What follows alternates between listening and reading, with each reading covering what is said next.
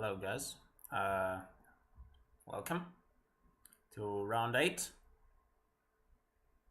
We see Anna is chatting with Adnan, also from our community, before the game, and Nordi was also there earlier. Yeah. So Anna is playing today against Dhruv Ratan from India, some 1800, probably a young player. Um, yeah. So it looks like he's not here. People were saying that he was quite a bit late to the board in an earlier round. So I'm not sure if he's also late. No, this guy's not the opponent. This guy's a guy from our community. He is also a streamer. I believe his Twitch channel is Adnan underscore M1. Not sure 100% on that though.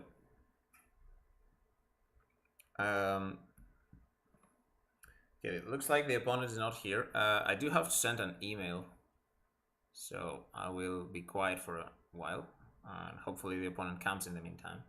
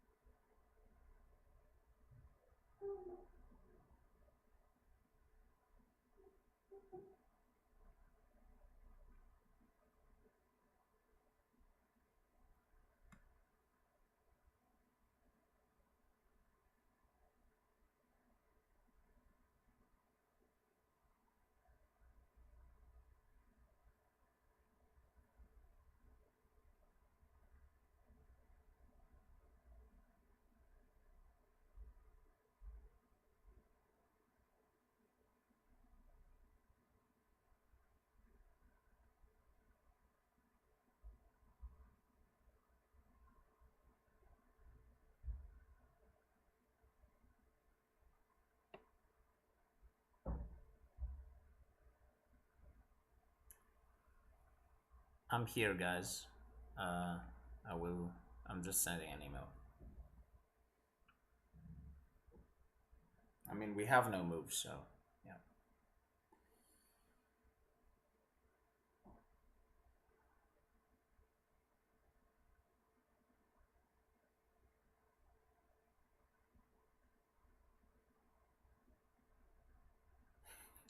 And is looking at us. I can't see that much.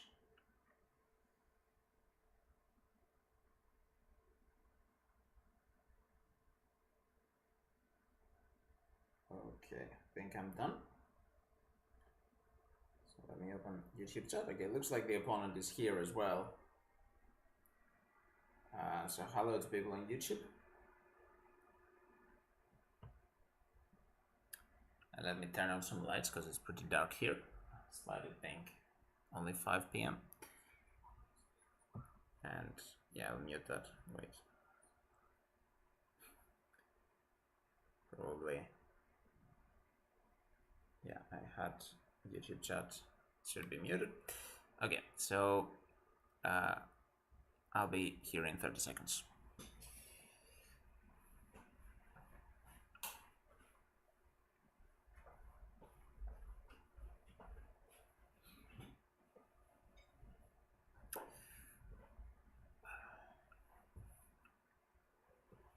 Who is the opponent? The opponent is Ratan Dhruv from India. I believe Ratan is actually his name and Dhruv the surname. And for all we know, he is an e4 player. So we expect to see e4, but it looks like he's thinking quite a bit on the first move. So maybe he's going to surprise Anna-Maja. He's maybe afraid of the legendary French defense of our streamer. So let's see. Or is he just gonna sit there and think for 90 minutes? That's also a thing. I would expect Ratan to be the surname. Okay, so Dhruv Ratan then. Dhruv is the name. Okay, so he's going for e4. So let's see. I'm assuming the French is on the board. And he's gone away. Probably going to check some French preparation. I don't know. Okay, I think that should work now. We've got I've zoomed out a little bit, so you should be able to see both players. And let me get to the board. So we have e4, e6, and white to move, and I will flip as well. So we have a French defense on the board. Oh, my lights are a bit weird. Maybe I'll turn off the lights actually. And yeah, because this is a bit too bright. And turn it on again when the sun sets. Hello, my boy Magnus Curie. Hello, Paul and Frank on the YouTube chat. Welcome. Yeah, don't really know what the opponent is doing. He just saw the first move and went away from the board. So again, I'm just gonna turn off the light because apparently this is too bright.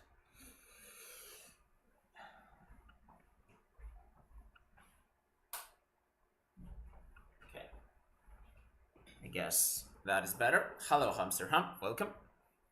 Now we only have natural sunlight here to match the natural sunlight of Reykjavik.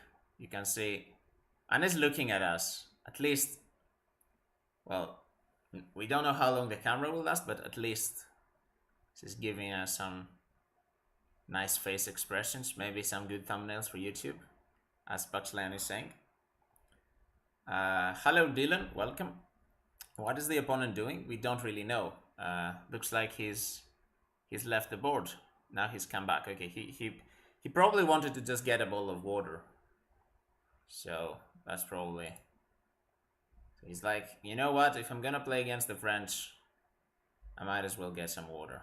So d4 and d5. So, and the opponent is going for the advanced French. Anna is messing up the pawns a little bit, but found her way to c5.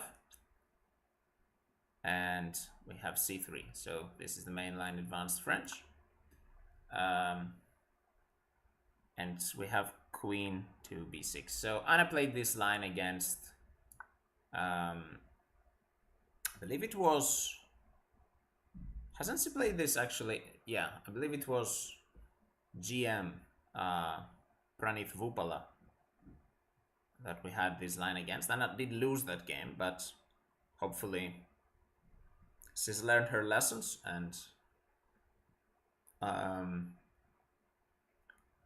she has, I mean, she expected this opening, I think, so she's probably studied quite a bit.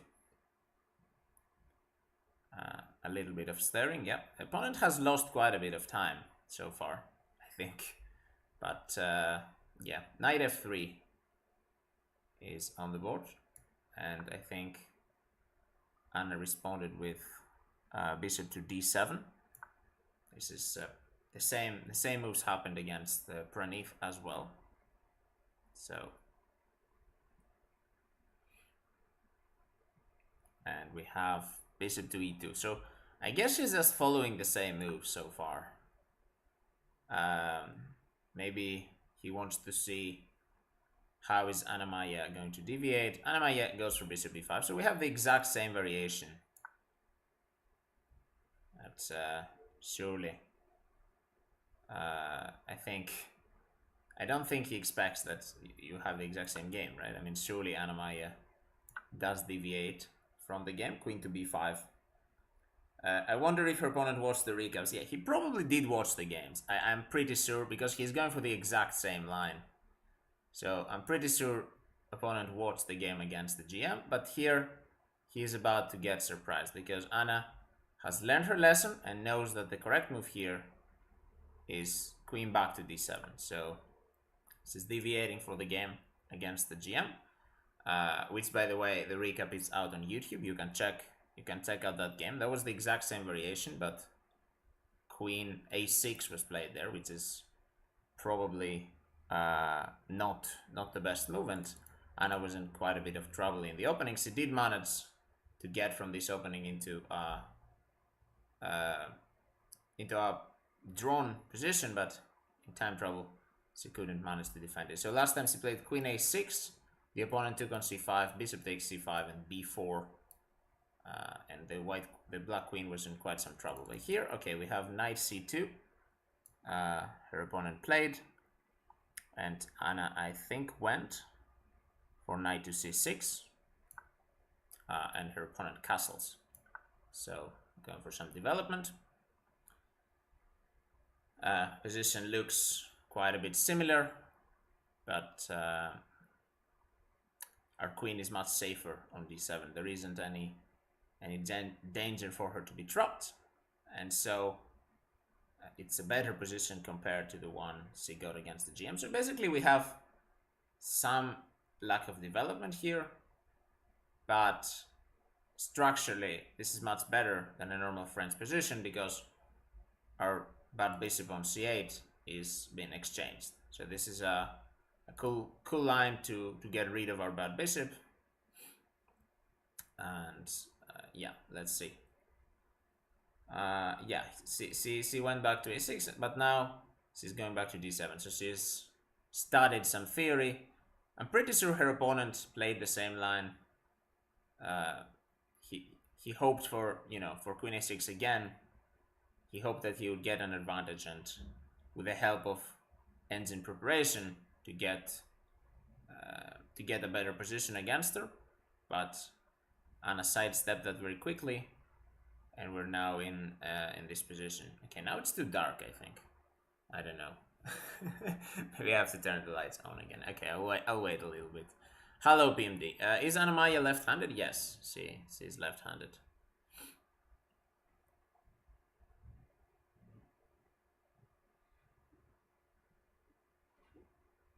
So I guess a good plan here. Maybe black wants to take on d4, open the c file for this rook. Rook is coming to c8, maybe threatening some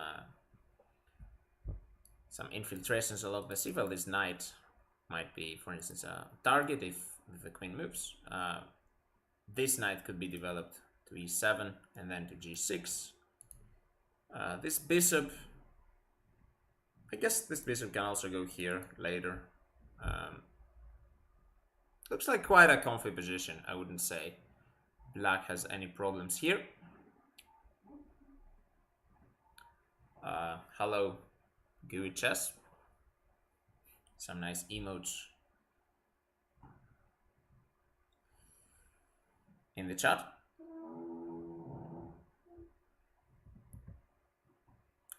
And hello, welcome. Hello, Ian Feige. Hello. How's it going today? We just started. Looks like so far so good. We have a good position. Anna-Maja is thinking. So yeah, it's a French defense.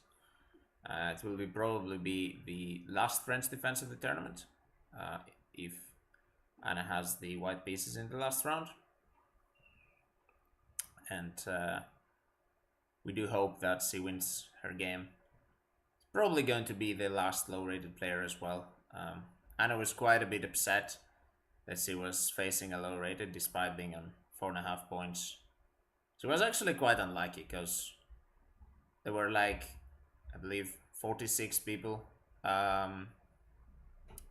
46 people in the 4.5 points bracket, and Anna was 23rd ranked, so she got paired against the last. Actually, her opponent is the lowest rated player to be on 4.5 points. So Anna was quite a bit upset, but sometimes that is just the way of the pairings. You just have to deal with what you're being given, and Anna, it seems like she's now dealing with this position. So let's see. Do we take on d4? Do we play knight e7? I would like her to clarify the situation a little bit in the center, since if we go here, the opponent might be tempted to take the pawn on c5. We might get into quite some trouble. And again, maybe again there are some b4, c4 ideas. You remember the GM put quite a bit of pressure on the queen side. So yeah, c takes d4 would be a good move, I think. Am I not allowed to talk the French defense while commentating? I mean, I can say whatever I want, pretty much. But I do respect our streamer, so I'm not gonna trash talk her openings too much. And I mean, for a French defense position, this is pretty good because we've gotten rid of our bad bishop on c8. So, you know, there's not much to make fun of. It's just a normal position. Hello, Kaiser. I'm assuming you're the same guy who posted the same message on YouTube. Yes, Anna-Maja is basically the highest in the standings among all streamers. We still have 2 rounds to go. So yeah, among all players who are live streaming their games every day, Anna-Maja has the highest score so far, and we hope that that keeps being the case for the last 2 rounds, basically. Okay, so Anna has played knight to e7, so she's prioritizing development over here. Now I'm wondering, maybe this could be an idea here for white. That's why I didn't I hoped for c takes d4 maybe first. This is a bit complicated, of course. So this might actually be a pawn sacrifice because yeah, okay, she did play that move. I do have to zoom in quite a bit.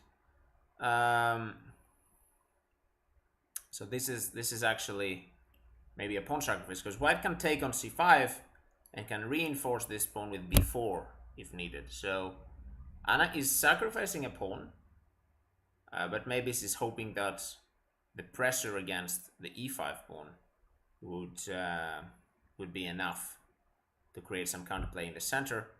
It's pretty much the same thing she did against the GM. She's looking at us with a bit of a weird look. I guess this is the look of, you know, trying to remember something. I think, like trying to remember if this was in the theory. I sense that she might have a bit messed up the move order because the engine doesn't like knight g7, at least my engine. But okay, white probably needs to be very accurate to punish this mistake.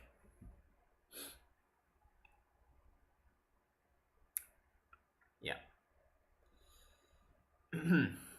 So knight is heading to g6, I guess, especially if white takes on c5. Then our knight is going to go to g6, going to e5. Tanya, yes, Tanya is Tanya streaming her games as well? I didn't know that. Okay, in that case, my statement was wrong, but I I'm not aware of her streaming her games. Yes, she's also on 4.5 points. Or is she? Isn't she on 5? Hmm. Because people saying Tanya's playing Salimova. Salimova is on 5 points, right? She beat Dina yesterday. It was a really hard fought game. In fact, Dina was almost winning for quite a big portion of it, but in the end, Salimova did outplay her in the end game, managed to get the win. Very strong player, by the way, Nurgul Salimova. She has been improving very rapidly recently, and yeah, I think she's also qualified for the women's candidates, so she'll be definitely one to watch out for.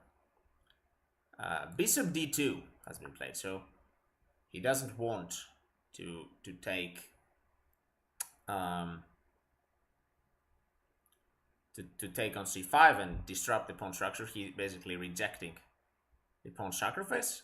This is again another opportunity for us to go with the move c takes d4. I think clarifying the situation, but maybe Anna wants to keep the tension on. So another move to consider would be knight to g6. Perhaps this activating the knight, or even knight to f5. That can also be an idea. Activating the knight and opening again the bishop up to the protection of c5. So bishop d2 probably not the best way to punish black. But okay, this is just minor details. Both players can't really be expected to know this. I think I'm pretty sure there are a few games here on the database if I had to judge, but yeah. Hello, rookie. Hello. Is this Anish Giri? No, that is Indian youngster Ratan Dhruv, or Dhruv Ratan. Yeah, Dhruv Ratan, says chess.com. Bishop d2 is weird. Wait, are you Slomka? But you changed your name to Flomka? That would be funny. I thought bishop goes to e3. Well, it depends, I guess. Maybe he is expecting that these pawns will get traded, and he wants the bishop to be able to defend b4. That's why he went bishop d2. But yeah, bishop could also go to e3. Maybe on e3 it's a bit of a target for the knight. The knight's coming to f5. Might be harassing the bishop on e3. So bishop could go to e3 as well, but on d2 it's also good, I think. You're stuck with this username for another month. What is the context? Can you enlighten us? Yeah, did you lose a bet or something? Hello, DSGN. Welcome. How come Lonely Winter went to Reykjavik to commentate on Adnan's game, but you didn't? Really? Wow. Did he fly out to Reykjavik just to commentate? That's interesting. I mean, yeah, I don't know. Who paid for that is my question, because I'm sure that's pretty expensive. But yeah, no, I'm not feeling well in this cold climate, man. I mean, here it's very nice, 20 degrees, nice and chill. Sun is shining. I wouldn't want to be in -2 degrees or whatever the weather is in Reykjavik right now. Would you go if Stroopwafel Media bought your flight tickets? That would be not really a very good use of money, but sure. I mean, yeah. But I don't see why would you do that. I can't be on any side. I'm Indian, a subscriber of Anna. I mean, I don't know. If Anna played against the Greek guy, probably would support Anna still. Unless he played like a close friend of mine. Then I would root for a draw. David, welcome. This classic comment. Can I rotate the board? we should be able to get a. Actually, you know what we'll do when Anna comes back from Reykjavik, we'll have her play a game. I'm sure that we can arrange this somehow. I'm sure Screws is very creative with stuff like that. He can definitely find a way to have Anna play with a rotated board and have some fun.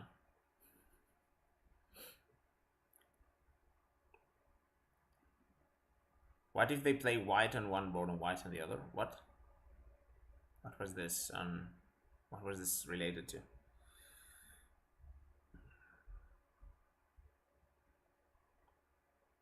You also saw that Amateur World Championship was announced in Greece in November. Ooh. Is that in mainland Greece or is it in Rhodes again? Because if it's in Rhodes, it's very unlikely that I'm coming. But if it's in mainland, it is in Rhodes, okay. Yeah, so the problem with this place, basically, is, I don't know, they also host the European Women's Championship there. And I don't like the fact that they're forcing people to stay on like a 5-star hotel.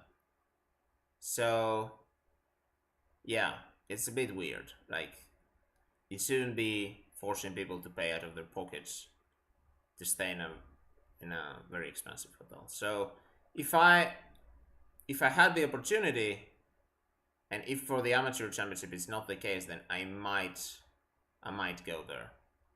But again, Rhodes is basically like another country. Like, I would still probably have to fly there. So yeah. I mean, do you know how much how long the ship takes to go from Athens to Rhodes?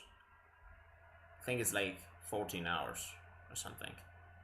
So it's not that close. It's not that close. Might look close in the map, but it's not that close. But we have flights, of course, so I could still fly there. I think it's like 30-40 euros the flight ticket, so it's pretty cheap. So if they get rid of this condition that you have to stay in an expensive hotel, I might play. I don't know, but I'm sensing that this won't be the case, because from what I know, for the European Women's Championship, they are forcing people to stay on the 5-star hotel, which is quite sad.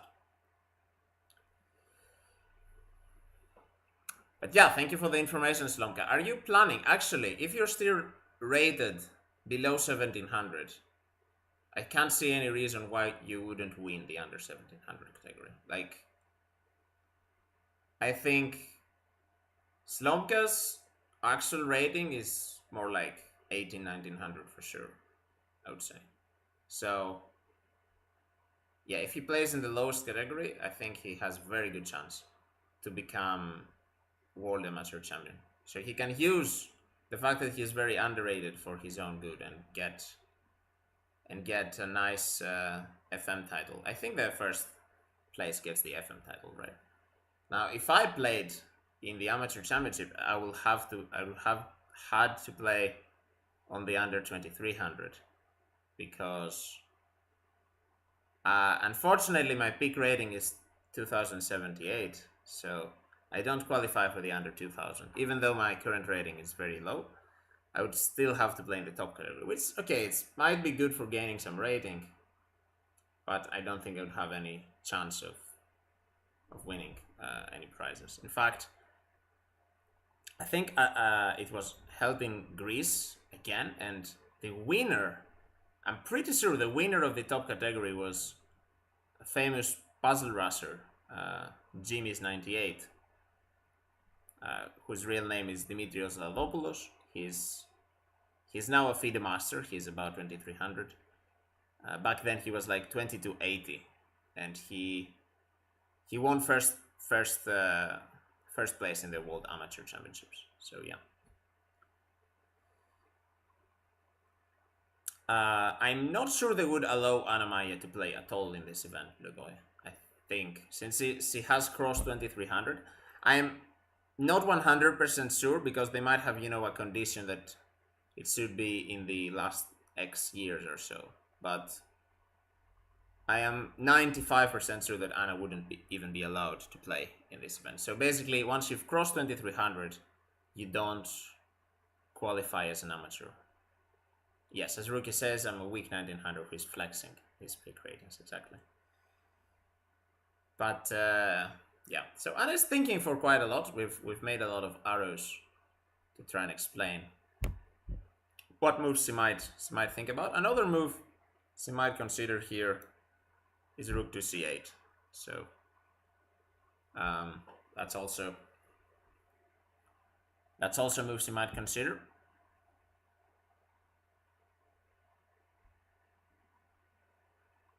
I don't think title players in amateur play in amateur champions. Yes, there are some actually, I believe. Like if you're a WCM or I don't know, something like that. I don't see any reason why you shouldn't play. I mean, yeah, I'm not sure, but I think that if you cross 2300, you can't play. Yeah, I was not sure, but Screws is yeah. Please erase these arrows. Okay, I'm sorry. I'm sorry, guys. Sorry, Leon. I'm just trying to highlight the potential moves that I might make. Maripand got the WFM title. Shout out Maripand for winning the under 2000 category. Then was invited to play the under 2300. Well, I'm not sure if she was invited. She just went there, right? Or did she win like some kind of free package or something? Maybe. But yeah, you can't play as long as your rating does not cross 2300. Title doesn't really matter. Like, I mean, there are some people who have titles and are well below the rating threshold. I mean, for instance, we have in this tournament Lula Robs. She's a woman's candidate master, but her rating is something like 1650 or something. But she got the title because she's from a really small country or island of Jersey, and they do give some conditional titles in the Olympiad. So she basically got WCM title, even though her strength is not that of a normal WCM. Yeah, and she's on the screen, as you can see. So she's the girl in the black shirt that can be seen in the background. So yeah, sometimes they do give these titles in special events to support chess in smaller countries, in countries where chess is less developed. They do give out these titles. So yeah. Another example is another streamer, Jesse February from South Africa, who also has a WIM title, I assume for a similar event, but she's actually never broken 2200 or the requirement for WIM. And Jesse has actually, yeah, I didn't make that comment accidentally. Jesse has actually won the African Individual Women's Championship today. So congrats to her as well. Yeah.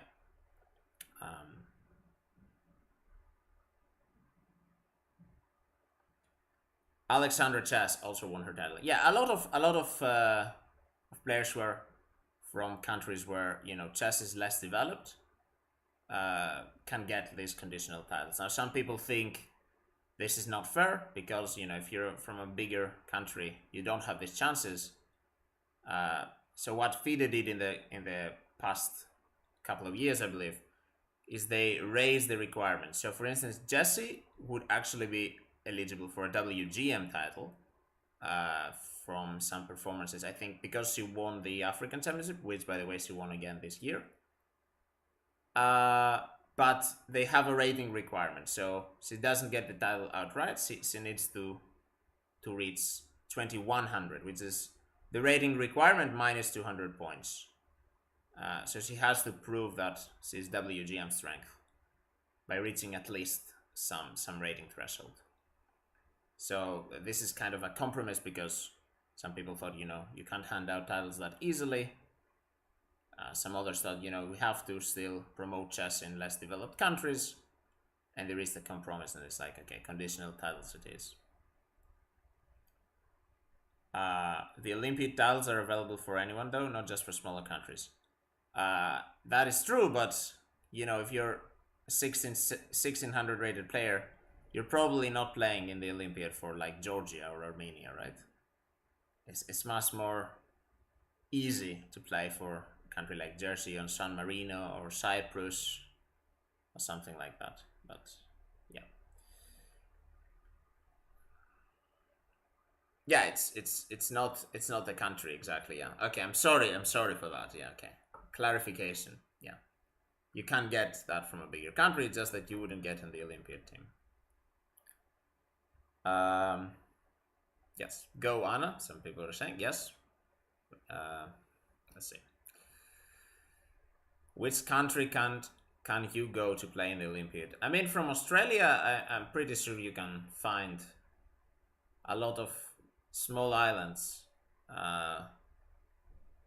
near, right? I mean, they have. I'm not Nordi. Nordi is very good at geography, but I do know some islands in Oceania that might have a national chess team. They might need, you know, like Vanuatu or some Fiji or Samoa. I don't really know many countries from that area. There's also Papua New Guinea. Uh, I don't know, but okay, maybe they wouldn't accept Blue Boy as a national team member. I'm just flexing my knowledge of weird countries. I mean, I saw Anna-Maja's video. She was playing this Faroese guy, and I was a bit surprised that she didn't know the Faroe Islands existed. Like, I thought it was common knowledge, but maybe that is because we played them in football a couple of years ago. Actually, more than a couple. I'm old. Probably like 6, 7 years ago. It was actually quite a big moment in Greek news because the Faroese team beat the Greek team twice, actually. So that was really embarrassing for Greek football guys. So yeah, everyone knows the Faroe Islands in Greece, basically. Yeah, I mean Faroe Islands are in Europe, so I guess they're more well known. Nordi is the reason I knew those countries existed. We did see Nordi on stream as well, by the way, today. In the beginning, I was setting up. I'm not sure if you guys caught him because it was in the very beginning. But if you were in the chat, yeah. Speaking of being old, happy birthday to your favorite footballer. Who is it? Thought it was quite obvious. It's Fernando Torres. Yeah, he's turning 40 today.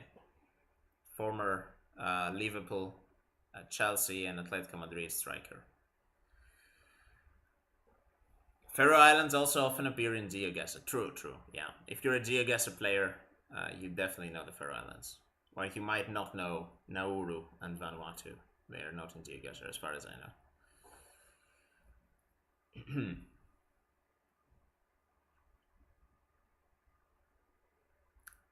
Hammer was just complaining the other day on stream about how easy it is to get a title in Canada.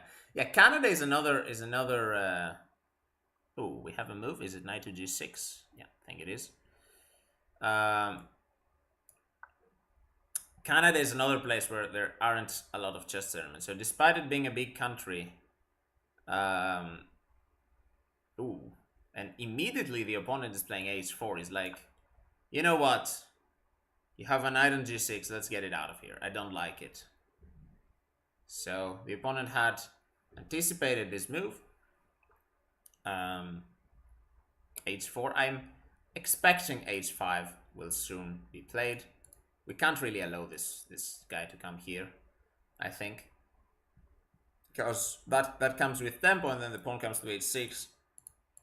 This starts to get really annoying for black. So white playing immediately. I think h5 is in order. Maybe we can insert this capture first, but Anna has not really been going for this capture anyway, so still theory. I'm pretty sure this is still theory. I'm not sure if both players have this in the preparation. My guess is that they don't, but I'm pretty sure this has been played before. People who have a database can check. I don't really have one right now. I thought knight f5 was what we want. Uh, yeah, I mean, the knight could also go to f5. Now, the problem with knight f5, what Anna might have been afraid of is that the move g4. So maybe she didn't want her knight to be kicked away. So she went to g6. And I'm pretty sure she will answer h4 with h5. So, yeah. I think our opponent was inspired by the World Championship match, given how little time he's spending at the board. Oh, yeah, that's a nice reference to the World Championship match between Ding and Nepo, which had a record time of both players spending time away from the board. Basically, they were just on the board to make a move and then left the board. Yeah, he is leaving the board quite often. Not sure. But he's a talent. I mean, for his rating, he's doing very well in the tournament. Is this the knight c2 line of the French advanced? I guess so, yeah. I mean, it is a French advanced line where white played knight c2. So, yeah, this. So this guy, Ratten, he actually played against our community member, Rinkt, early in the tournament, and he lost. So I'm sure Anna got some good prep out of this game. What is he doing to the poor bottle? Good question. Yeah, he's just. I mean, kids, kids these days, they're. Yeah, they're very. How to say? They can't sit still. Did Nordi lose already? No, surely not, right? I wouldn't.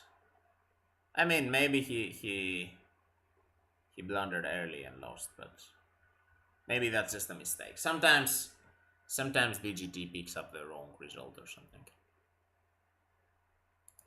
But, I mean, even if he lost, I mean, he told us yesterday he's had an amazing time in Iceland, so he's been enjoying. He's been enjoying. Yeah, you can spam F in the chat or something for him, but yeah.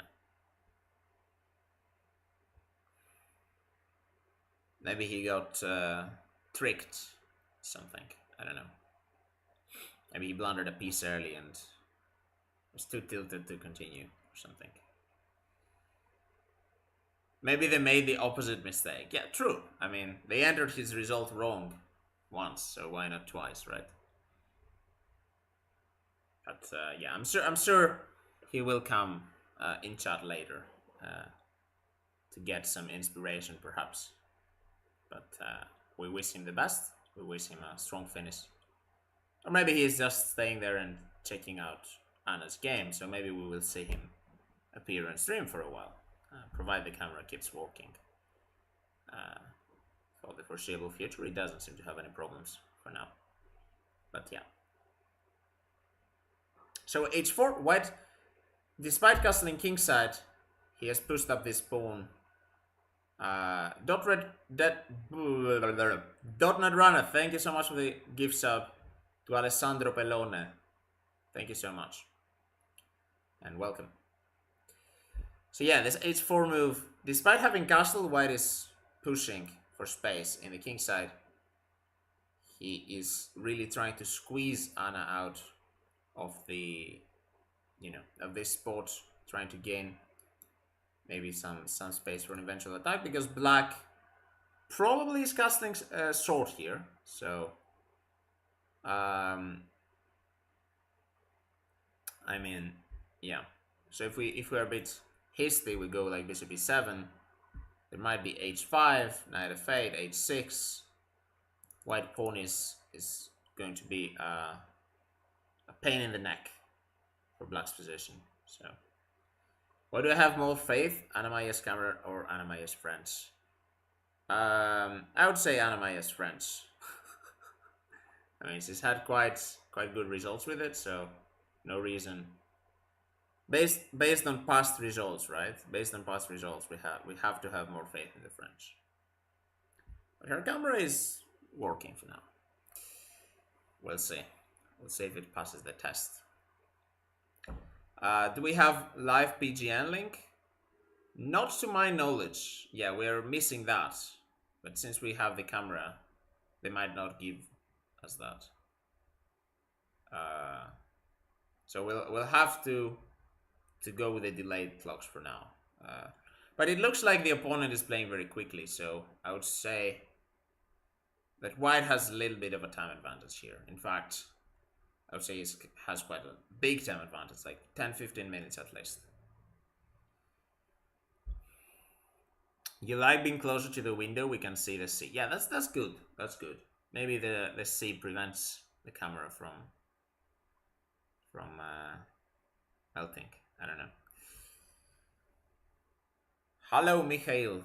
Hello, Mikhail in YouTube chat. Who is winning? We're still in the opening, so nobody's winning. We're still in the opening. I would say the position is equal. Black needs to be a little bit careful, though. Black needs to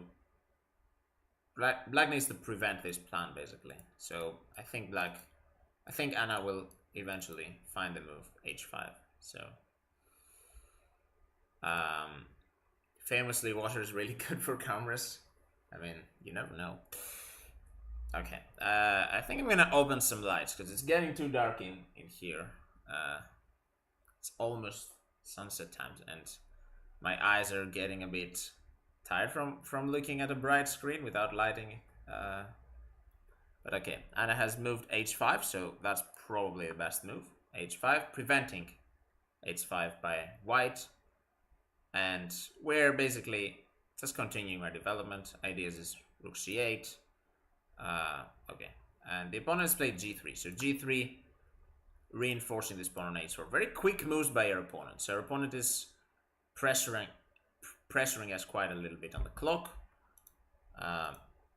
Maybe trying to gain a time advantage. Maybe, I mean, if you saw the game against Pranith, which we said earlier that maybe he saw that game, and chose this opening, he probably saw that Anna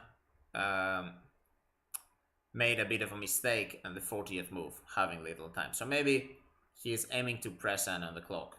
And but of course, making quick moves can also backfire, You might not consider all the intricacies of the position with little time.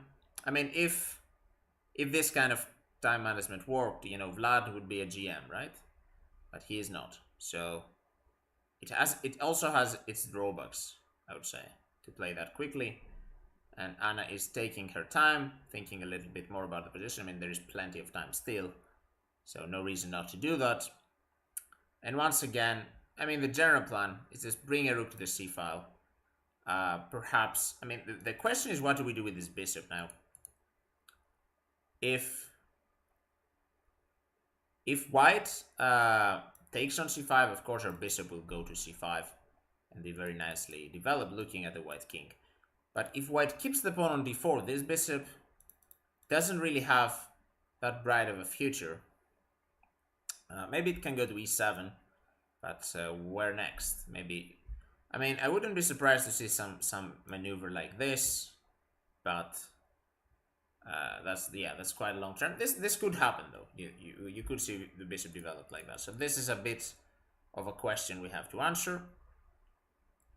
Another idea, since we have clarified the situation on the king side with h4 and h5, is to bring our knight back to e7 and f5. So now that white cannot play g4, knight on f5 would be quite strong, pressuring the d4 pawn, and also adding some pressure to the white king side, for instance, discouraging an eventual f4 because the pawn on g3 will be hanging. So knight ge7 is definitely an idea as well. But Anna is going for a different idea.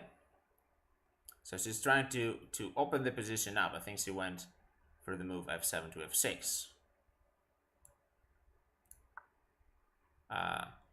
So she's going for the classic French plan of f6, breaking up the center. And yeah, the position is about to become quite sharp.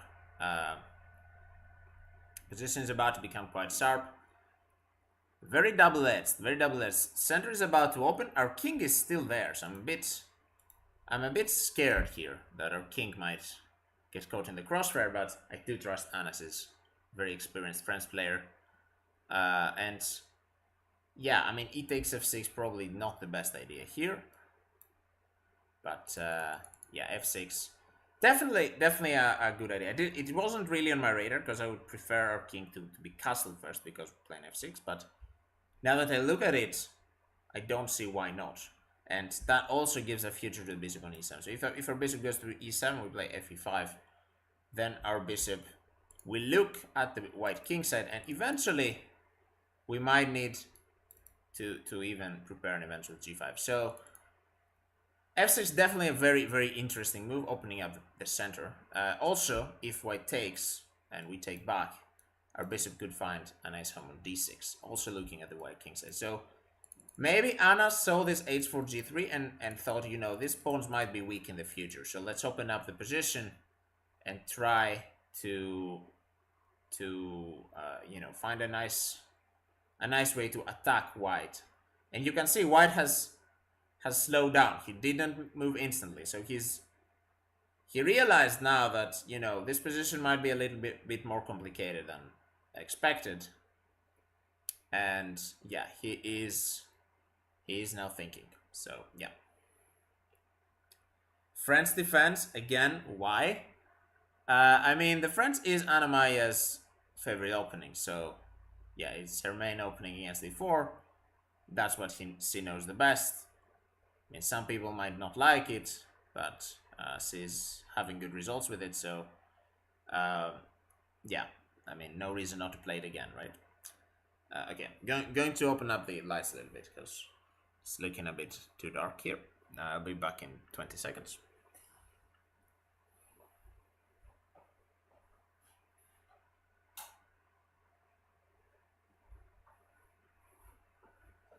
Okay, I came back, and let me lower this a little bit as well, so that you guys don't get blinded. Okay, I think that's better. All right, so do we like ef6, gf6? Let me look. 10 seconds, yeah. I mean, I'm quick. My house is not that big. So, ef6, gf6. So I would say this is good for us. Like, this is a good development for us. Our bishop finds a nice, our bishop finds a nice home on d6. The rook will have a nice open file on g8, or semi-open file rather. The only thing I'm a little bit concerned in these positions is where do we put our king? Like, because castling long seems very risky, right? The c file is probably about to open. Although it's on black's terms to open it. Like, white can't really open the c file. So opening the c file might actually be good. So this, I would say, is a good development for us, mostly because we do find a nice home for the bishop. And the open g file only benefits black. Like, white has lost the center pawn for a measly g pawn. This is definitely good for us, I think. So white will probably need to keep the tension here. Now, I don't know how will that be possible. Maybe some move like rook e1, some move like queen e2. White probably needs to just add a little bit of protection to e5, basically. I would long castle and go ham. Is that an expression? And sack a piece with the g8 pawn. Yeah, those kind of ideas are definitely in the radar, especially after ef6, gf6. Sacrifices are definitely possible in the future, especially on this spot on g3. Like, this is probably where we're going to attack. Unless white goes king h2, then the h4 pawn might be weak, especially if our bishop is in d6. So I think white is probably a good enough player to realize that ef6, gf6 doesn't really help him, and he's probably going to find something else. But it remains to be seen, of course. Oh, is that what it means? Okay. Thank you for teaching me Aussie expressions, Blue Boy. So yeah, some people might not like the French, but if played the right way, the French can actually be quite an active opening, and can definitely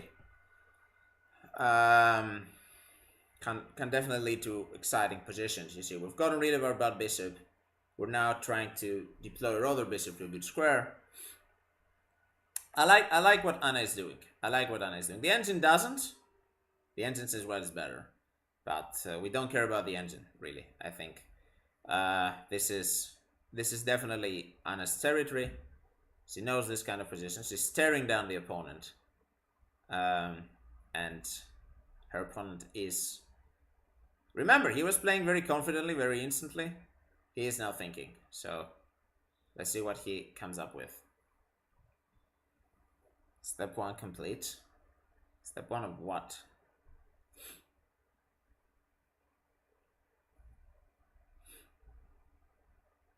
So yeah, Anna also now thinking. We see that she's quite a bit lower on time, so she can't really afford to go too far away from the board unless there is an emergency.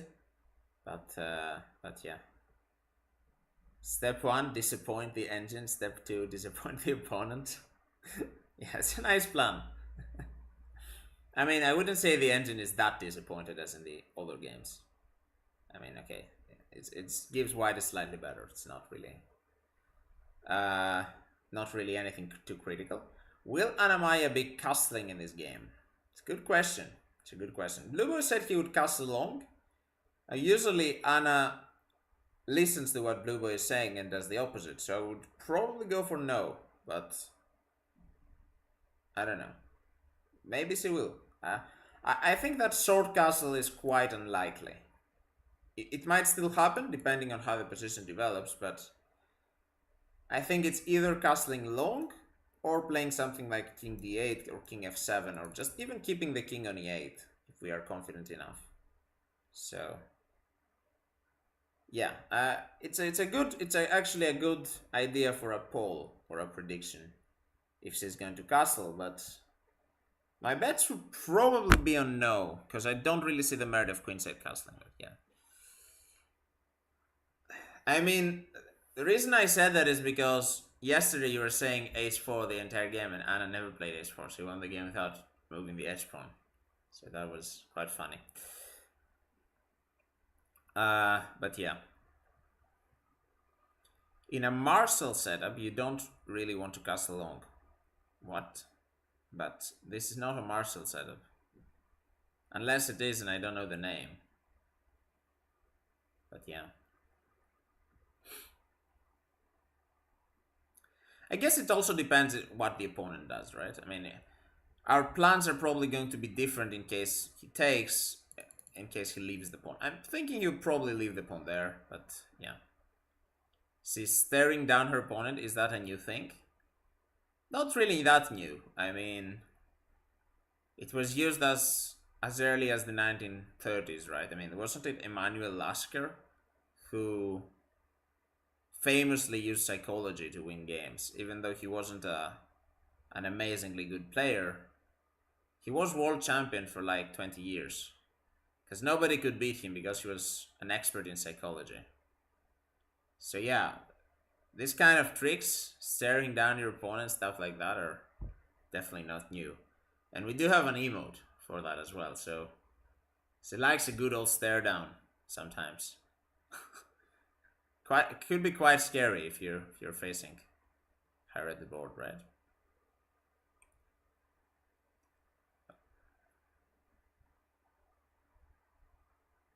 Yeah, okay, my phrasing was probably wrong. I would say like he wasn't. People don't consider him one of the best of all time, despite his longevity. I don't know how that's. But yeah, he was famous for psychological tricks. What are some examples? I'm not that good in chess history, but I'm sure like he basically used the opponent's personality against themselves. So if the opponent is someone who hates draws, he would go for a really dry position, and because the opponent hated draws, the opponent would overpush and lose, and Lasker would win. So stuff like that. There. At least that's what I learned. I had an old Greek chess book, which was written in like the 60s, and it was talking about all the champions like that. But I think the actual source of this is probably Garry Kasparov's book, My Great Predecessors. Okay, so opponent's taking on f6, and Anna quickly recapturing with the g pawn. So we like this development. This is very very nice for us. Now our bishop is coming to d6. The g file is opened. I would say black is already emerged uh, as the winner of the opening battle. I would say this is the end of the opening, and the position is equal, but black has definitely some very nice open lines to play with.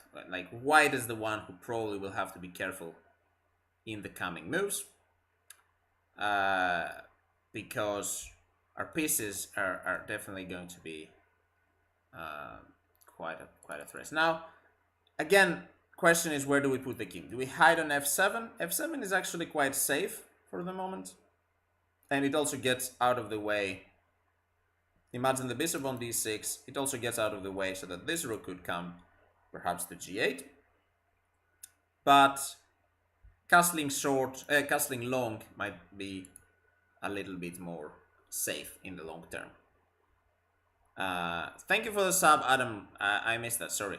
Thank you for the sub for 6 months, Adam Brensox.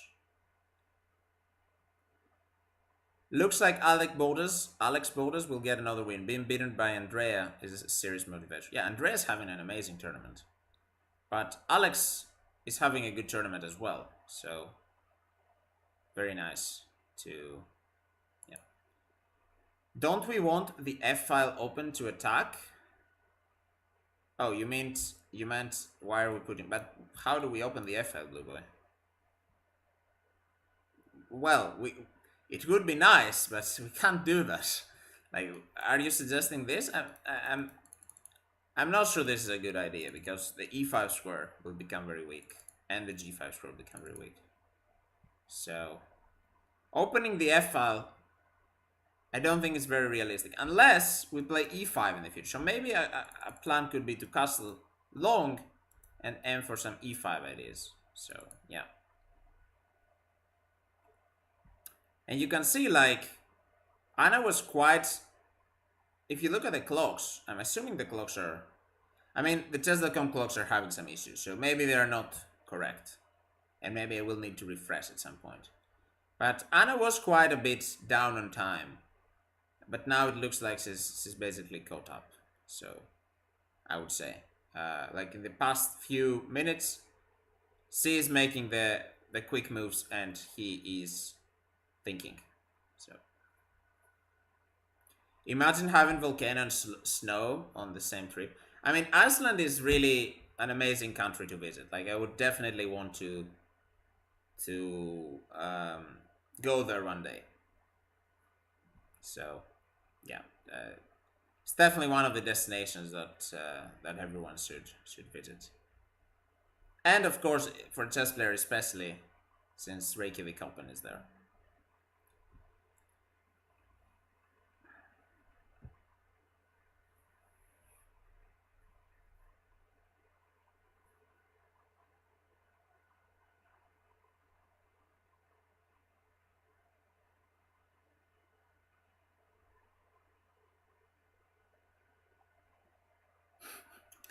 I did not say that, no. No, screws. Which is the best country to see the auroras? My guess is Norway, but not sure. Maybe Sweden as well. Northern Sweden could work as well. I'm pretty sure that this, the northern part of Norway and Sweden and Finland,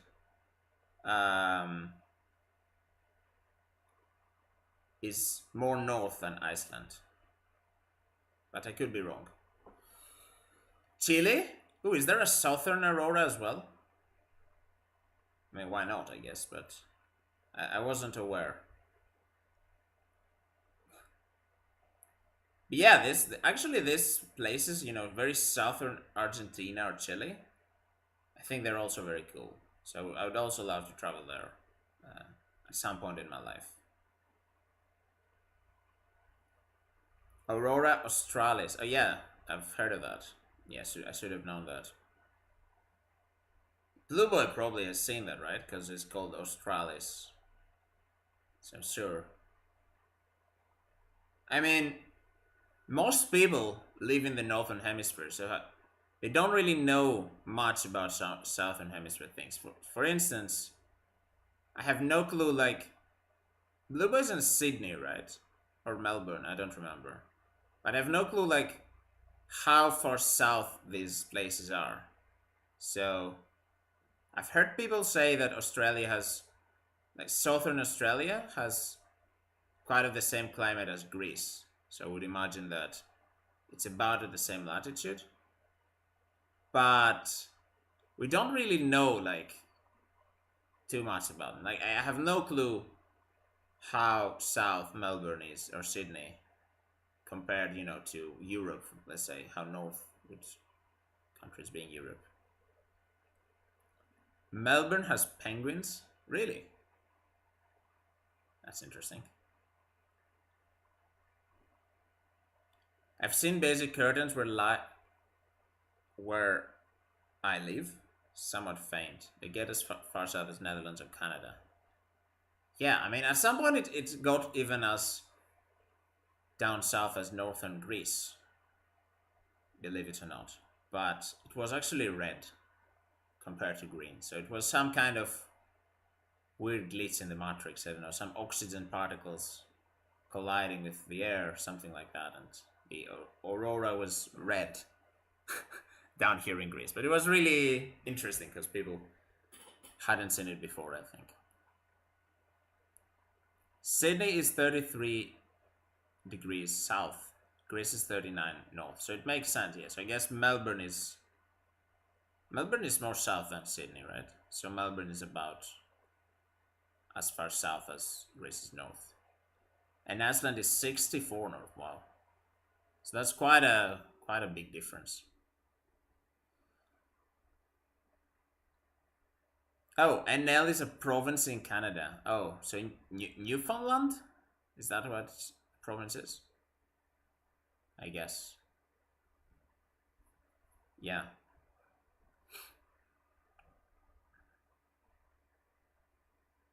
Yeah, so interesting. Okay, so let's see. White is playing b4.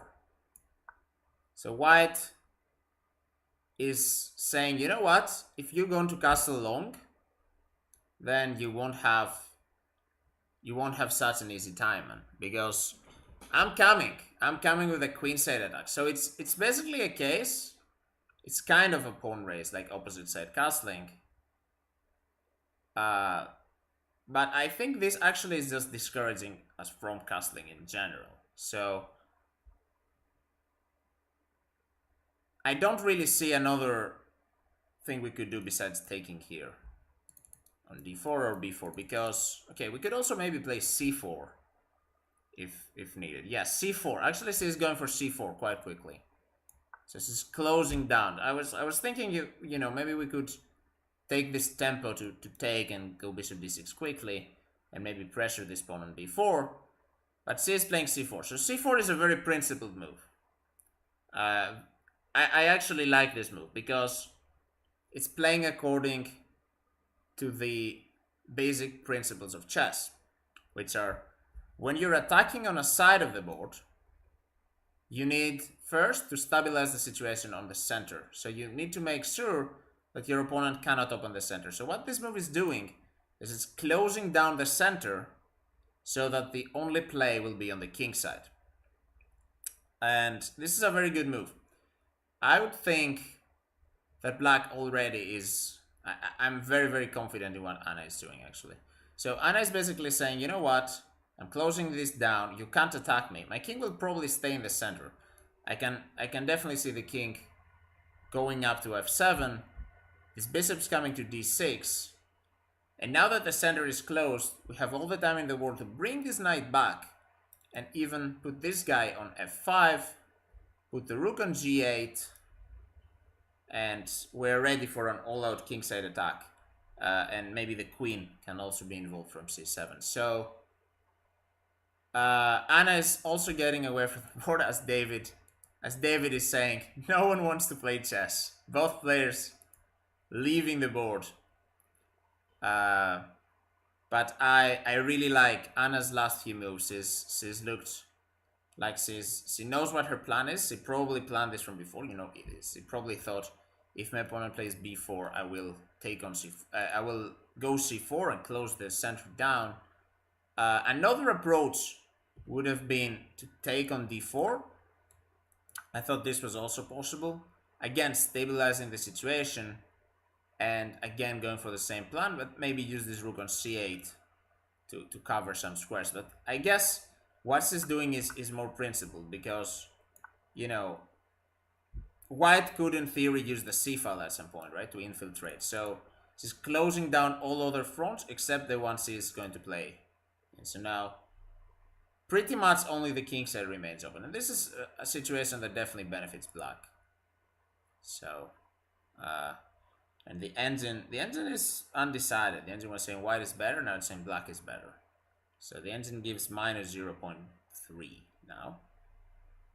But I would say that black is already taking the driver's seat here. So very well done so far by Anna. She's definitely managed to survive the opening and even more. And she's now entering the second phase of the game, the middle game, where the initial plan is to find the best squares to start the attack. So I think the bishop will go to d6 again. The king might be able to go here, this rook here. I'm not sure if she will go for this knight maneuver, but this could be interesting. And then the queen going to c7. So really nice position here for black. People are chatting about astronomy. I guess they think the game is over already. So yeah, they're chatting about random things. As an amateur astronomer, I'm jealous of Blue Boy. Oh. So I guess, yeah, it's better to look at the sky from Australia, right? Because it's so isolated and no big cities. That makes sense, I guess. Yeah. Okay, the ads. I'm getting quite a lot of ads in the YouTube stream. I mean, I have the YouTube stream open. It's funny getting ads on your own stream, but I'm watching all of them apparently. Hopefully that brings Anna good revenue. I don't know. Antarctic cruise. Blue Boy, have you ever gone to Antarctica? I assume there must be daily cruises from Australia, right? I guess it's not that far. It's not that close, right? Because if Antarctica is if Melbourne is basically only as far south as Greece is north, then it's like me going from Athens to the Arctic Circle. So probably not that close. Yeah. The southern hemisphere has a great number of interesting, beautiful objects. Yeah, it's true. Daily cruises go to Tasmania. Ooh, how far away is Tasmania? Have you ever met Checksy, the world's most famous Tasmanian chess streamer? One of the people at our chess circle here went on holiday recently and planned a trip to Antarctica. Wow, that must be really cool. I'm not sure if you would be able to see anything because it would be really cold, right? So you'd have to... Don't they have to wear like special clothes to go there? But apparently they made him leave the trip at the Falkland Islands? What? Why? Okay, that's interesting. Yes, guys, let's host a tournament in Antarctica. That would be really fun. It won't be won by the best chess player, but it would be won by the one who can survive for longer with a cold. Oh, health concerns. So I guess not everyone can travel there. Okay, so Ratten, or Dhruv, yes, you probably call him Dhruv. So Dhruv here is thinking without looking at the board. That's interesting. Interesting technique. Most chess players are like he is now, like really staring down at the board when they're about to make a move. But some people, they look away from the board. I don't know what's up with them. Like, but yeah, it looks like he's back. Okay, and he's making a move. He's going b5. So he's like, you know what? You opened up, but I'm going to still push my pawns, create some space, and I think the reason he did that is because he wants. Well, of course, he also wants to gain some space, but also this square for his knight might be uh, might be the reason. So b5 has been played. David likes to rotate his head by 90 degrees. I mean, if I didn't have all these concerns about the camera working, I would troll. Like I would rotate the camera 90 degrees or something. I don't know. Sydney has 3-week cruises costing 25k Australian dollars to Antarctica, I assume. 25k is pretty expensive. Why is that so expensive? Is my question. I guess they need like special equipment or anything because it's so cold. Lots of people have health problems on cruises considering the age of most participants. Are you calling Screws old? Because his friends are also old? Interesting. They might bind you for that. But his wife still went ahead and did some diving in Antarctica? With the penguins? Is he trying to be a penguin? Interesting. We would never call Screws old. Okay. So yeah, B5 is attacking our knight. I mean, we haven't really talked that much about the game, haven't we? So where does our knight go? I think knight e7 is where Anna is going to go, probably. Or, well, knight a5 is also maybe a consideration. You know, this knight could go on a little trip. We could play b6. Do you remember yesterday's game? I was talking about this maneuver. Knight a4, well, it was white. It was Anna with white. Knight a4 to b2. Now it would be knight a5 to b7. Over to d6, and then to f5 or e4. That, especially if she wants to go to e4, knight a5 could make some sense. It's putting it on a path towards e4.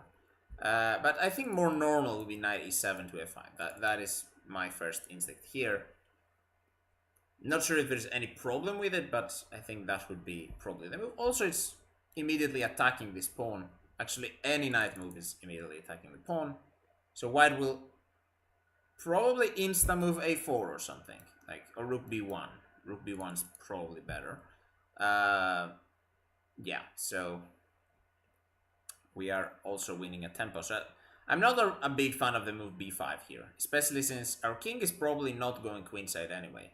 Like, if our king casting on f7, not casting, but staying on f7, then we shouldn't really have much trouble with the queenside. You know, some pawns being pushed. As long as the position remains closed, it should be okay. Finally, not playing a GM, LOL. I mean, Anna's only faced 2 GMs in 8 games, so I think she actually would have wanted to face more. So, I don't know. She was actually quite tilted or upset about facing another low-rated guy. But it looks like she's got everything under control, so it's worked out well for her, I would say. Okay, the Antarctica talk is continuing. Penguins and landmines in Falklands? Oh, there was a war there. Wait, are there still landmines down there? Man, there's so many things we don't know about the Southern Hemisphere, right? I mean, at least I don't know. I'm not calling you guys ignorant. I'm calling myself ignorant. Cave diving in Antarctica is pretty amazing, but also scary. Yeah, we do have a camera relay. I don't know for how long, but it looks to be working.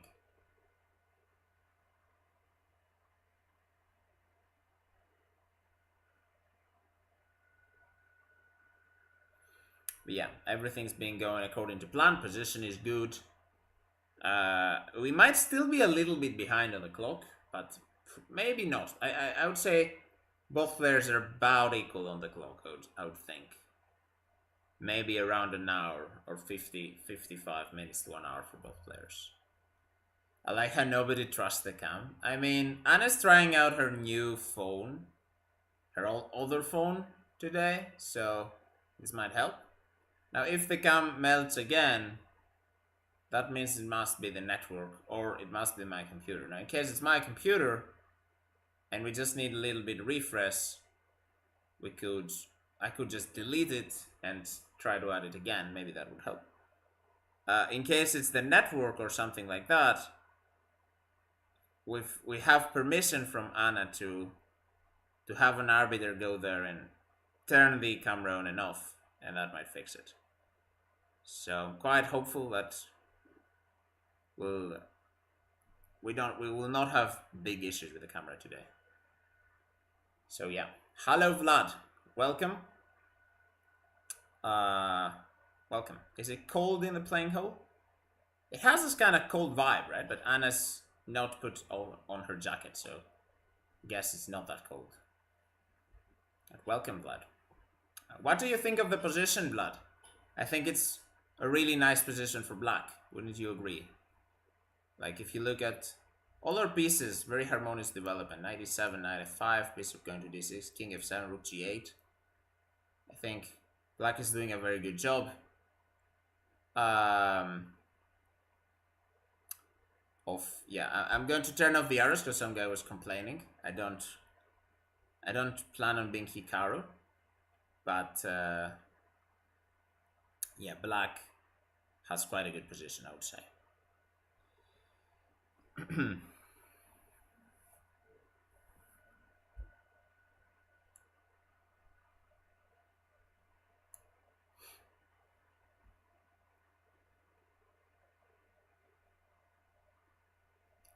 So, hello, Abi. Welcome. Welcome to the chat.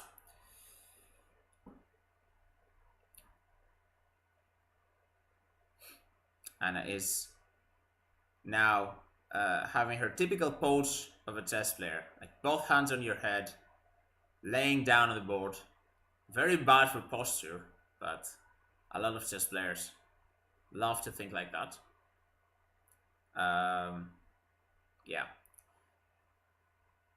So she's really focusing the position, trying to think what the best square for the knight is.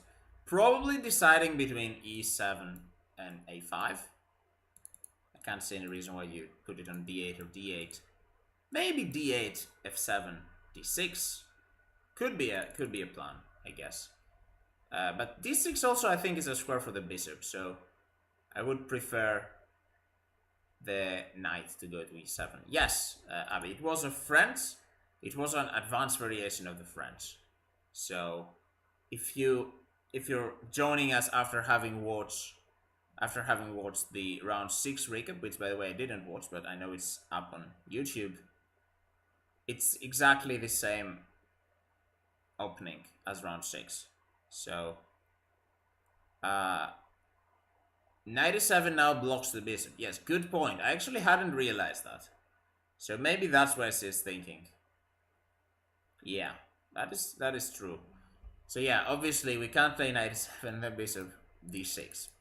But yeah, when you're thinking too abstractly, sometimes you forget these things. Yeah, knight e7 would have the downside of blocking our bishop. So maybe if we want to quickly get our bishop to d6, we have to move the knight somewhere else, like knight a5. So maybe that is why she is thinking here about where to move the knight. But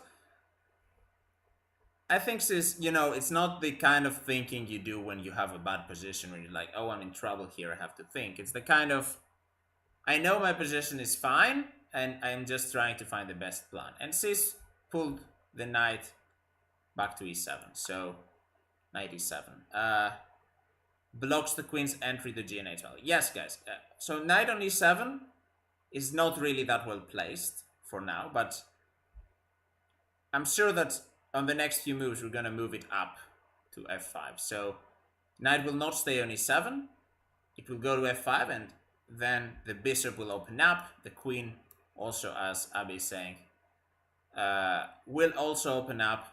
So yeah, it's not like the knight will stay on e7 for the rest of the game. So if white could have a way to do that, that would be problematic. But I think knight e7 was a really good move. I can't see any problems with that. Maybe on a5 was another option.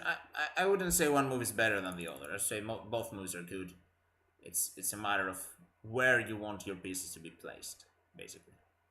And I do like knight e7 because it's potentially bringing another piece on the side where we will attack. Now, of course, without doing any concrete calculation, but just knowing that the more pieces we have looking at the king side, the better the chances of our attack succeeding are. So we have like 5-6 pieces attacking, we have quite good chances. And it looks like white has moved immediately, and I didn't catch his move. What has he played? Oh god, I can't see. He probably moved rook to e1. But yeah, I think rook to e1 is his move. So rook e1. I'm sorry I have to zoom in on a very small window on my laptop. But rook e1, thank you guys. So makes sense. He's putting pressure on our king. Maybe this is a good time for our king, rook e1, yes. For our king to sidestep and go to the f file. Where are my glasses? I mean, I need a bigger monitor, not glasses, probably. But yeah, king to f7 would be quite a cool idea. Here, but maybe okay. The pawn for now is defended, so we don't really need to do anything too drastic. But we might need to move away from this pin, because if we want to move our knight to f5, as said before, then this rook would be pinning this pawn. So maybe white could get some pressure towards d5. So white is definitely not without play here. It's not like we are the only side playing here. There are two sides to chess game, obviously. Do I think Anna will castle this game? I think it's quite unlikely. In fact, I think she might even move her king in this move and go king f7. So I think I would be really surprised. Now, castling long is still an idea. Like, she could also sidestep this pin by going long castles. I wouldn't be totally against this, especially since the c file is now closed. So it's also an option. It's also an option. Notice that white didn't care about defending this b5 pawn. So why did he play rook e1? Because if we go queen b5, then rook will come to e6. So if we defend the pawn with a move like this, then we might also be threatening to go queen takes b5. And as we've seen from the game yesterday, Anna does like her pawns. Like, she likes to take pawns, get an early advantage, and then perhaps give them back later for some concession. So king f7, I think, is a really good move. I would prefer the king to stay in the center rather than long castles, in my opinion. But of course, long castles, I wouldn't say long castles is bad either. But the reason I like the king in the center better is because we're defending a little bit this weak pawn. So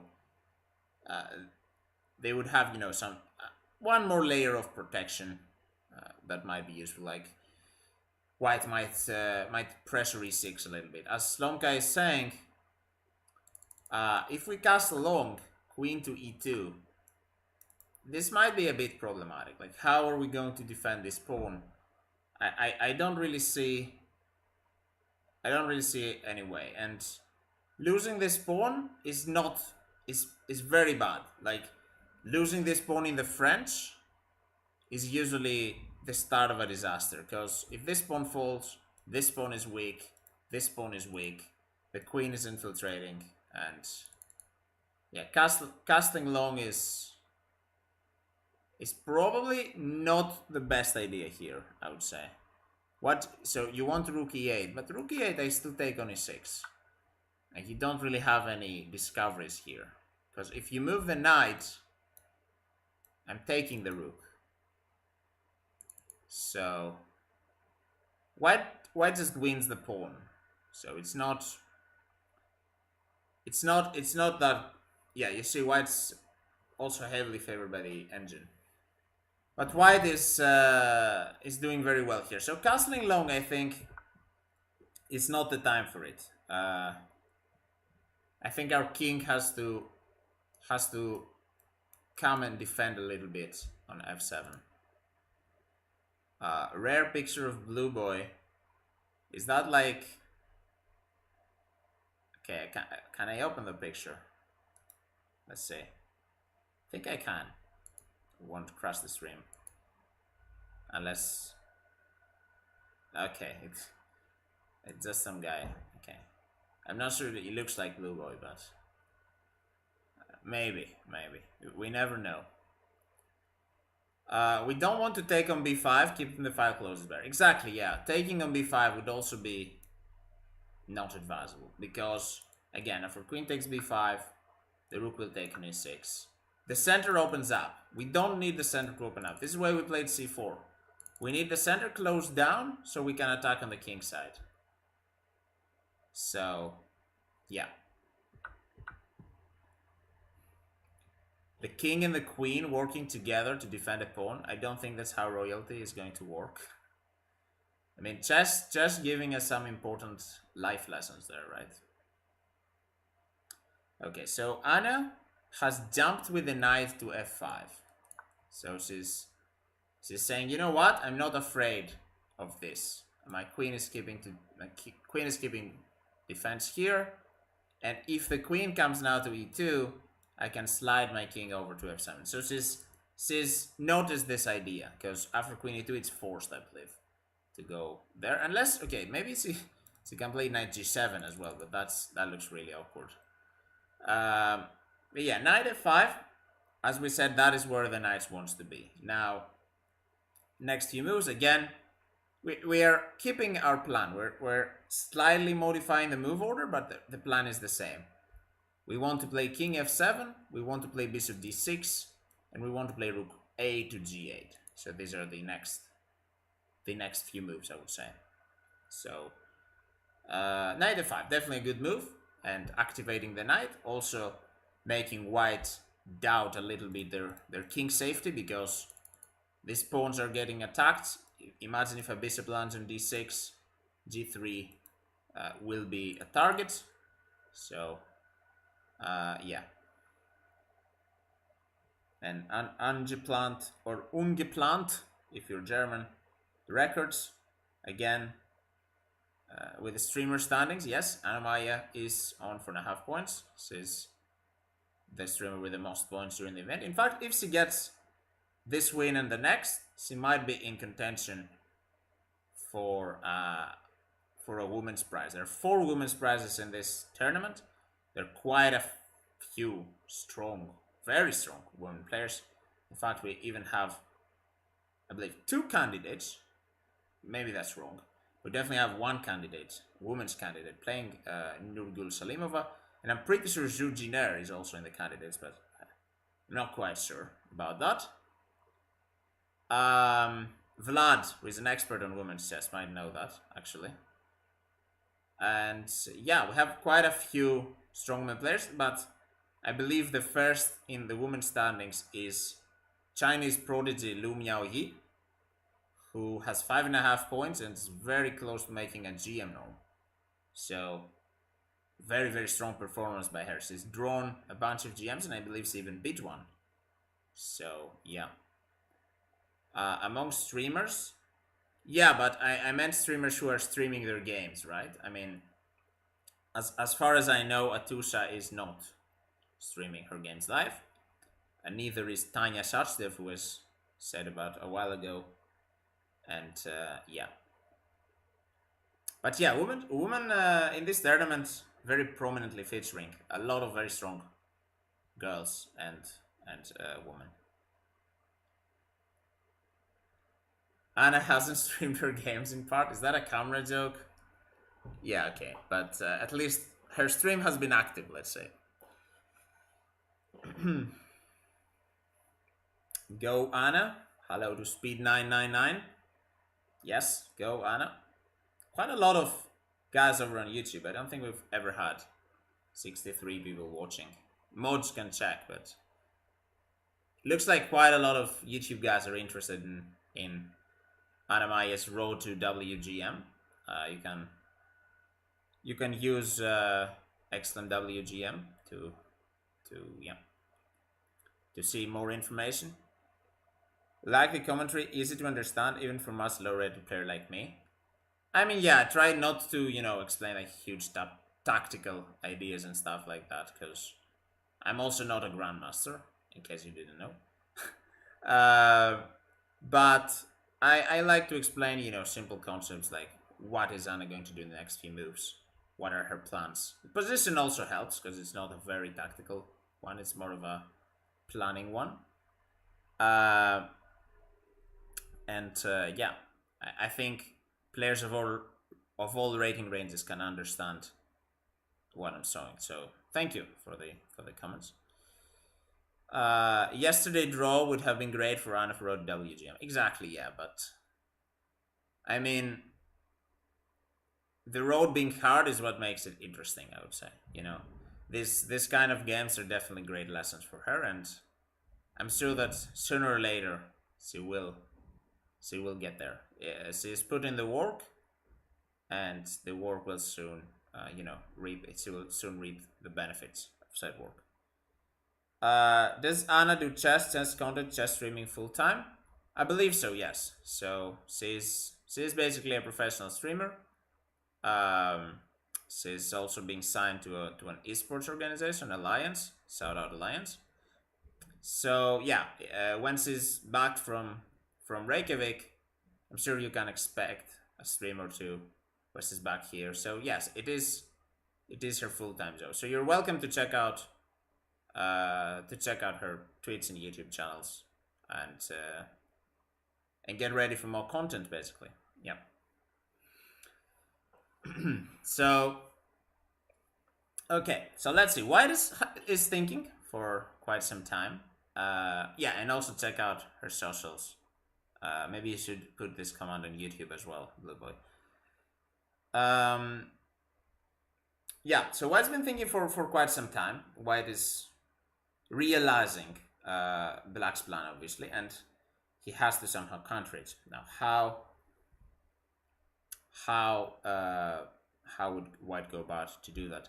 I do see a move that I like, and that is Knight C2 E2 E3, challenging a little bit the Black setup because it's exploiting the spin of the White King. So Knight E3 would be a quick consideration here.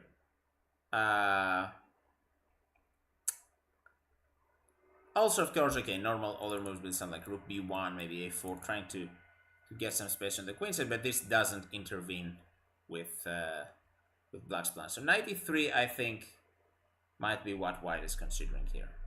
Just trying to, trade this strong knight with this knight that is doing nothing on C2. This might be, a good idea. I can't really see what else. Like, maybe Queen E2, but also, yeah, this could be consideration. Queen E2. I would probably just go King F7. Don't really.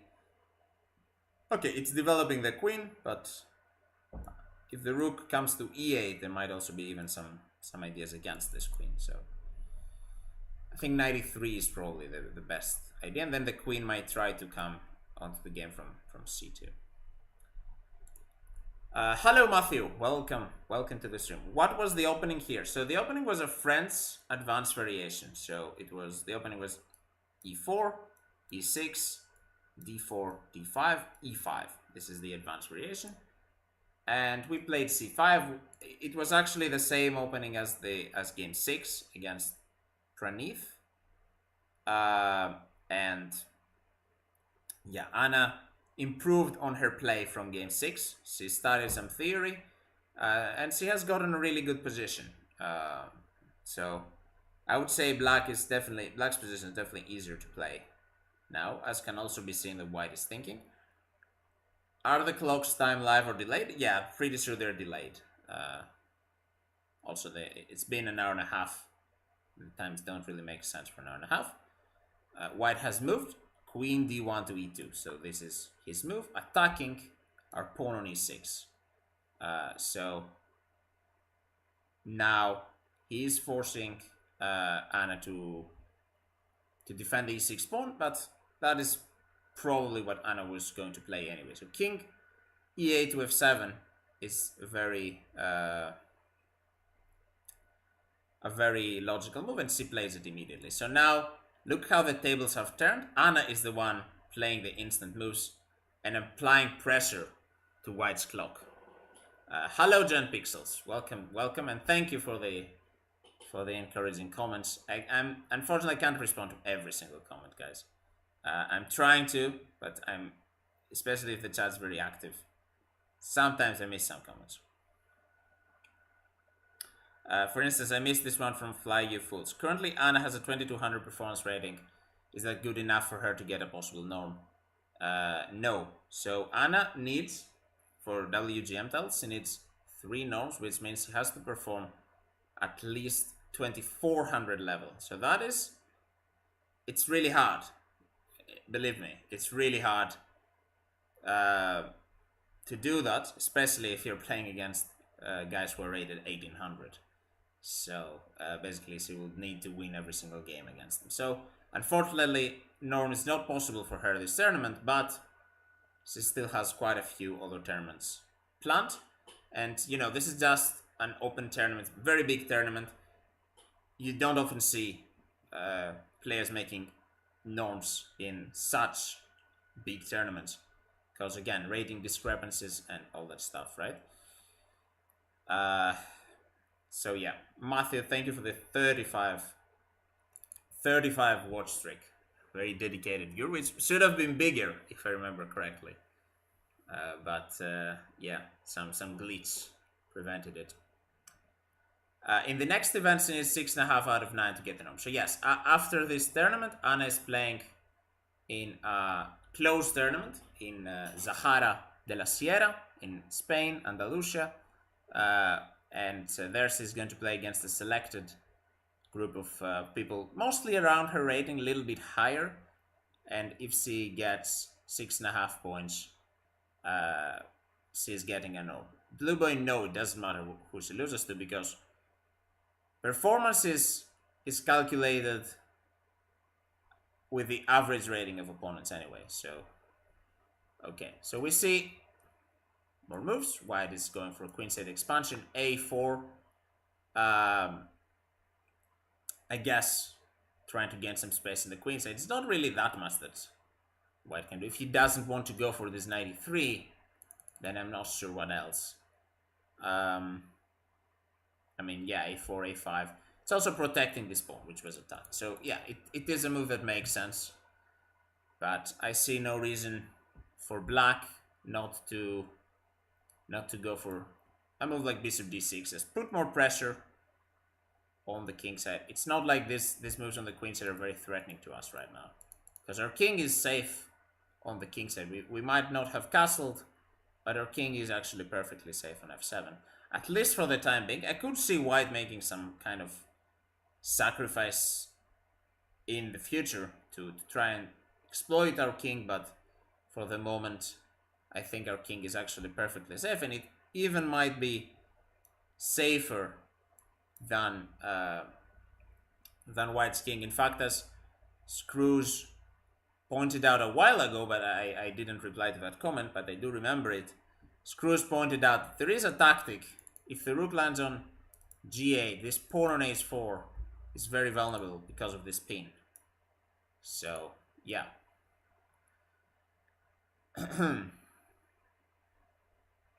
Somehow I think there has to be a combination of results in 6.5 out of 9 that shouldn't make 2400. Blue boy, then your math is not very good, because ELOC can be calculated as performance against average rating of opponents. So let's say I played 5 2000 players. That is the same and I scored, let's say, 3 out of 5, I would get about 10 rating points. If I played two 2200s, two 1800s, and a 2000 player, again, average rating is 2000. I scored 3 out of 5, I would again get plus 10. So it doesn't depend, one game can be different than the other, but what matters is the average rating of the opponents. I'm nasty. No, I'm just trolling Blue Boy. It's we like to blame Blue Boy, to troll him, and this channel it's kind of a meme.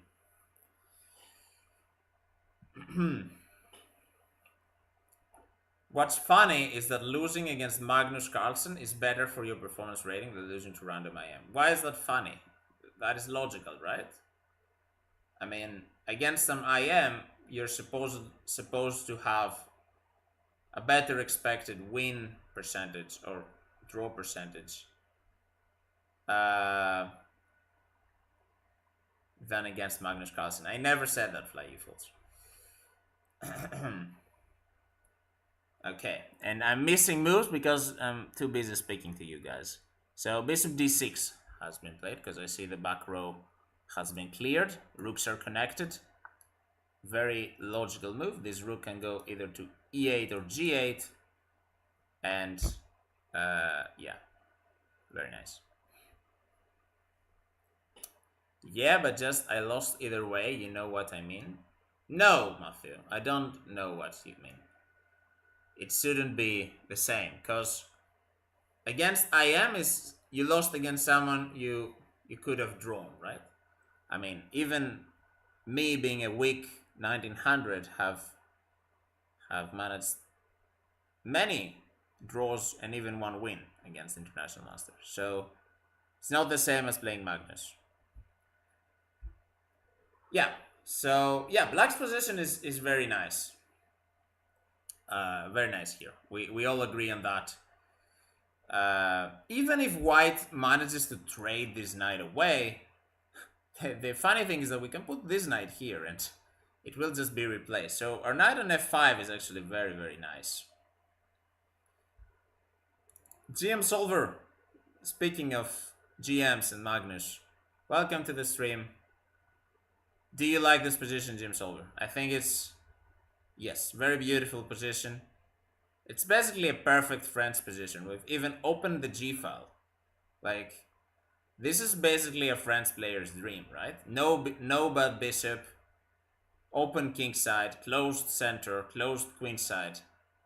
Everything is fine. Did the cam just glitch? It's working for me. As David says, shh, we don't talk about that.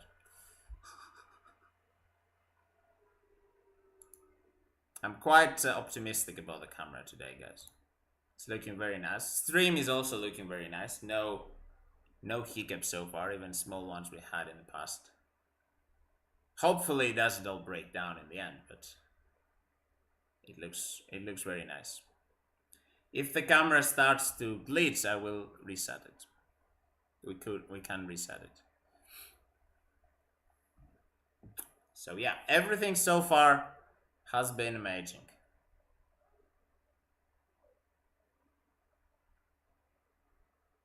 Pierogi.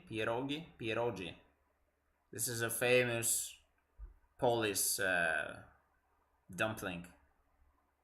Or is it a dumpling or some kind of pastry, I guess.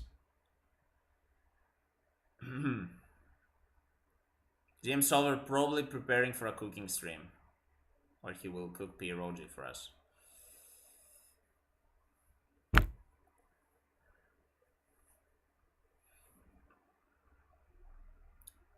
That France looked awkward at first, but then Anna-Maja turned it around. Well, at least this time she didn't put the queen on a6, right? And so I guess the opponent saw the game against Pranith Vupala, round 6, or maybe he's friends with Pranith. I mean, they're both Indian. You never know. And he went for exactly the same line, but this time Anna-Maja was better prepared and went with the queen back to d7, and she's got in a really good position. So P. Roger much better than Czech dumplings. Czech dumplings are a scam. Yeah, this is also on the channel memes, I guess. It's funny because when we first visited Czechia with Vlad in 2022, okay, opponent's thinking. It looks like he's about to move. Yeah, we didn't try Czech dumplings, so that's funny. Okay, opponent looks like he's about to move.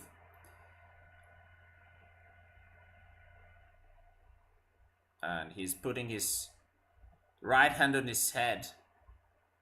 It looked like he's about to touch a piece, but it doesn't look like that. Okay.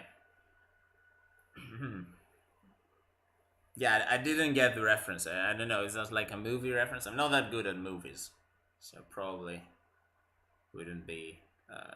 Yeah, I don't know. Which country has the better grapes? I will leave that to a resident grape expert in the chat. Hello, Dasir Saripudin. Welcome, welcome. Guys, we reached 70 viewers on YouTube. Can we go for triple digits? Or is that too much? A Netflix series called Arcane based on League of Legends. Ooh. Interesting. I used to play League of Legends when I was 13. That was probably when it came out. So yeah, I don't remember much. I only remember playing with Polish guys. They were not very nice in chat. So if your opponent had a lot of dandruff and scratched their head, would you be hesitant? What is dandruff? I have never heard that word. We don't even have 3 digits on Twitch. I mean, I can't see how many viewers we have on Twitch, but I see YouTube viewers coming. So we have 74. So we need like 26 more people to come to YouTube. Hello, Stockfish. Welcome, welcome. Are we winning yet? I wouldn't say we're winning, but we do have very pleasant position, and it's definitely, White. He had the hand ready to move. Now he's second guessing his idea. So, dandruff is dirty hair snow. Oh, I know. Okay, I know what it is.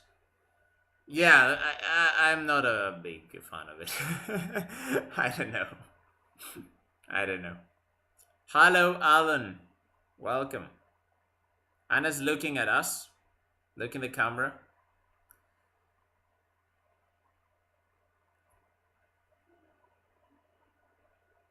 Go, Dhruv. Hello, Agastya. Have a Dhruv fun in the chat. Okay, what is this? No. Knight e3 has been played. Knight e3, looking to trade our strong knight on f5. So, I wonder if Anna's wondering if the camera still works. Yeah, probably. She's looking anxiously at the camera quite a few times, actually. But yeah, knight to e3. So, opponent wants to trade this knight. This knight was not really doing much in c2, so that's a move that makes perfect sense. It's a good move. And, yeah. So, we have a few options here. We can defend the knight with another knight so that it gets replaced. We can, of course, take the knight on e3. Or we can even ignore it and just go for a move like rook a to e8 and claim that if white takes the knight, we will take with the pawn and we later have some f4 ideas. So we can do pretty much everything. Again, this is a position where Anna has a bunch of moves to choose from. All of them are pretty good. So this is exactly what we want, right? We don't have many chances of making mistake, and Anna can choose to direct the game in any direction she wants. I guess we can take on e3, then knight e7 to e5, and rook g8. So yeah, this is probably the most logical plan take on e3, put the bishop here, then bring this other knight here, bring this guy here, h4 will be hanging, g3 will be very weak. So I guess this is the most accurate idea. And we can also start with knight e7, I suppose. I don't see why that would be so bad. But yeah, I suppose we don't want ef. I mean, I don't know. I quite like this. Look at this. So rook e8, knight f5, ef. We're attacking the queen. And if the queen goes back, we have f4. So this was what I kind of saw. Of course, white is not forced to take. So yeah, a rook might be sitting on e8 for no reason there. So maybe that is not so good. Yeah, knight e7 is also a move I would consider here. Just you know, just getting ready to replace this knight with a knight. But as GM Solver said, another very good plan is just knight e3. Thank you, Stockfish, for the gift sub to Eric, and welcome Eric, who is coming to the stream. One of the first viewers. I remember him from really old times, and yeah, he does have a founder badge. It's probably even older than me on Twitch followership, because I think I followed Anna like 2 or 3 months after she started streaming. Okay, so knight e3, as we said, is a plan. Bishop e3, and then we bring this other knight to f5. Old. Okay, so Anna has quite a choice here of ways to deal with this knight. I wonder if she's even considering some sack, although it's probably too early to sack. Some people already mentioned the sack on g3, but guys, we need to bring more pieces, right? We will need to have a little bit more firepower to start the sacrifice. Usually the rule, I've called this the Mikhail Tal rule, but the rule is we need to have at least 4 pieces ready to attack. And here, okay, we maybe have 3, but imagine if we sacrifice one of those, we'll only have 2. So we need to bring the rooks into position and the queen to be able to start calculating sacks. Yeah, knight g3 is Larbo is saying. So knight g3 here, I think this, I mean, it does maybe looks interesting. Maybe Anna is considering that, actually. It does look interesting, but maybe it's a bit premature. I don't like the way this is opening the f file. You know, the f file might become a bit weak here, and I do not like that. Okay, so Anna is bringing the rook. Okay, so we had knight e3, and she brought the rook all the way to g8. So she's basically saying, you know what? If you take on f5, I will go ef5 and then f4. So it's the same plan. We don't win a tempo, but we put our rook in the correct position for the attack. So we bring a rook on the g file, the same file as the white king. And the plan could still be the same. We could still be going to e3.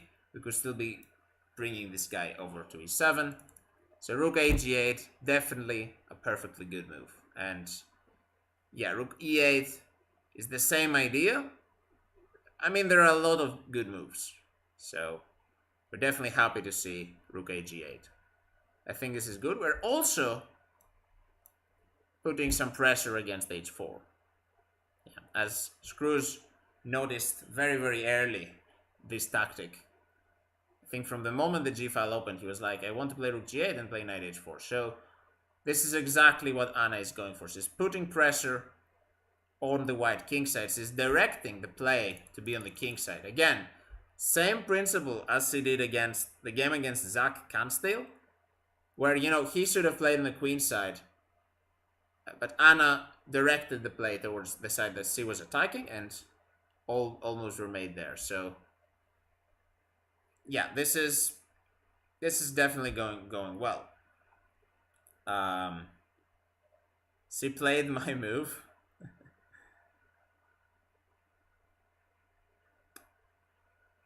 Yeah. King f1 solves that easily. Uh, well, King f1 sidesteps the pin, but it doesn't look. I don't know. Yeah, it looks a bit clumsy, and the G file might still open. Like here, I'm not sure even if we could consider some sucks uh, already. Yeah. Okay, it is a move, I guess. It is a move to play King f1. I don't really know what white could do, because, yeah, knight f takes h4, obviously, is also a threat. You can take with either knight, yes. We can also play here. Yeah, actually, after King f1, can we just go here? I guess not, because of knight takes f5. And white's probably going here.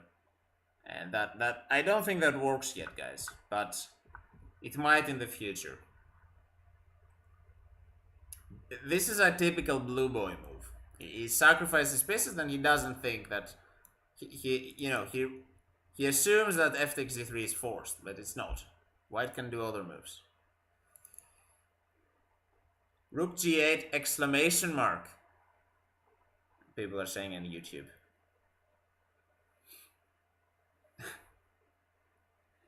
Okay, so white has quite a difficult defending task here. I'm not sure how can he defend everything, right? Maybe he can bring this knight to g2 to defend the pawn on h4. That might be a consideration, but then we've succeeded in our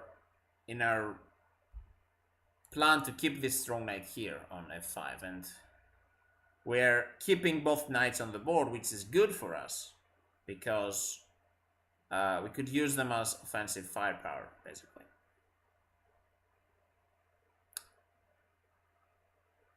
After King f1, would there also be ideas of e5 to allow Queen h3 check? Ooh. Maybe, although it looks quite a bit risky with our king, there. Yeah, it also hangs a pawn. I don't know. Let's see what the computer says about this. Yeah, it doesn't like it too much. But it is definitely interesting. I guess the problem is that this pawn is hanging. We don't really want... I mean, it's a good move in principle because it brings the queen into the game, but we also have to be careful because our king could be quite exposed if the center opens up. Like, even if white starts, all the trades here start happening, this I'm not sure would be very good because maybe I blunder something, by the way, in the meantime. But I don't like that the rook and queen are staring down on this e7 square. So yeah. King f1, knight g7. Yeah, I think I like what Jim's already suggesting. Like, might not be the best move, but just keeping it nice and simple, as the command we have saying, like exclam nas. Just nice and simple development, improving our position, and we can calculate the sacrifices when we have all pieces set for the attack. Maybe knight g3 works, maybe bishop g3 works, okay, but just knight g3, not just knight e7, and just keep all of our options open would be, I think, the best course of action. And I guess Anna is already up on the clock. So I'm seeing the delayed clocks. White has been thinking for quite some time. So we're actually also getting the time advantage to work for us. By the way, both players have made 20 moves. So we're at exactly the halfway point to the time control. So yeah, this has been working great for us so far. You can see Anna's on 45 minutes. So maybe she watched back the portion of the stream when I said you should keep 45 minutes and move 20. She's done exactly that. So she's doing pretty well on the clock as well. So yeah, that is nice. As Cruz is saying, Anna-Maja's time management has been great this turn. Yes, I agree with that, and that is very good news. Like, that is definitely one of the things that she had to work on, and it looks like she did. And I don't know what helped her. Maybe, Her opponent's been a bit weaker, maybe helped her, but it is true that she has improved her pace quite a bit. So knight g2, that is a move that makes sense. Defends the threats against h4, blocks the g file. But of course the knight is moving to a less active position. So again, we can try and bring more pieces. Maybe an idea here, for instance, would be to try and double up the rooks. Maybe rook g7, rook hg8. Just something like this might have kind of come into my mind. She also did well against the GMs time-wise, I feel like. Exactly, yeah. Even against GMs, she had good time management. So, yeah, I'm quite proud of her actually for that. Like, she definitely did a good job.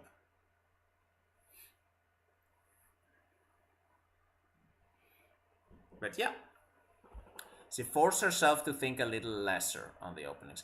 Yeah, actually, I was talking to a guy recently. He's on my university chess team. He's a FIDE master, and we're playing in this event by chess.com called the Collegiate Chess League, right? Which is 5+2 games. And I'm watching his games on stream, and I told him like, "You're doing really well," because he was drawing some GMs. He was playing really well.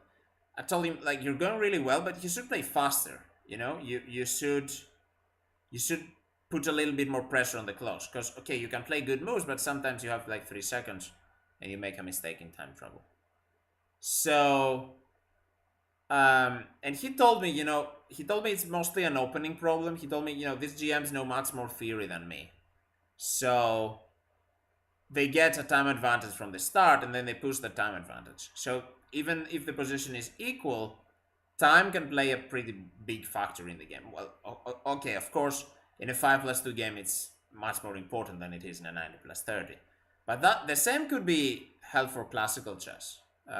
Like, if you know your openings well, as Blue Boy is saying, if you know your openings well, that can save you a lot of time, which might be important in the later part of the game. So openings and time management definitely connected, I would say.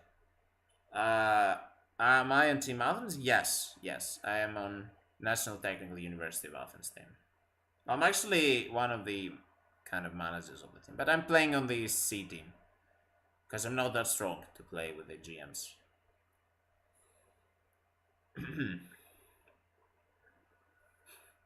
And just turn to YouTube, we have 69 viewers, so that's kind of nice, right?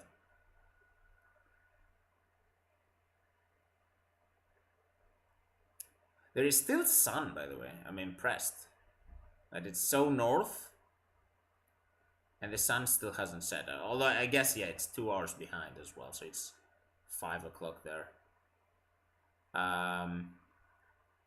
But here it's pitch black outside, and it's 7. It's already like night.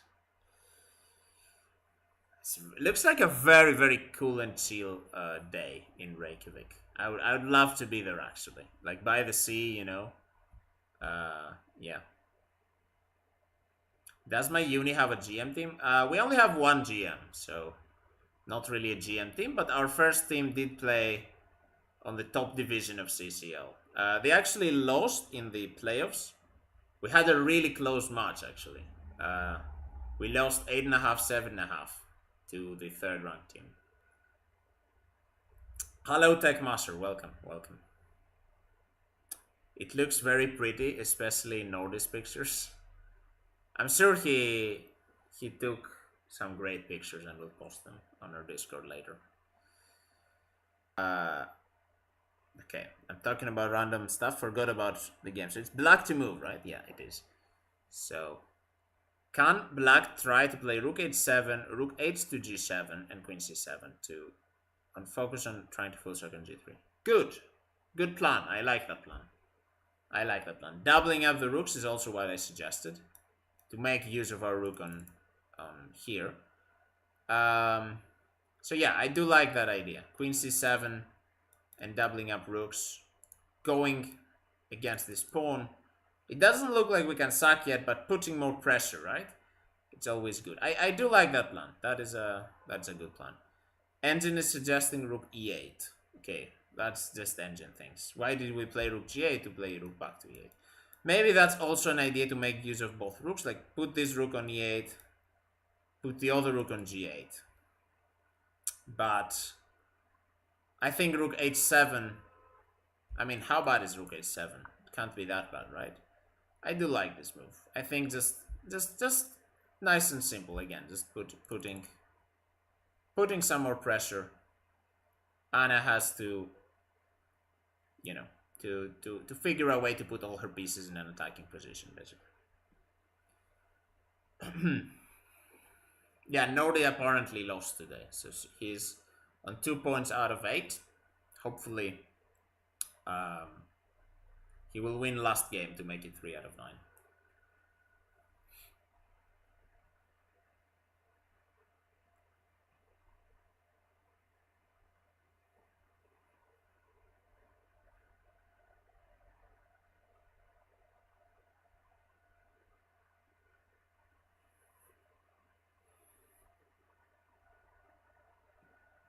So, yeah, in this kind of maneuvering position, looking at the first light on the engine is probably not going to give you a good idea of what's going on. Like, yeah, you should mostly look at ideas and not at like, oh, engine wants this move, engine wants the other move, you know. So you should just play if you're looking this with an engine, or at least a better engine than the one I'm using. What you can do is, you can play out your own moves. Like, what would you try to do in this position?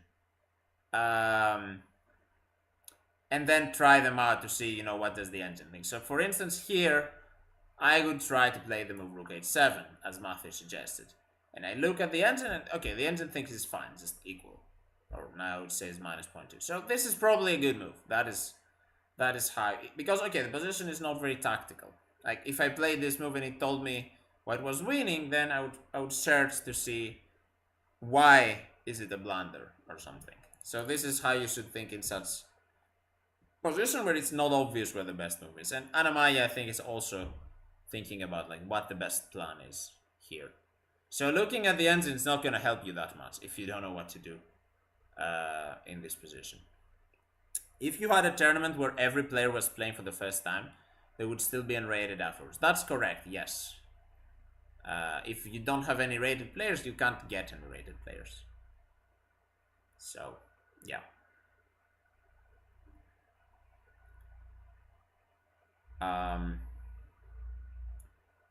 That's why I wasn't sure if I wanted to trade a3. So, Jim Solver is basically saying that he would rather have this position, but without these two knights. So he's saying, knight on g2 might be a little bit passive, but it's actually helping defend the white king. So he would rather have this knight traded and then bring this other knight to f5, because this knight is quite awkward to maneuver. Like, this knight wouldn't have been able to get to g2 in time. You'd need to move the rook out of the way, and you need to have a very awkward position, and also there would be knight h4 threat, so you couldn't do that anyway. You can't move the knight away from f3. So that is what he's saying. But okay, I think this is still fine. Like, there's no need to worry here. I don't think, as long as we don't make a very committal move like e5, although e5 actually could be considered, but I think we're just gonna continue the slow build up. Unless now we go bishop g3, fg, knight g3, going through knight e4. Knight e4? Oh, the knight's on g3. Okay. So let's look a little bit. So bishop takes g3, f takes g3, knight g3. Queen f2, knight e4 is what he's suggesting. Okay, the engine says this is bad. I wonder why. Okay, white can sack the exchange, right? White can sack the exchange, go here, take on e4. Yeah, this doesn't look very good. This doesn't look very good.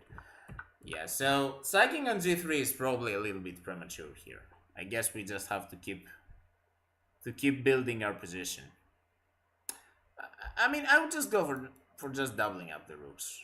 I don't see anything wrong with that. I don't see how white can try to get any counterplay. I mean, the center is closed, right? So we have all the time in the world. The queen set can't be opened either. So yeah, just slowly, surely improving our position, I would say. Anna's been spending quite a bit of time on this move, so we'll see. We'll see what she comes up with.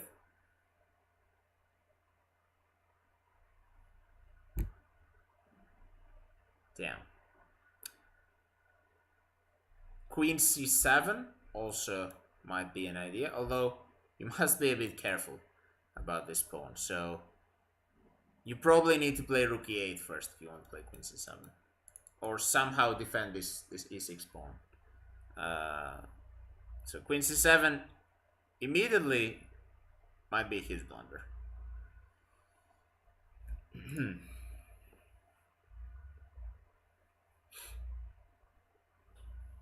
But any slow move should work here. It's actually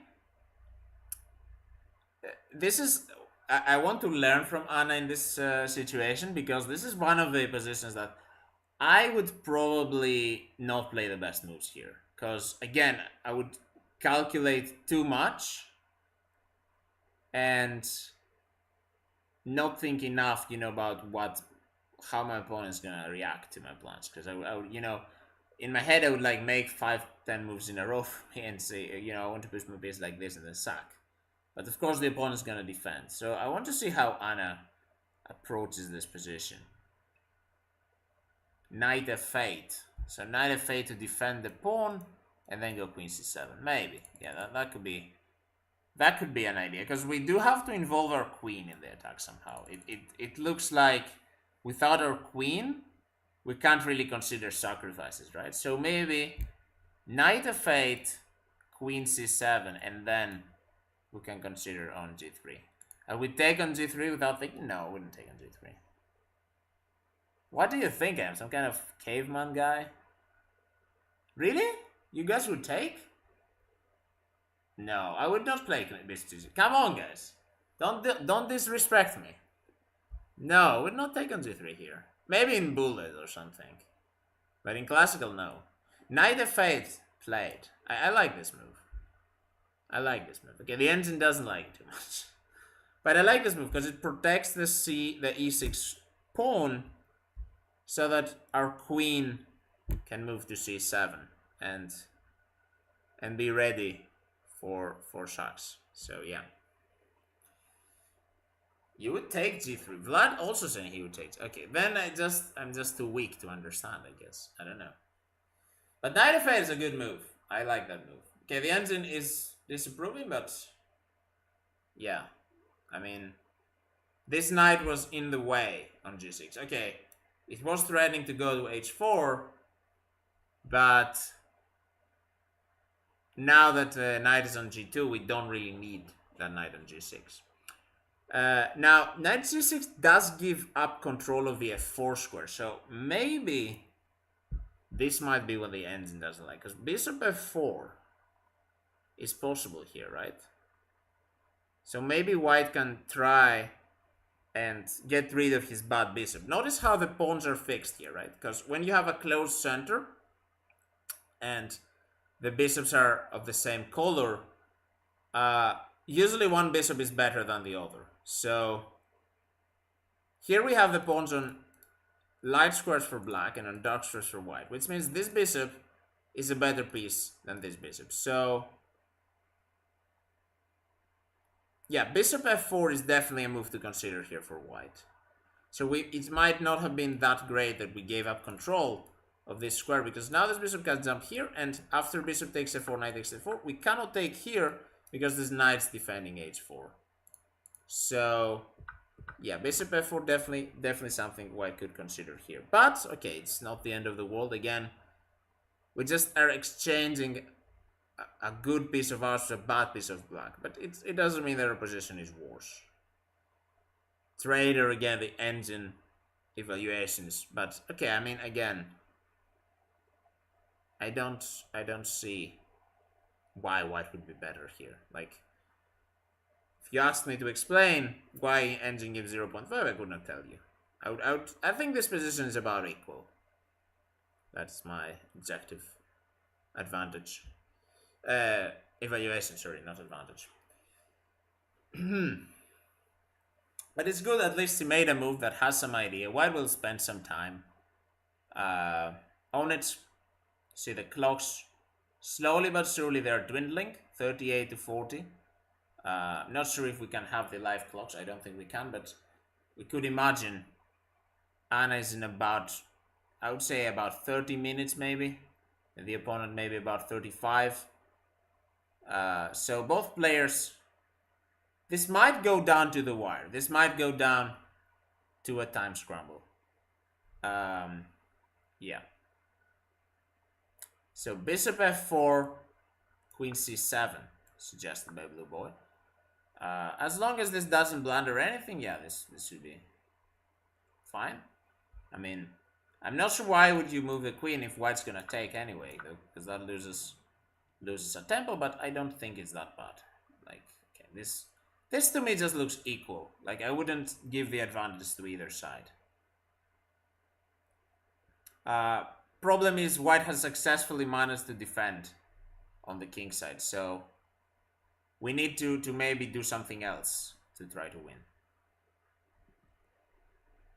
Rook g4. Could be an idea, although I don't see what your threat is with that. Maybe rook e4 you want to play. Yeah, that could be. That, yeah, that could be an idea. Yes.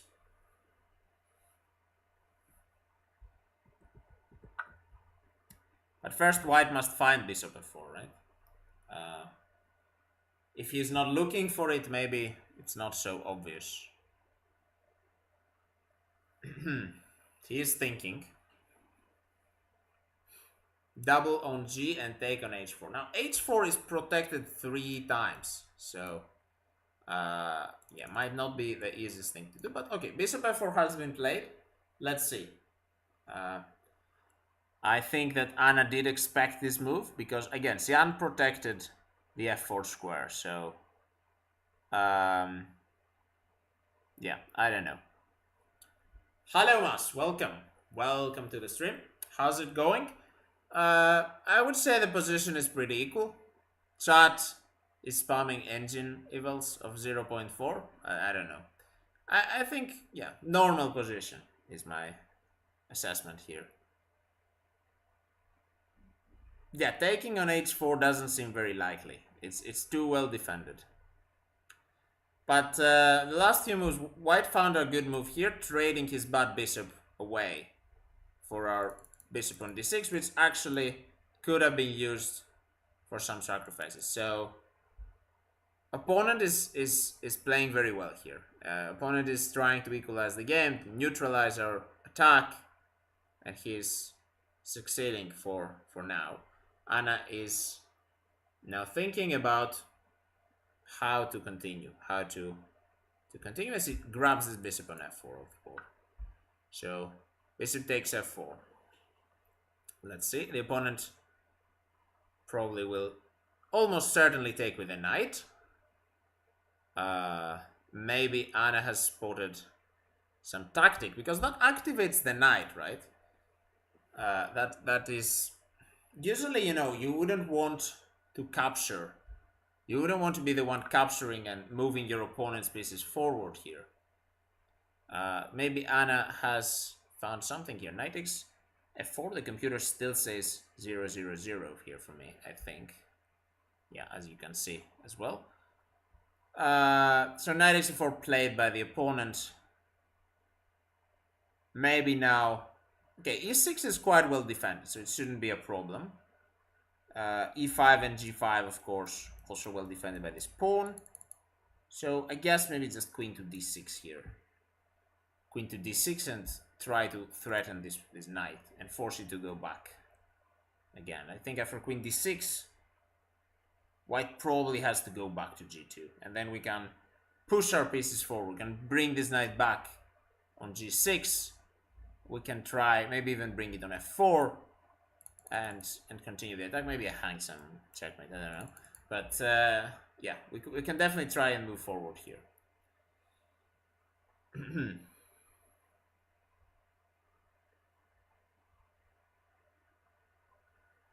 Kramnik alert? Guys, he played, let's not get too crazy. He played like 2 good moves. It's definitely a normal game so far, I would say. But White's position is very solid here. It's tough to crack. Especially after we traded bishops. It's tough to crack, yeah. It's unlikely that any sacks are going to work. So, yeah. I guess a deeper engine will unveil what was the best idea. I suspect that, you know, usually they say the GM instinct is correct. So I suspect what GM Solver's initial idea was maybe the best. To trade the knights on e3. And then exactly the same idea, but the knight on g2 would not be there. So we'd have... White would have a few less defenders to work with. So maybe now White has equalized, but it shouldn't be that worrisome.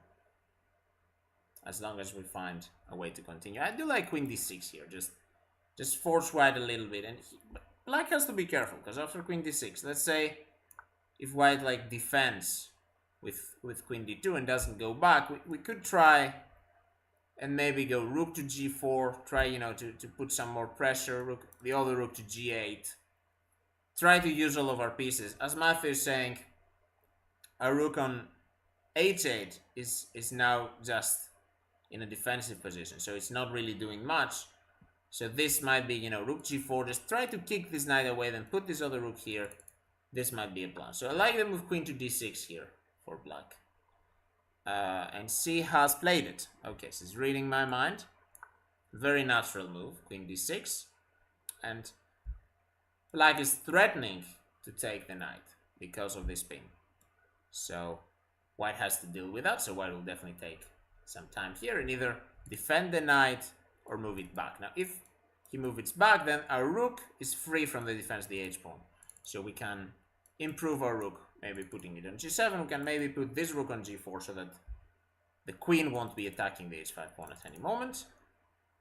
So I still think Black is the one a little bit on the driver's seat here. Even though the position's equal, Black's definitely is the one threatening stuff, and White's the one reacting. So yeah, I still like Anna's position here.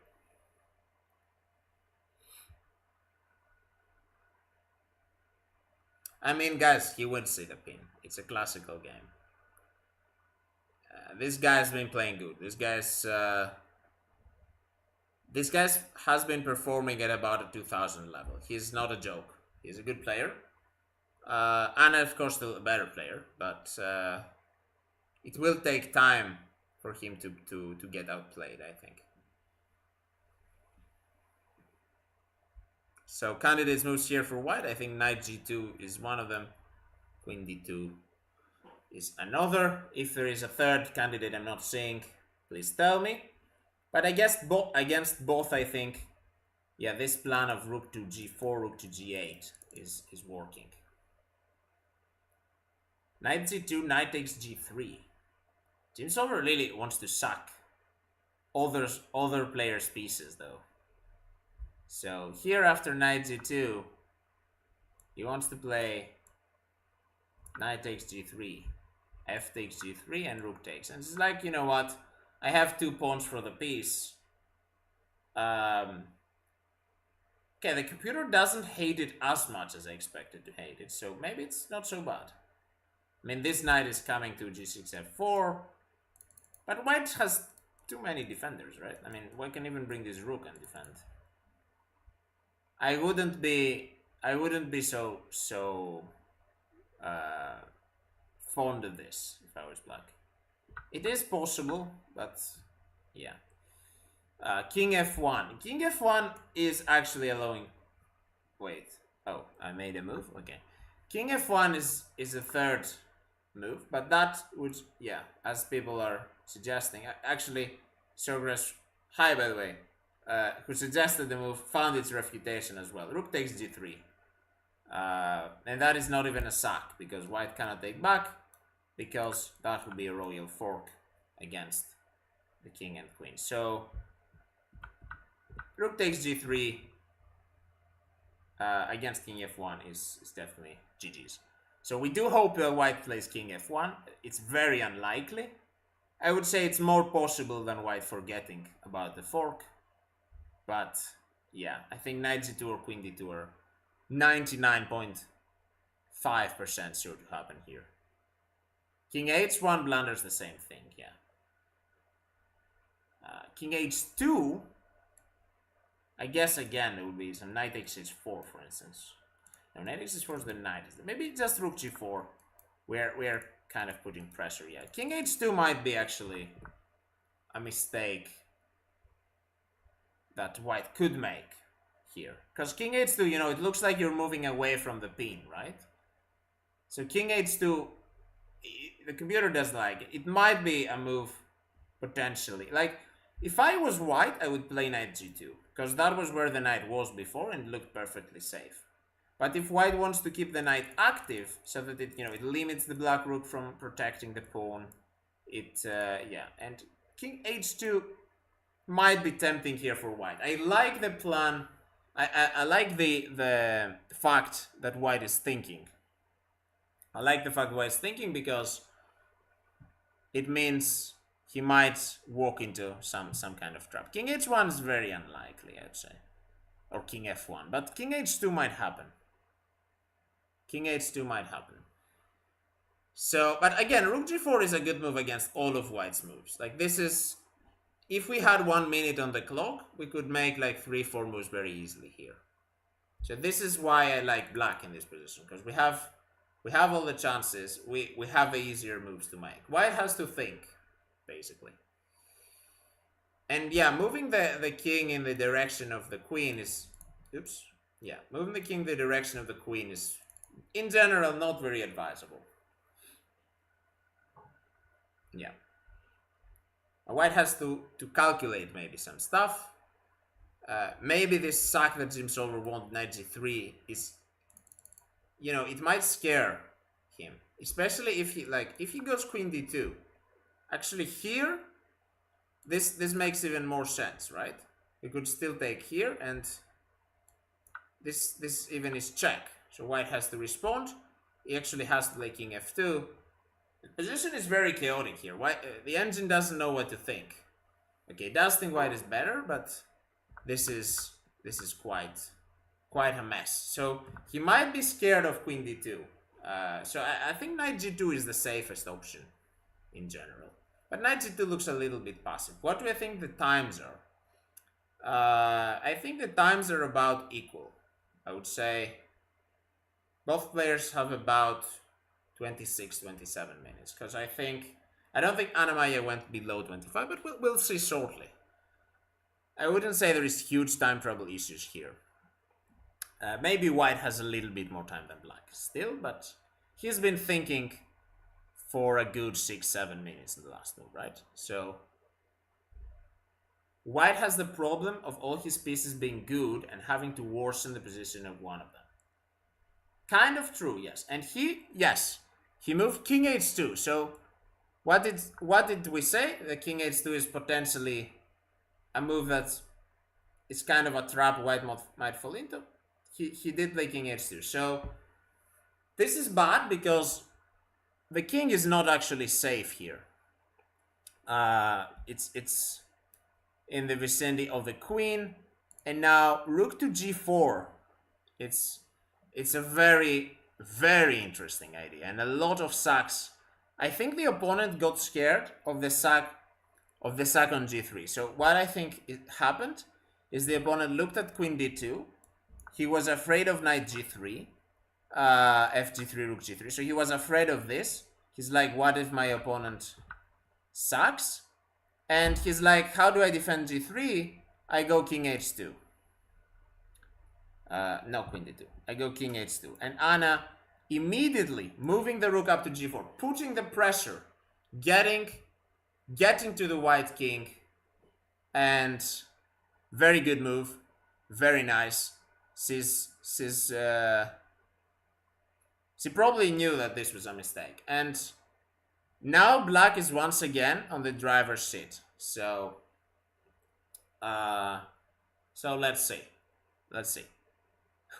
Again, traders. I imagine he's like looking at the engine. Is like, oh, it's 1.2 or something. I'm sorry for making fun of you, but yeah, it's a bit funny. But rook g4, very nice move. Very nice move. And I mean, if tactics don't work, we can just simply move the other rook here. It's yeah, we can just go nice and simple mode. Chess Prodigy, thank you. Uh, you're welcome. You're welcome. Yeah, rook g4, and black is definitely seizing the advantage. The engine here, this weak engine is giving 0.8 better for black, but yeah, you can see like rook takes f4 actually might be a focal point of black's attack. Like this exchange sack wins at least one pawn, potentially a second pawn, especially if the other rook is already on g8. This might be the way to... yeah. This is the whole point of white's position. Unless being forced to do so, he's reluctant to play his knight back to g2. Well, he might have to, is my answer. In fact, here it might be a blunder. Here we might have some knight g3, right? This looks very tempting to me. This is a sack I would play instantly in bullet, as people were saying that I would sack my pieces. But this is definitely a sack that I would go for.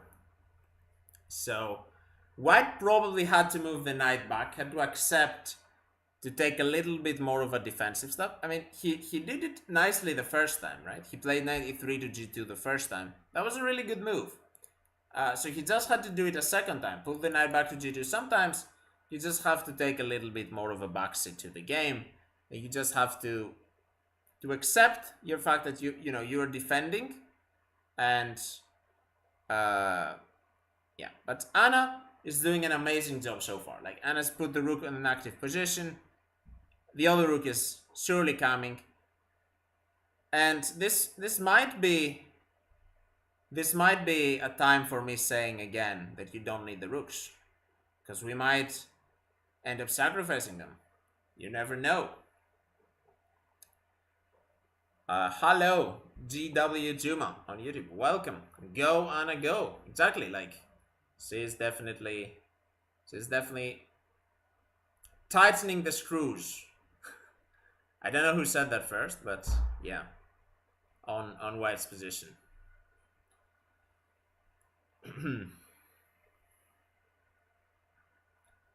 Rooks are accessories anyway. Yeah. I mean, rooks are very nice to sack, right? We sack rooks and then we checkmate with queen and knight. That's very nice. So, what can white do here? Because white played king h2 to protect from sacks, and it might be because of king h2 that he will get sacrificed on. Hope Rookie isn't around to hear that. Oh no, I'm getting cancelled. So knight g2, knight takes g3 is very scary, right? So he probably will keep his knight on f4. Asurgra saying he is not going to admit that the knight was misplaced here. So queen d2 is probably the move, I guess. Queen d2, defending the knight. But I think this is just delaying the inevitable. Like, in the worst case, we can just go here and just keep the pressure. Go here, rook g1, rook g8, and continue the attack. And black is definitely the one pushing. Queen d2 looks good. I agree. Unprotected sacks on the board. Wait, what? Oh, yeah, that's why you... yeah, okay. I got the... yeah. Okay, blue boy. But yeah, rook 8 to g8 is definitely there. On Lula's stream, her opponent isn't visible. I wonder if he didn't want to be a stream and if he knows he's featured on our stream. I mean, well, we don't see much of him anyway, so I don't think. I mean, well, nobody told me anything, so I am allowed to film whatever I want, right? I mean, Lula's playing this, this low-rated guys. Like, they might not be that used to the idea of chess streaming. They might not even know what a chess streamer is. So they're like, why do you want to film me? I don't know. Okay, but it should be okay. We don't see much of him either.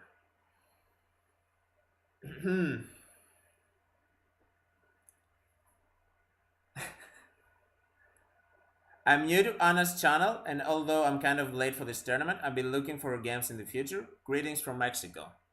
Hola, Robert. Hola. Saludos desde Grecia. Yeah, welcome, and thank you so much for checking out Anna's channel. You can be sure to check other content in the future as well. Bax is laughing at my Spanish, I'm sure. But yeah, probably my pronunciation was not amazing. I can't imagine. Anna Kramling losing, Dina most likely won. She was crushing, Andreas losing, and I think Alex and Nico. Okay.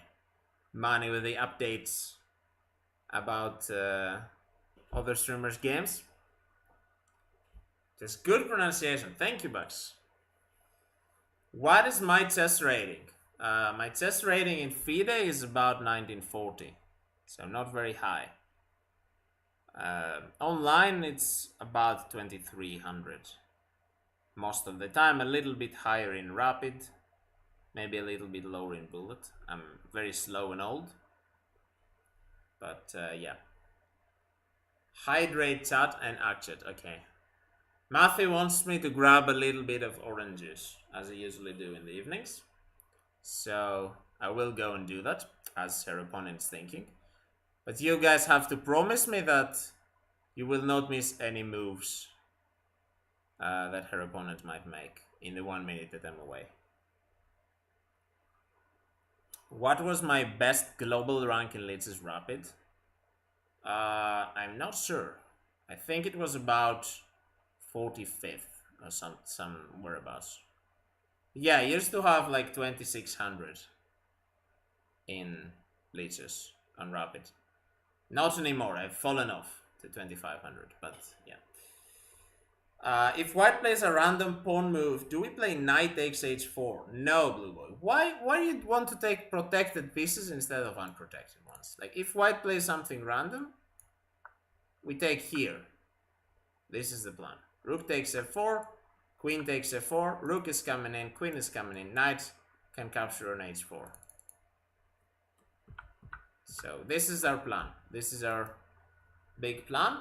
And white has to figure out how to defend this. So I think queen d2 will be played eventually. Okay, I'm going to get some oranges. Yes, screws oranges this evening. What is weird about it? I'm predicting queen d2. Be right back. In 1 minute, I will be here. So, yeah. Be right back, chat.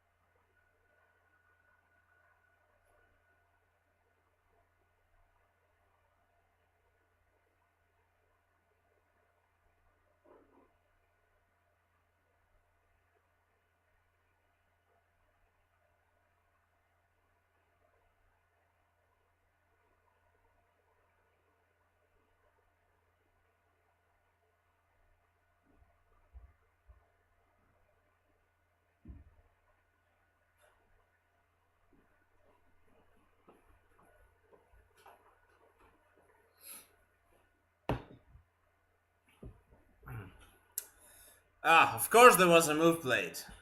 Ah, okay. Guys, what has happened? Tell me. I think the queen is on d2, right? So queen d2 and rook hg8.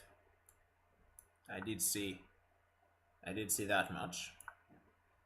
So this is the current position. Anna very quickly putting the pressure, going for rook g8. My predicted move, yes. I mean, okay, it was pretty clear that he was going to defend f4.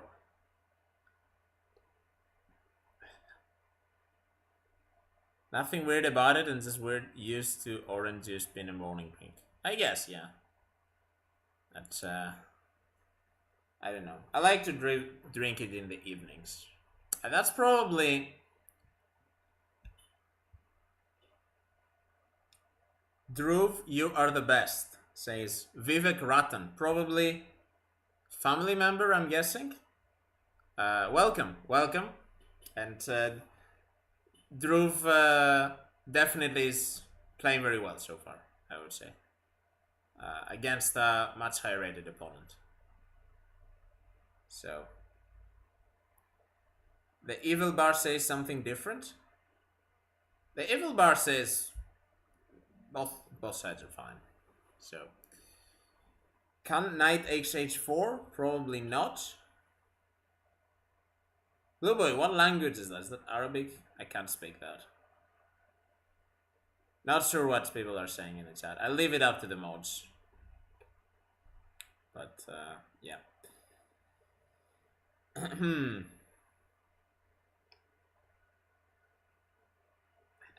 I don't understand anything, guys. I'm sorry.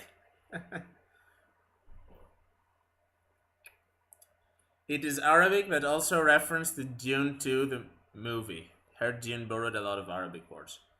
Well, I've not seen Dune 2 and I don't know Arabic, so yeah, I'm afraid you're your own. Okay, Rook G1. So black is pushing, but white is bringing pieces to defend. So yeah, not sure. Can we play knight hh4? So let's see if so. Banana wanted to play here, but I don't think this is like this sacrifice is never good because white can just take here, and we've just sacrificed the piece, and we haven't even opened up anything. So we will have to sacrifice even more to do that. Now, more interesting would have been maybe this exchange sack on f4. This might have been interesting. Even with the queen here, I mean, we do take one pawn and we go for knight g6. We're probably going to take a second. And black screws with the punch in the chat. Black gets 2 pawns for the exchange.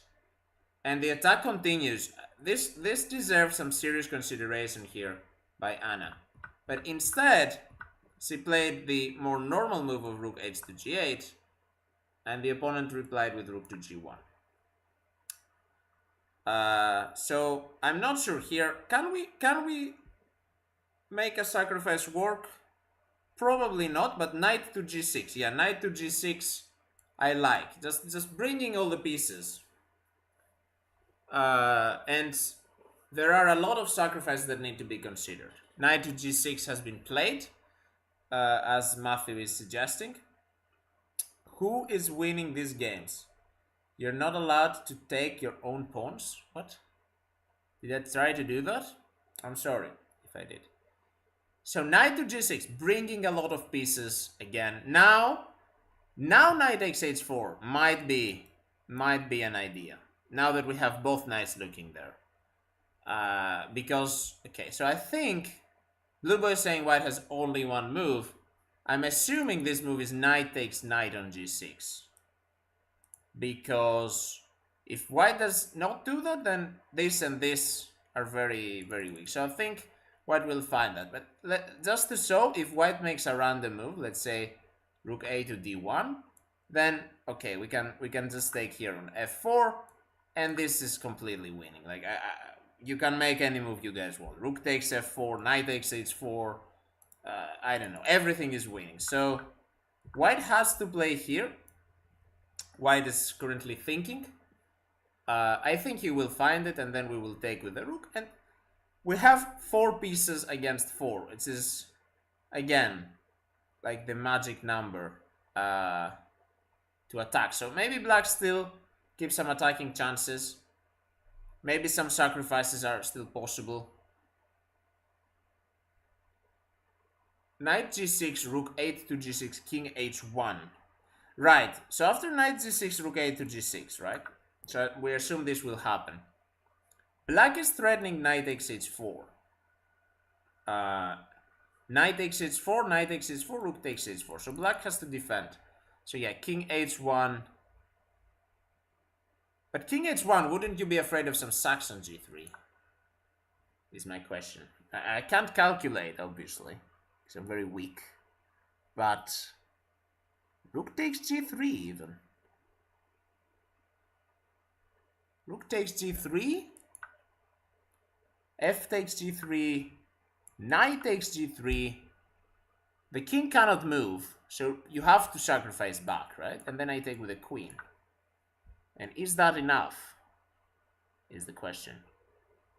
We've got 2 pawns.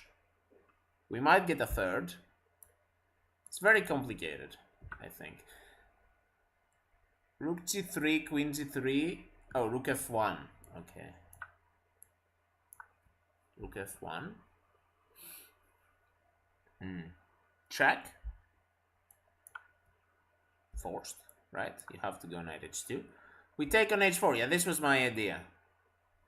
And we have 3 pawns. And the attack continues. Okay, the engine thinks it's equal. I like this position for black. GM Solver always roasting me. For 1800 should be enough. Okay. Okay, man. I mean, I like this position. I don't know. 3 pawns. Attack is good. He might blunder checkmate. He has to think, right? He has to think a lot here to defend. And even if he trades everything, you know, we get an endgame, we might win. So, yeah. So I like these ideas. I think white will be forced on the defensive. Now, let's take the other way of sacking, though. Like, rook 8 g6, king h1 we said. So king h1 makes sense because it gets out of the pin, right? So king h1 we are kind of expecting, and we said what happens if we sack the knight first. Okay, computer doesn't like that. Why is it not the same? What am I missing? Okay, I guess I can take with a pawn. And if we take, there is some defensive move here. That is not rook g3. We're threatening rook h3.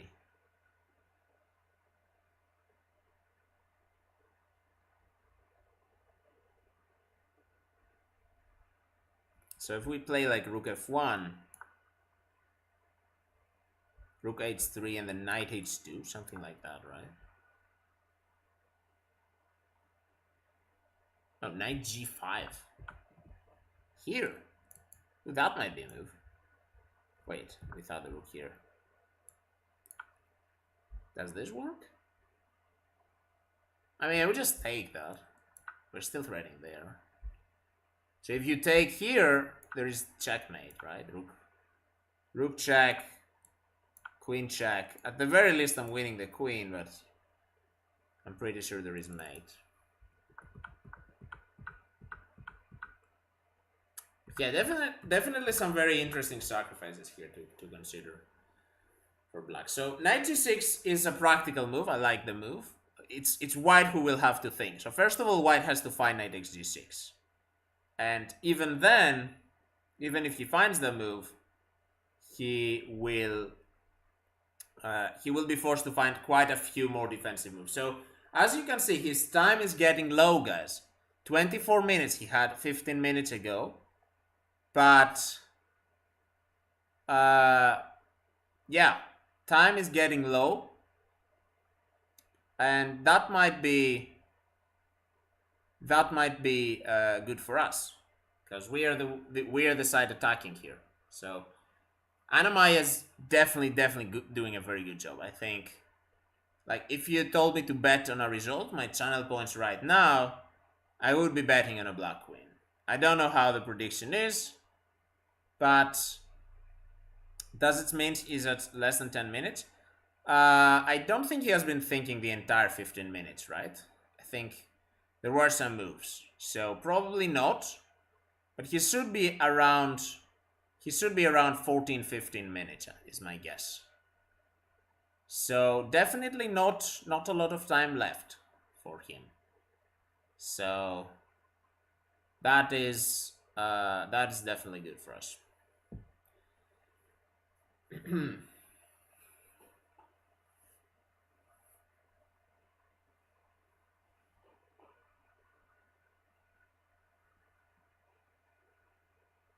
Have I noticed the cloth moving? Yes. This is probably some kind of wind.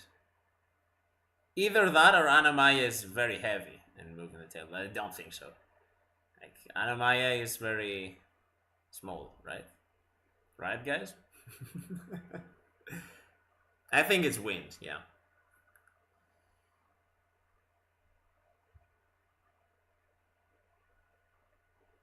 She's staring him down. She's waiting for the blunder. I think she knows that he has to take on g6.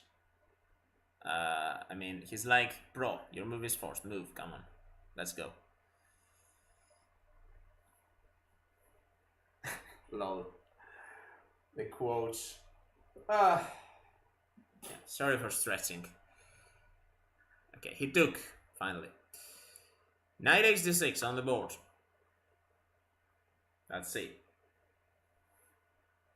So Anna is taking with the back of the attacking machine, the rook on g8, rook takes g6, rook 8 takes on g6 would be the correct notation of this move. Very quickly. And now there are a lot of sacks to consider. Knight takes g3, rook takes g3. Right now, knight takes h4. White has to get out of the sacks. He might not even go king h1. I'm not sure what the best move is here. See you, Screws. Good night. Good night. Sweet dreams, Screws. Thank you for being here. Thank you for your very insightful comments and for your moderation work. And yeah, good night. King h1 is the only move, according to Trader. I'm appointing him in charge of telling me the engine moves. King h1 is the only move. Okay, it makes sense though, because we need to get out of this pain. Can we try to go king h3? I also thought about showcasing this, but I don't think that works. Okay, let's try to calculate. Why could that be bad? Now, the first move we should calculate here is how many pieces are defending g3. 1, 2, 3. How many pieces are attacking? 1, 2, 3, 4. So rook takes g3 is very tasty here. And the idea is that after f takes g3, I take here, you take, in the end the queen goes to g3 and it's checkmate. Now black of course is not forced to take, but if you move away, I take the knight. So you have to take at least once, and now maybe go here, but now look, you move in the line of the queen. So I take on f3, discover check. You have to go to g2, and then, okay, where's the checkmate? I'm actually a bit blind. How do we checkmate here? Okay, maybe knight takes h4, forcing the king to go back to h1, and then I think rook h3. The knight protects g2. There might be other checkmates as well, just this one that he found. Queen is coming to h2. So this is checkmate. So king h3. This would be quite a beautiful finish if it happens. It's actually not impossible that he goes king h3. He might, think king h1 is too loose. It lets some sacrifices. What can I play king h1 immediately? Well, I can do it, but it's way to move. He hasn't played it immediately, so he might be scared. He might be scared. King h1. He might be scared of sacks on g3. So this is why it's not so obvious. Thank you, Lonely Winter, for the raid the party of 24. Welcome, raiders. Hope you have a good time in Iceland so far. Hope you're enjoying. And yeah, shout out. Lonely Winter is a streamer from Montenegro. So yeah, fellow Balkan. And yeah, check her out. She looks bored, says Smith. I wouldn't say so. She looks. She's trying to focus, guys. She's trying to focus. She knows the next few moves are going to be very important. And yeah, let's see. Let's see. The next few moves definitely going to determine the outcome of the game. He has to play the move King h1. According to the engine, this is the only move. And he has played it, I think. Yes. His king has gone back to h1. And now black to move. We need to calculate. Do we sack? So rook takes g3. Very, very interesting move, guys. Rook takes g3. The idea being that after the pawn takes, the knight's gonna come here. And white cannot go anywhere with the king. So if king g2, knight e4 check picks up the queen. And if king h2, then we have knight f1 double check. Again, we're winning the queen. So after knight g3, we sacrifice the rook, but we are getting back an exchange. So yeah, we're taking the queen, not with the rook. So in the end, we have this position. We have 2 pawns for the piece, and we're almost definitely getting this pawn as well. So basically, we're sacrificing a piece for 3 pawns. And I think Anna will quite easily be able to get to this position. So let's see if she likes the sack or if she... yeah, you can miss king h1. That's what I was saying as well. Oh, you mean black might have missed king h1? Maybe. Maybe she missed that this is possible. So, okay, so sack on g3, definitely interesting. Can we see any other move except for that? Can we somehow, you know, maintain the pressure and improve our position somehow? Let's see. I think all our pieces are quite in a great position though. So,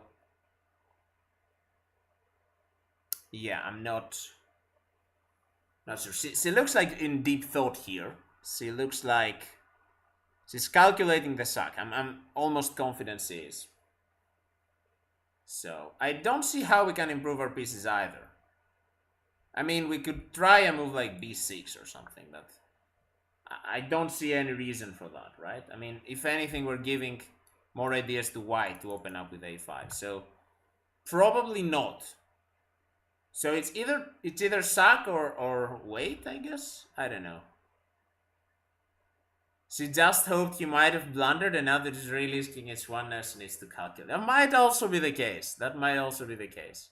But rook takes g3, I think, is... She should have seen that, right? I mean, checks, captures, and threats, guys, right? So the first move you would calculate here is probably knight takes.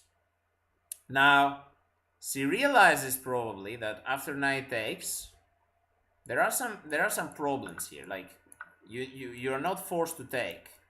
You can play like rook f1. There is another move that the engine wants here, apparently, because rook f1 moved the bar quite a bit. Now, yeah, here white is winning. So what is the move? And what is the point? Is it like knight e5? We tried knight g5 earlier. Ooh, okay, apparently the computer... because if I take, then yeah, you can just pick up this guy, queen f2. And yeah, this is not what we wanted. So knight takes g3 doesn't work. So knight takes g3 would be an unfortunate way to end the game here. We don't want to do that. She has to calculate. She has to not miss knight e5 check. This is not so easy. So Daciel So, thank you for the comment and welcome. Get the knight to e4 somehow. That could be an idea. I like it. I like it.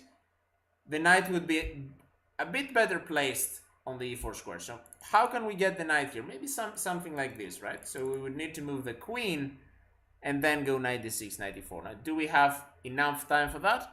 Let's check. So queen c7. White would probably go for something like rook to f1, let's say, defending some pieces, and then we could try knight to d6, the idea knight to e4. There is a bit of a flaw. Let's say white goes back, and now we go knight e4. I'm a bit scared about this rook getting trapped, so there might be some idea of knight h2,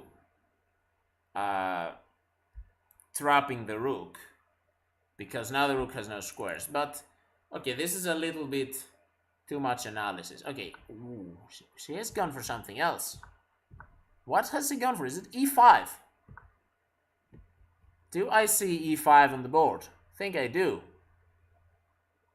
It's not a sack for sure. I think e5 was played. Okay, so she's going for opening the position up. She probably didn't like the sack. e5. I know Anna-Maja likes her. She likes her e5s in the French. She likes her opening up everything. Now this looks very risky, but it might be good, because our pieces are in the perfect position. Our pieces are in the perfect position, so we don't have to improve any of them. And e5, I like this move, except against an 1800 who is probably in time pressure. What is the move number? Move 28. This is move 28. So both players have to make 12 more moves until move 14. This is getting into a very big tactical mess. Now white's probably going to take that quite quickly, I imagine. I wouldn't allow e4. So he does take on e5, yes. D takes e5 is being played. She takes immediately with a pawn. So f takes e5. Let's see. What are we threatening? We're threatening to play e4 and kick this knight away. So e5 actually, I do like this move. I do like this move. Threatening to kick the knight, opening the position up, and yeah, definitely looking good.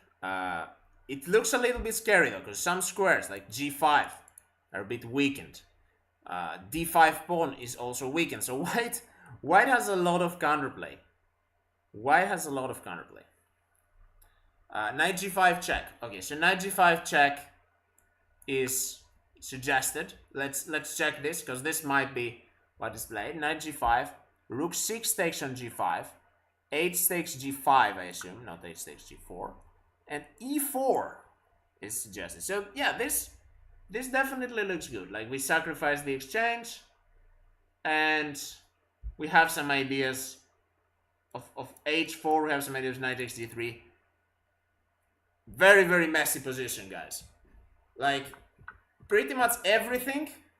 Yeah, this is a position where you need the engine, and the engine is not helping you because everything is a draw apparently. So I guess everywhere there is some kind of perpetual check. Now this is exactly the kind of position you need against a low-rated player. So she's trying to outcalculate him in a tactical mess. d4 is also good, I think. d4 also consideration. It opens up a little bit.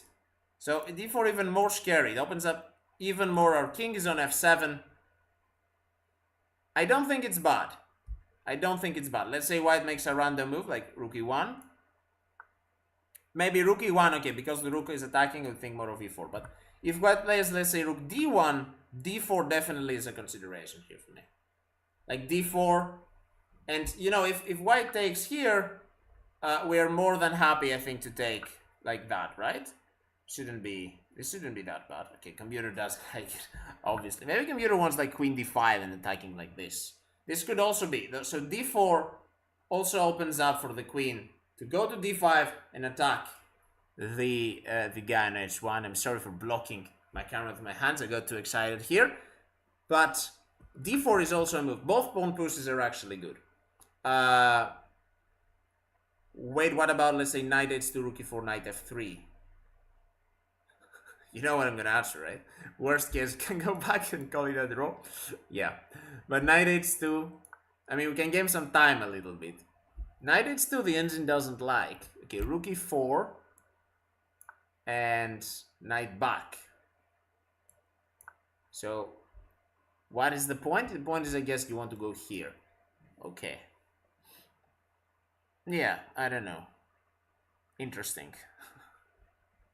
Why do I think the clocks are? I think we're up on time.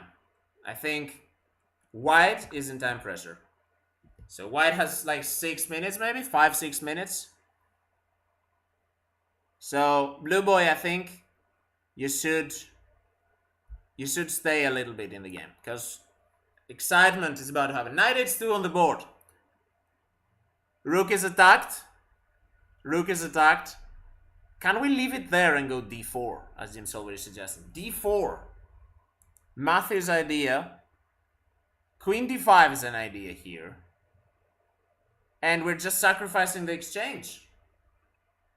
We're just sacrificing the exchange. Queen to d5 opened up. If knight takes g4, we can just go here.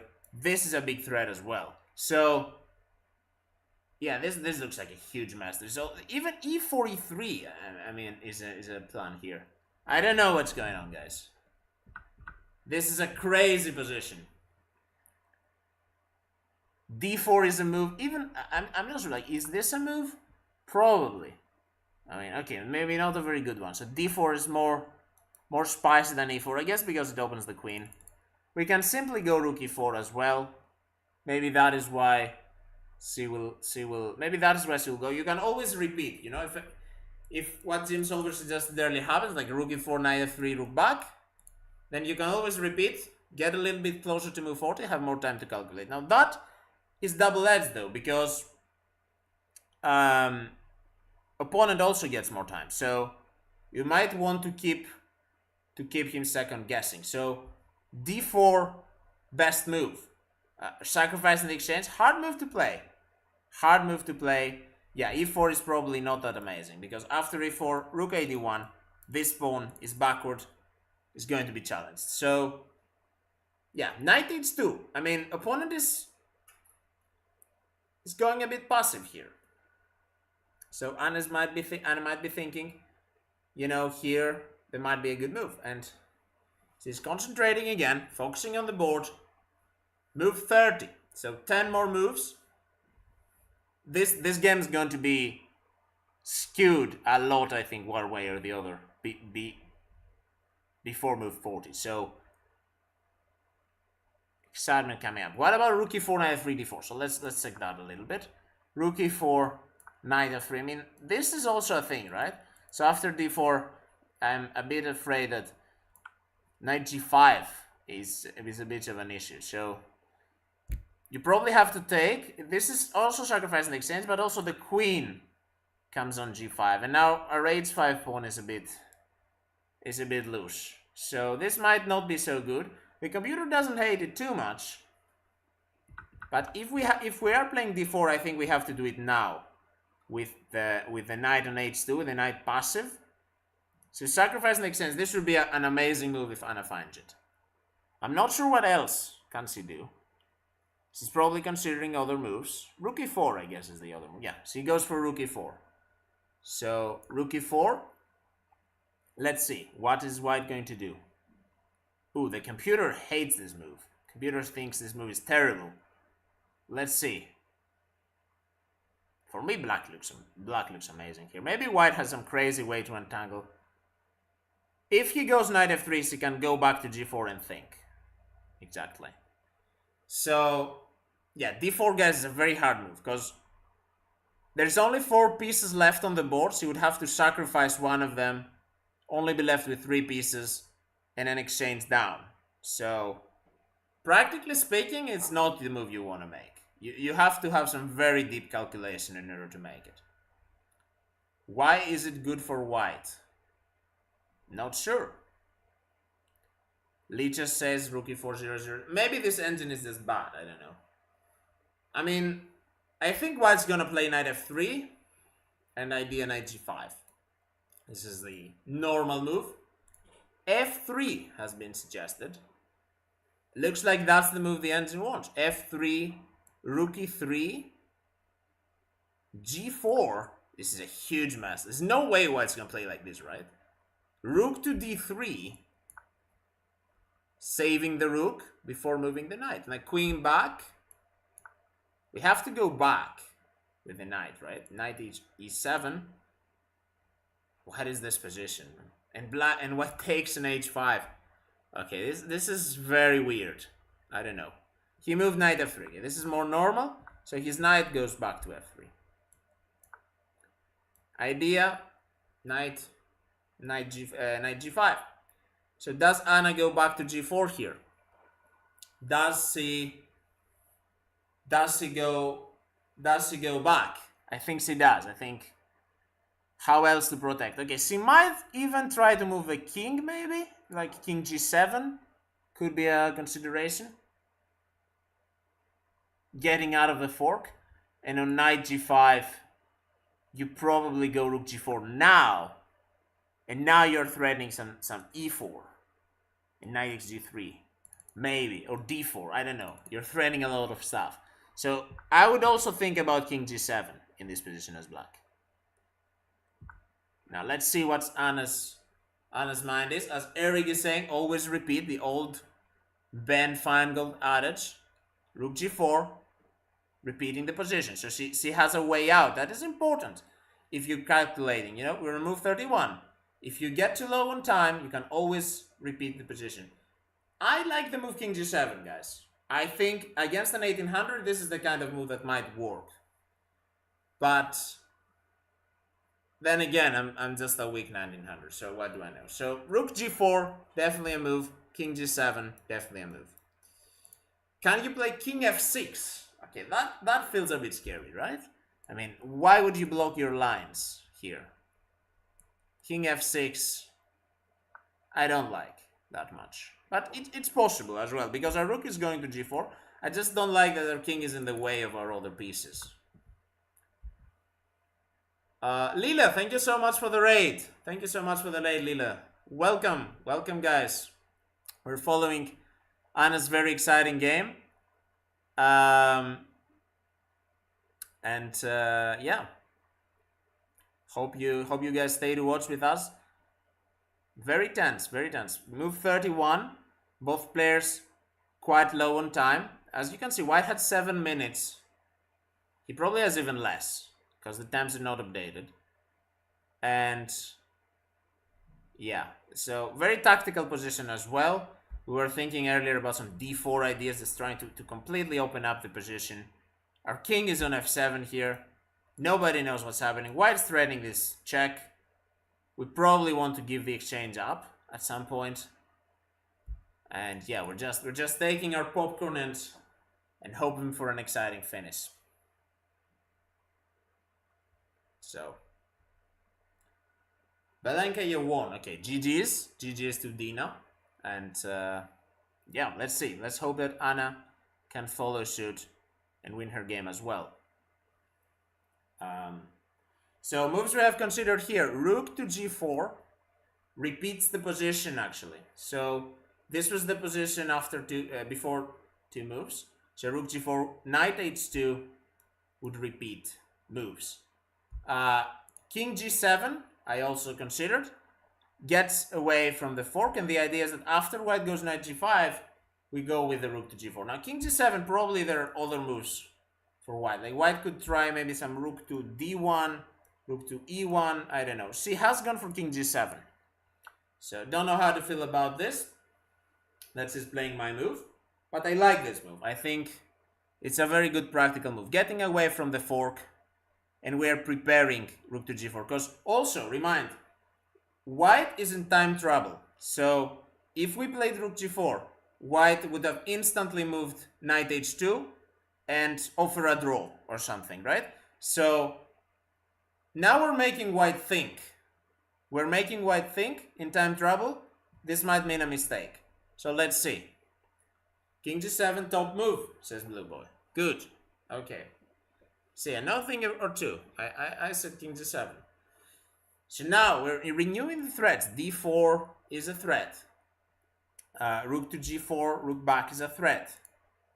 He is playing... What is he doing? He's doing some weird tricks with the queen and putting it on c2. Queen to c2.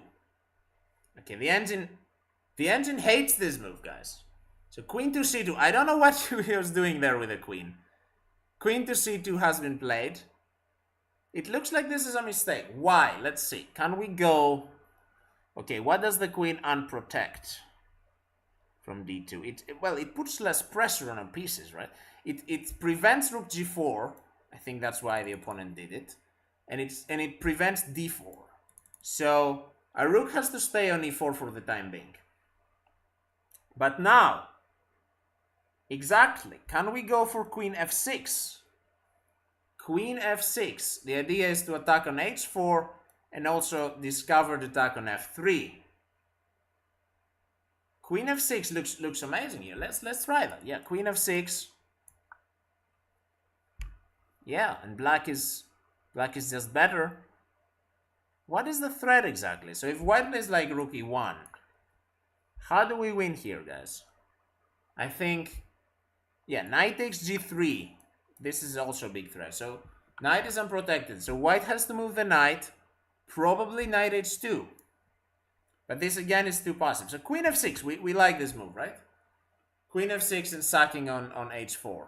So queen c2, kind of creative move. But yeah, this is very tense. This is very tense. So if she doesn't play queen f6, then white might get some pressure, right? I don't see though what else, because d4 is prevented, rook to g4 is prevented. So surely you do go queen f6 here. Jim Solver saying, I don't understand queen c2. That's probably because it's a bad move. He only understands good moves, guys. But queen c2 makes sense. Prevents black's ideas. Rook g4 is impossible. d4 is impossible. So that's probably why he did it. Now, is it a good move? Probably not, because it gets away from the pressure on d5, and it also doesn't bring the rook on a1 any closer to defending. So it's probably not a very good move, but it's definitely an understandable move. So queen f6. Queen f6 is the idea here, I think. I don't really see any other move. Maybe queen e7, but why go queen e7 where you have queen f6? So I'm expecting Anna will find it. Yeah, and also the important thing here is f3 is unprotected, and she does go queen f6. So great move. Great move by Anna-Maja. Queen f6. Black is better according to the engine and according to all practical evaluations. We also have some ideas of sacrificing on h4. Even queen takes. So let's say white plays a random move, right? Of course, knight takes g3 is completely winning, but this would be very funny. I think this is a very funny checkmate. So yeah, okay, it's not gonna happen because white can play king g2, but there is also this kind of ideas in the board. So queen f6. White could just trade rooks. GM Solver, white is 1800. He is not gonna play a best move every time. Okay. So great move by Anna. And let's see. Okay, what did white play? I missed that. What did he play, guys? He played knight g5? I was too excited. I think he went knight g5, didn't he? It doesn't look like the knight's on f3 anymore, so definitely a knight move. Knight g5. Okay, that is the move. Okay, but that's exactly what we wanted what we wanted him to do, right? Because now we go rook g4.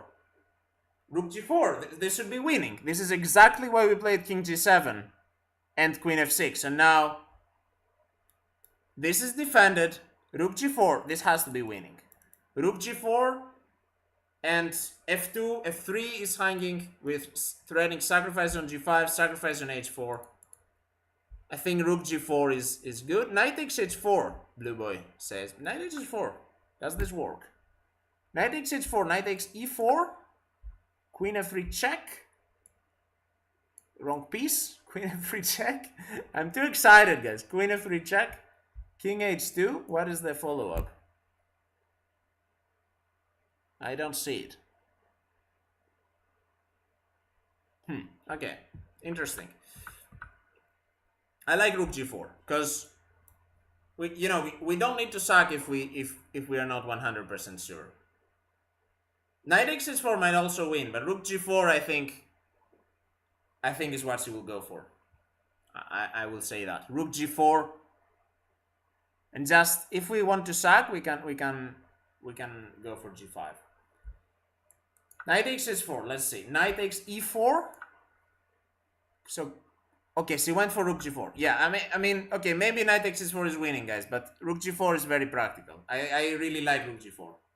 Like rook g4, keeping everything on the board, and now we can play this without any rush. We can play this when it wins a pawn instead of sacrificing a piece. So rook g4 is on the board. As you can see, guys, white is very, very low on time. 2 minutes. You cannot calculate this position in 2 minutes. And that is why we don't need to sacrifice. We just need to put pressure, and the position is already winning. Like, Anna-Maja, look at her. Look at her right now. She's extremely confident. She knows this game is almost in the bag. She knows. Rook g4, great move. Again, this is exactly why we put our king on g7.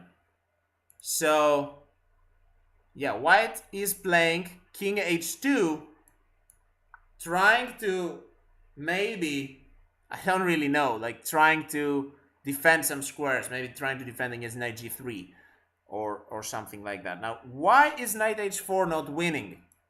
Now I think is the perfect idea to sack. Now I think knight h4. She is thinking about it. She is going for it, guys. Knight h4, and I mean she can always take the piece back. So let's see. Knight takes h4. She is taking it. Okay, so what is the point? White's gonna recapture. We can go queen f4 check. We can take this guy again. We can, like, worst case we can take. So after gh, he took. We can always take here and be up a pawn. Like worst case scenario. Now what else can we do? We can go queen f4 check.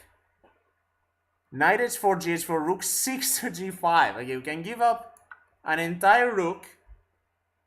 I don't know. Is that really necessary, James Solver? Queen f4? Where's the mate?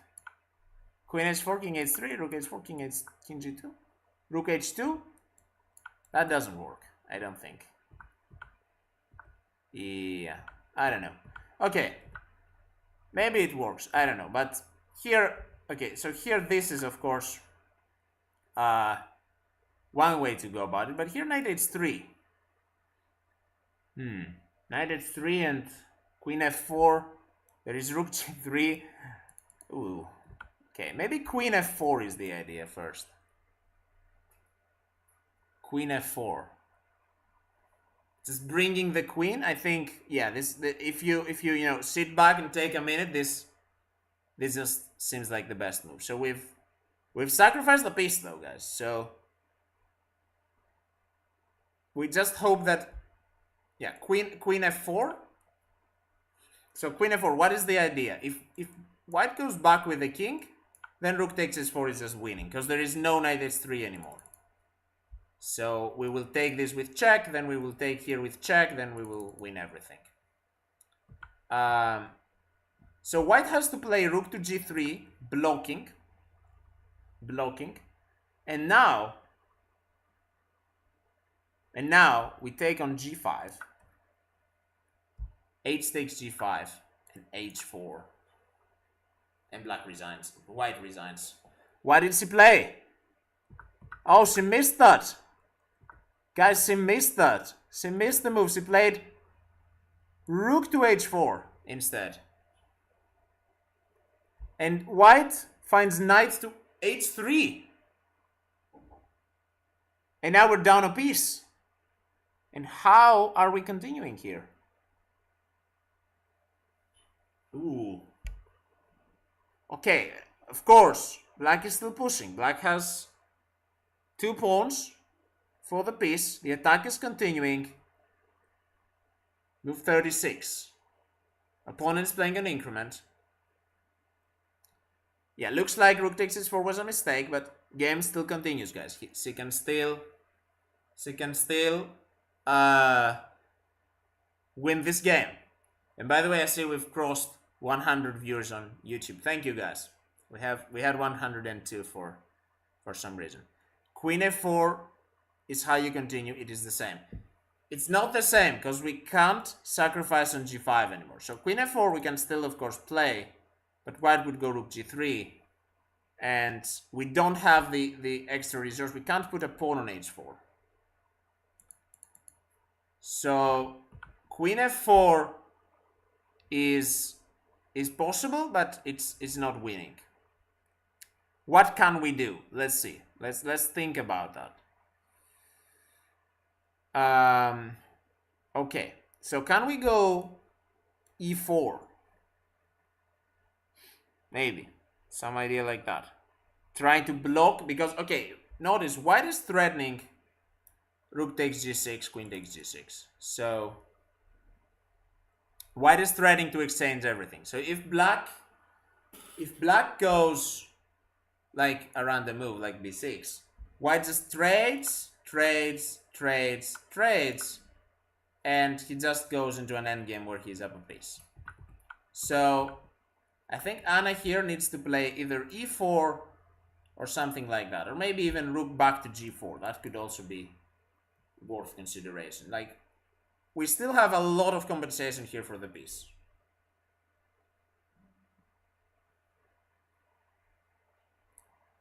Tough variation to see the winning combo taking the knight race. Exactly, yeah, this was not easy, guys.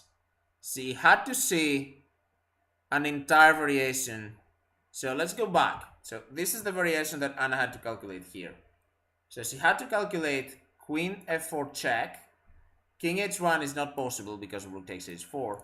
So white is forced to play rook g3. And now the only winning move is rook 6 takes on g5. Rook 6 takes on g5. The idea is that after h takes g5, h4. So this would be completely winning for black. However, she didn't find. She went for rook takes h4. How much time has she spent? It's not a moment to play fast. I mean, I agree, but she doesn't have that much time left. So she's probably on like 10 minutes or so, or even less on this position. Now it's actually a very tough moment for her, because she needs to recover. She needs to still realize that she's still in the game, and she still has to find the best moves. We're 4 moves away from the time control. Just get to move forward with a playable position, go from there. This is what she needs to realize. So candidate moves here, as I've done with the arrows, e4, rook h to g4. So yeah, those are probably the moves. d4 also could be considered. This trader is informing us. I trust him. He's been giving good evils. Yeah, queen f4 is a mistake. Queen f4 is a mistake. That is not what we want to see. So let's see. I like the move e4 here. Just advancing the pawns a little bit, keeping some pressure. Perhaps, you know, we might need to go into an endgame here. So, yeah. Rook 3 to g5. What are you people talking about? Rook 3 to g5. That we don't have. Maybe it's another position, but why not queen e6? So the reason why we can't play a slow move like queen e6 is white is threatening. We must realize what white is threatening. White is threatening to exchange pieces. So we can't allow this. This endgame, it might not look like it, but it's winning for white. So white is here up a piece. We do have 2 pawns, but they are not enough. Also, there is this idea of king g3, which is a bit uncomfortable against our rook. So yeah, I guess she might have realized that queen f4 was winning, or that what she did didn't work. Maybe she's thinking, maybe the whole sacrifice idea didn't quite work, and I shouldn't have done it. And it's very easy to get into bad thoughts during a game. So this is why you can't take the knight because it's check. So this all moves come with check, so you can't do that. So here she has to find e4. I think this would be the best move. Hello, Max. Welcome. Where is the knight? She sacrificed it. So she sacrificed it for 2 pawns, and she is moving. What did she play? I think she played rook 6 to g4. So this is her move. You can see people taking a look at her board. Rook 6 to g4. This appears to be a mistake. But guys, this is White is playing on increment. White has to make 4 moves. 4 moves on increment. So he can still blunder. I like this move. It keeps pieces on the board, right? So he cannot take on g4 because we take with a pawn. f3 is bad. Yeah, James Over is just trolling me. So White's about to move. Rook g3. Okay, that is a good move, I think. Rook g3. I don't know why f3 is bad. I didn't calculate. Let's see. f3. Okay, I'm assuming there is. Yeah, there is. Okay, this is made, right? King h3, queen h4. Okay. So he saw that rook g3 was played. Now, what do we do? I like the move e4 again. e4, d4. We have to push here. We have to try and make some threats. Like rook g3 doesn't really change the nature of the position. Queen f4, no, I don't like this move. Too many pieces hanging. d4, I think, is probably the best idea, and she goes for it. d4. Okay, let's see. White is playing on increment, so White has to make still 3 more moves. We will come back on move 40 to check how the position looks like. White has to play instant moves here. You can see he is very nervous as well, so he might blunder. He might. Okay, he's played rook a to g1.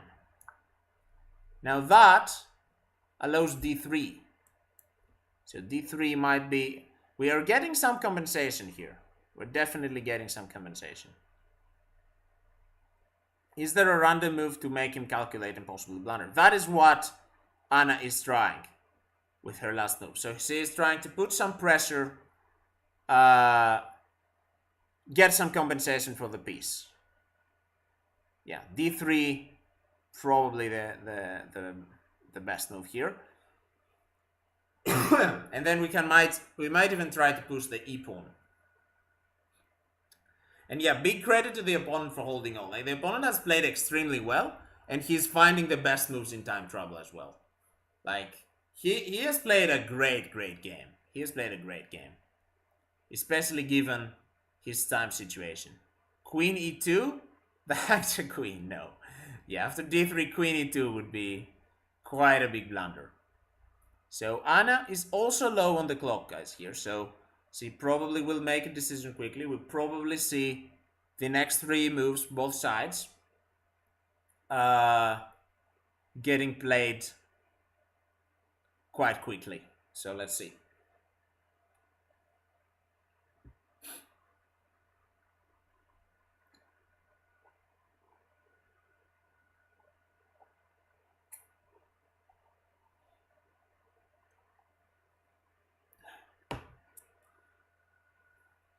So Anna's thinking, I don't see what could be better than d3 here. Black is putting a lot of pressure. And she's moved d3, he's instantly moving queen d2. So that is move 39. I wonder if she will try to go for some kind of endgame. Matthew, you're reading the clocks wrong. White has 1 minute. So, yeah. Queen f4 could be a move. Queen f4. Queen takes queen. Pawn takes queen. Rook back to g2.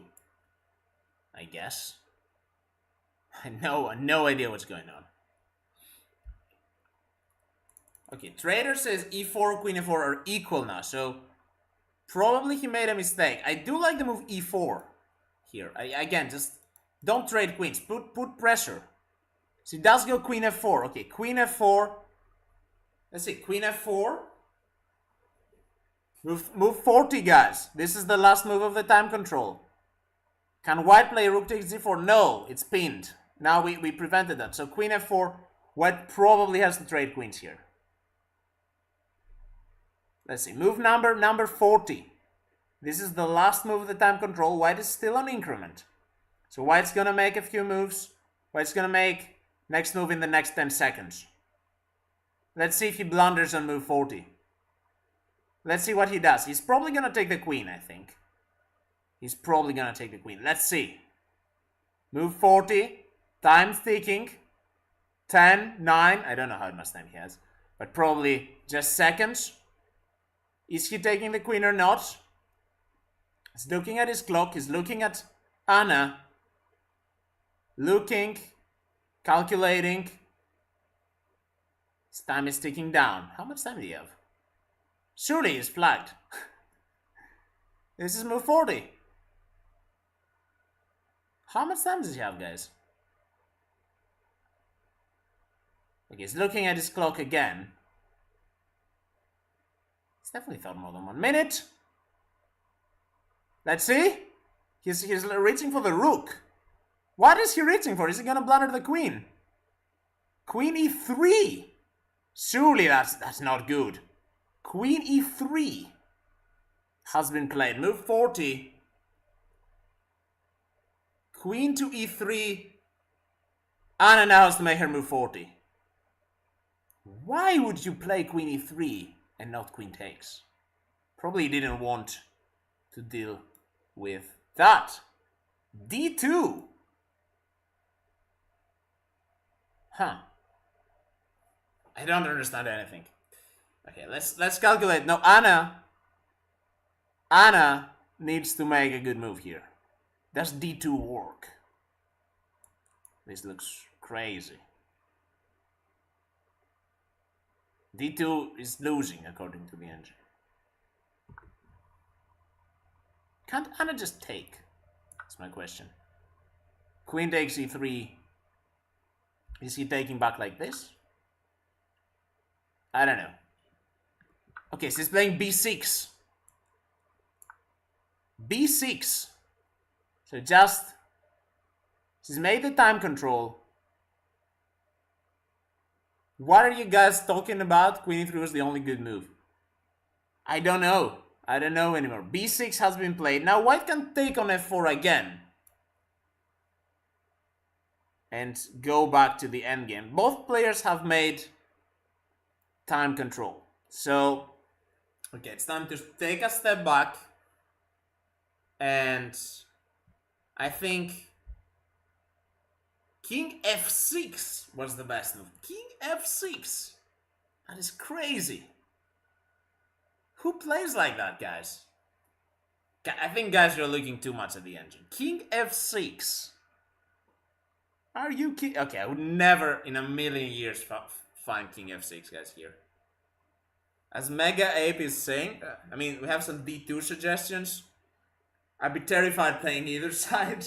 I mean, guys, King f6. Who plays like that? What happens after Queen takes f7? I mean, how do you hold this? Do you play d2? I mean, okay, it activates the king. Where are you going after Queen b6? You going to f5? This is crazy. This is crazy, guys. King f6 is crazy. I mean, just play b6. To me, b6 looks like a normal move. Now, white is thinking on his 41st move. So, white's probably thinking, like, do I take the queen now?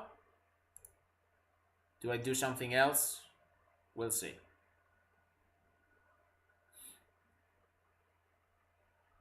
All pieces are taken back, but no king. This is very complicated, guys. So don't don't look at the engine too much. I'm not sure. White can just exchange rooks. No, blue boy. Queen takes f4 is very tricky. So queen takes f4. Let's look at that. Queen takes f4. E takes f4. Rook takes g4. Pawn takes on g4. Black is completely winning. The knight on h3 is hanging. And yeah, this pawn is queening. So you can't do that. So queen takes f4, e takes f4. You have to move back on g2. And now black might even play something like f3. I don't know. This looks crazy to calculate. So black has a lot of compensation for the knight. This is a very, very complicated endgame. Game is still not over. a5, says Wargy. a5, okay. I mean, I get it. It makes sense. It opens the position on the queen side. Kind of takes advantage of our last move. But I would be very, very surprised if he plays a5. Like, guys, don't suggest NG moves just because it's the first line. Come on. Like, have a little bit of common sense, right? I mean, yeah, a5 is actually very genius, I think. Like, a5, ba5, queen a7. Kind of just putting pressure on the queen side. I would be really surprised if he does that. I think he's calculating queen takes f4. I think he's probably gonna take the queen. That is my guess. But we might see another move as well. I don't know.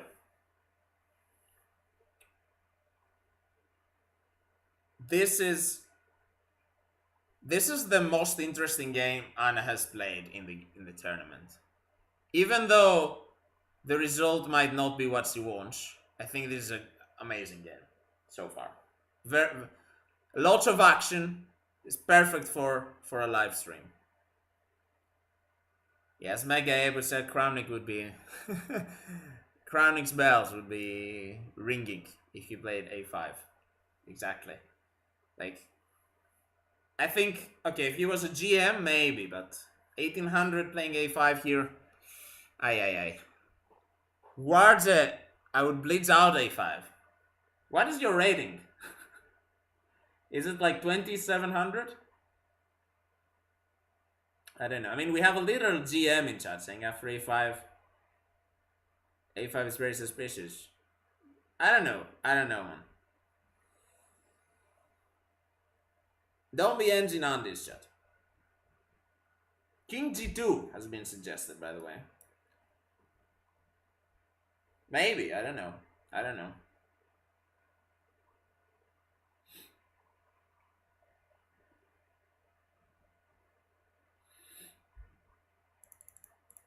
He's thinking, though. King g2 makes a little bit of sense. Although it pins our own piece, so maybe not. But King g2, I understand. King g2 and queen f4 equal. So his only move for an advantage is a5. And is quickly rushing back to the board. I understand a5, but he has to see the other side of the board in order to do that. Which in OTB is not so easy. Imagine, like, all of your pieces are here. Like, in this quarter of the board, you have 8 pieces. And you're moving in a completely different direction. It's not normal. a5 is not Lisa's best move. What is the best move then? Is it even crazier? I can't, yeah, queen e1 or something, I don't know. So, after king g2, okay, let's analyze some endgames. So, after king g2,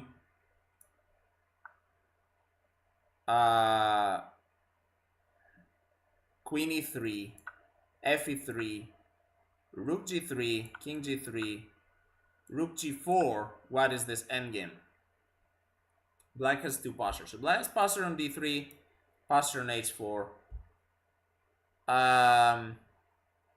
White it doesn't move. It's white's move. Give it chess. White plays king h2, right? And then I take here. And you probably win here, right? I think white is winning. Might be wrong, but I don't think we can play like this. Because there is also knight b2 to c4. So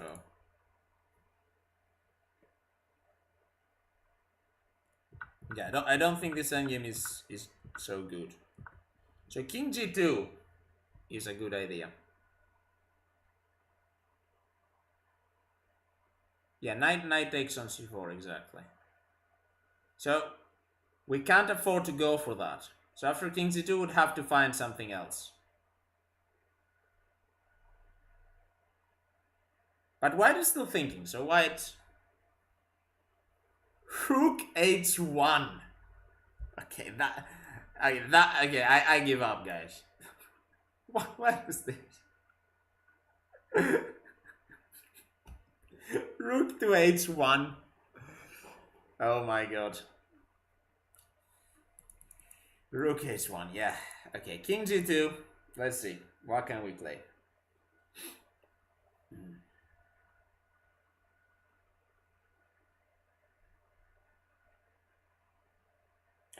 Queen f5, yeah. I like keeping the queens. I think Anna-Maja will go for this move. Just to keep the queens on the board, you know. And then, yeah. Rook h1.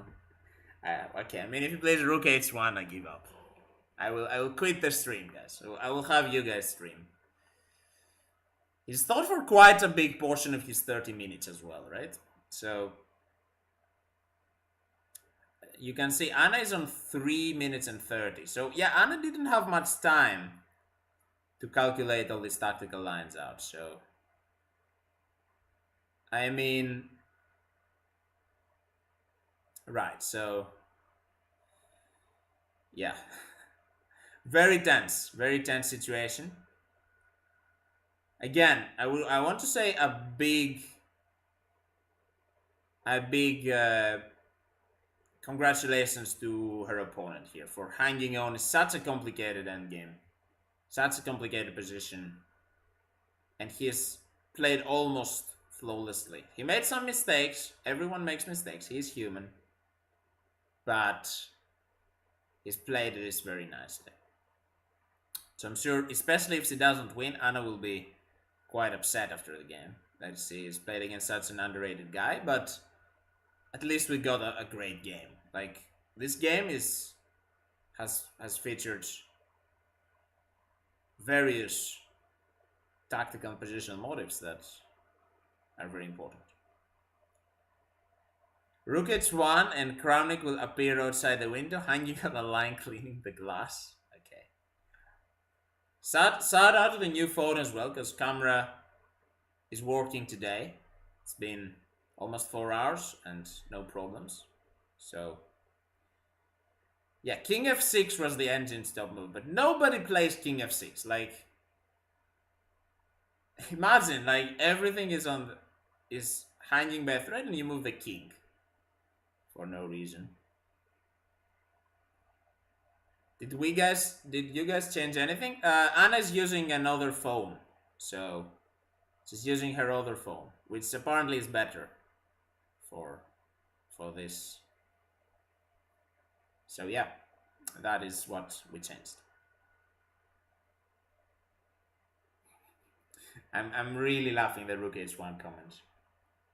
I mean, it's good for us that he is spending time, because this game is not over. This game is, yeah, definitely not over. There will be more moments where he will need to think, and that is good for us.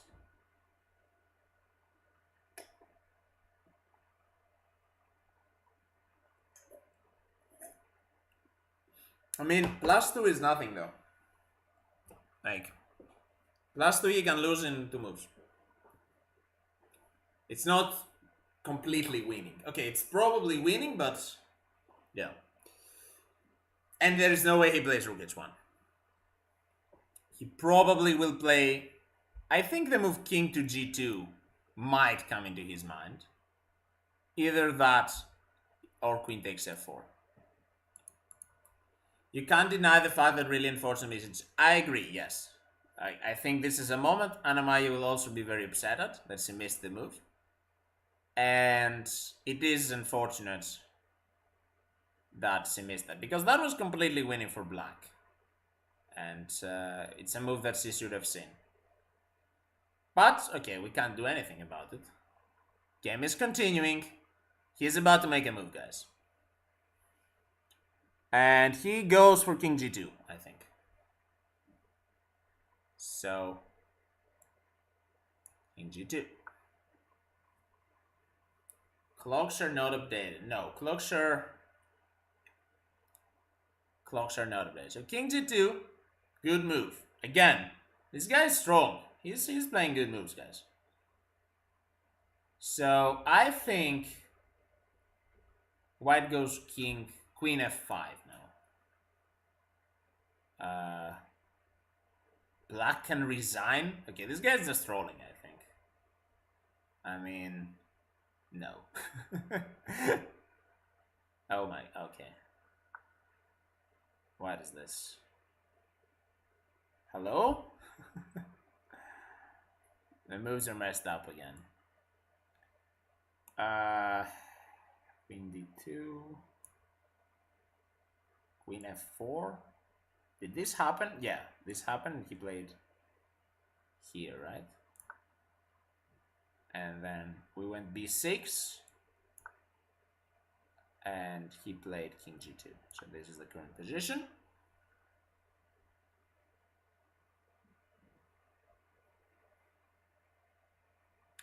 And Anna now is thinking, I do like the move queen f5 here. Just keeping the queens. I don't think queen takes e3. This endgame, I don't think it can be ever good, right? So we have to keep the queens on the board. Do I see a plan of black for black? I mean, well, just keep fighting. I don't know. We are down a piece, but I mean, we do have a passed pawn on d3. Passed pawn on h5. Yeah, this is way too early to resign. So, yeah. Also, yeah, guys, we have to move the queen. Right, she has to realize her queen is attacked.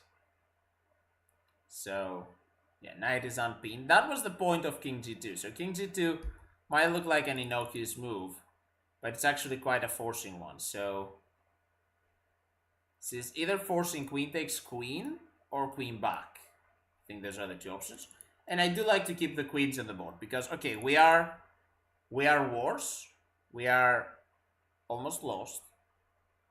So in order to keep chances alive, I think we must keep the queens on the board.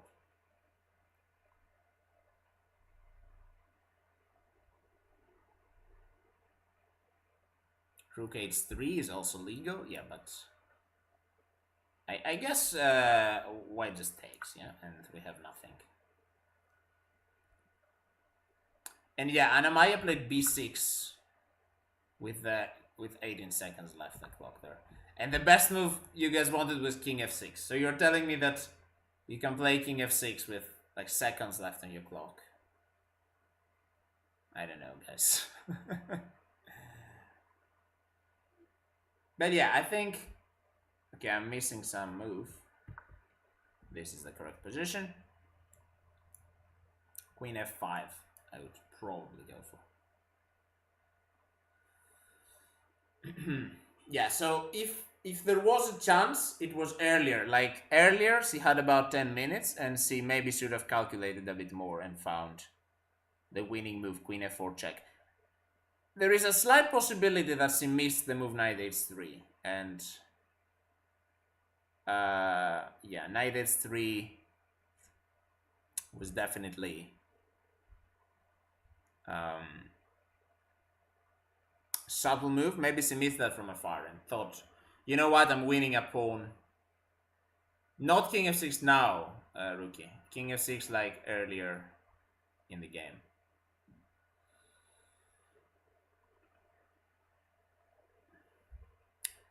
Yeah, Max, but she had 15 seconds. Like, is it really the first move you would be thinking with 15 seconds on the clock? Probably not, right? So,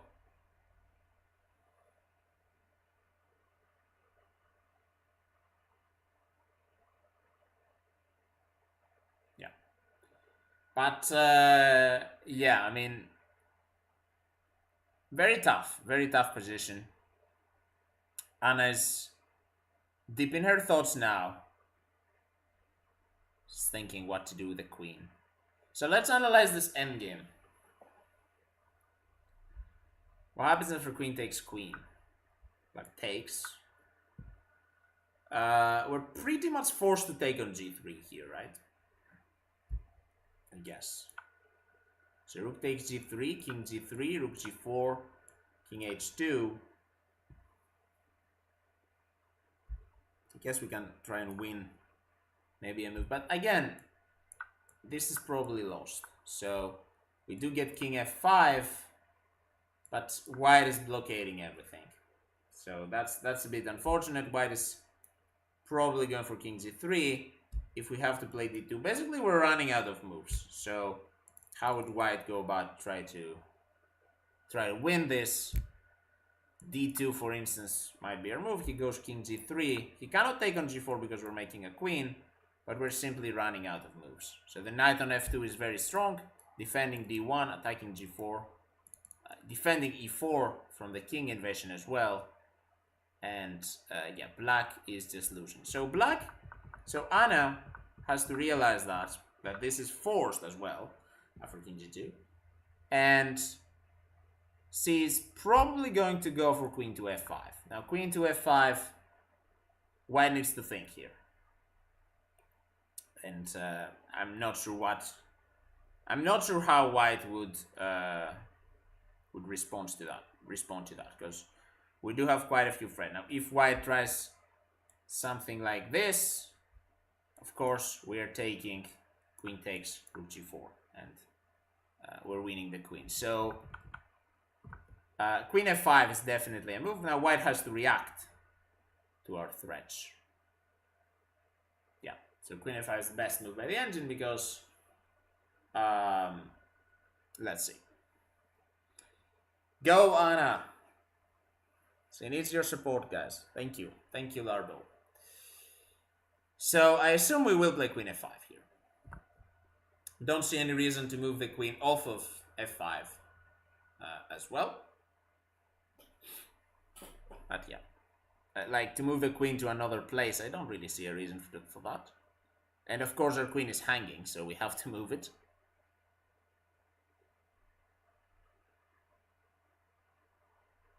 So let's see.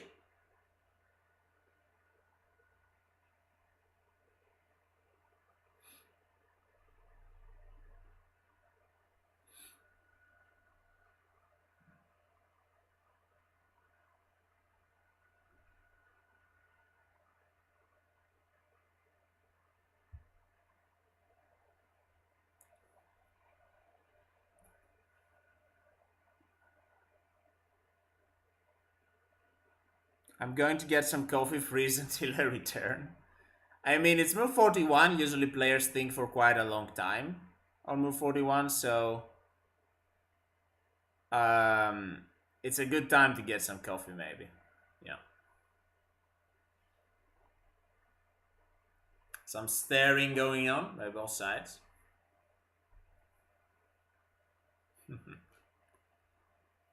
I would try and play queen f5 a bit quickly here to see what white reaction is, because I don't really see how white can untangle here. Can he go like... I mean, we are threatening this, right? I mean, if you try something random like this... You see, I already tried a move and... Yeah, black is already equalized. Apparently D2 is the move here. So I would go queen f5 and, you know, pass the ball onto white's court to see what he does. I think there is still quite a lot of excitement going on to happen, especially if that happens. Yeah, it's not random. Like that's, I mean, maybe white had a plan of king coming up to the center, moving forward, taking. So I guess queen f5. You want rook takes g4. Okay. Then I take. Now you go here. And this, I think, is anyone's game. Again, d2, the engine points out. So this is definitely not over. Yeah, rook takes d4, definitely a move. So correct. Stonewire truly. But game is not over. Let's see. I really hope she plays queen f5 though, because everything else here is probably losing. So we already saw one of the main plans for black, right? One of the main plans for black is play d2, distract the queen, and maybe get some space for round queen to e4 or something.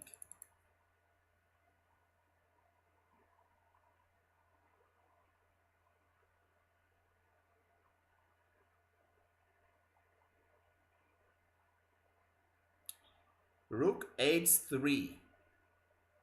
Rook h3 doesn't work because of king takes h3. And there is no checkmate. So rook h4 check is impossible. We're pinned. So even if it was possible, king g2, there would be endgame. Pawn. Ah. So here, but now rook g4. So that's not good for us. Queen is lost.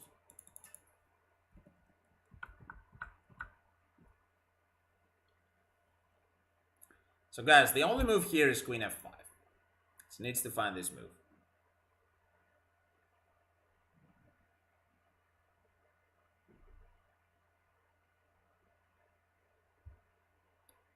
And yeah, this definitely is not over. And it's very easy for either side to go wrong. Now, Anna has been thinking for quite a bit of time here. So she's been thinking for about 15 minutes, I would say.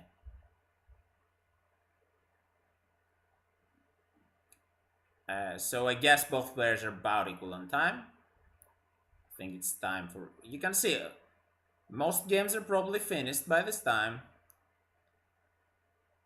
And these guys are still fighting it out. So let's watch the excitement.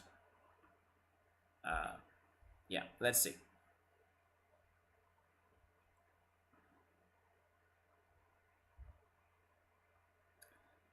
When Anna sacrificed the knight, I thought she saw queen in 4 check.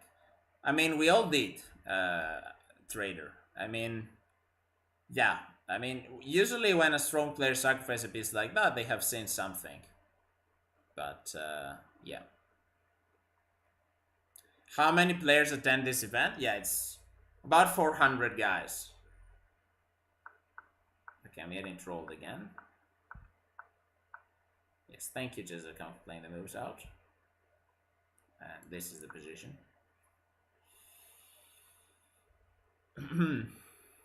Yeah, it's a very big tournament. So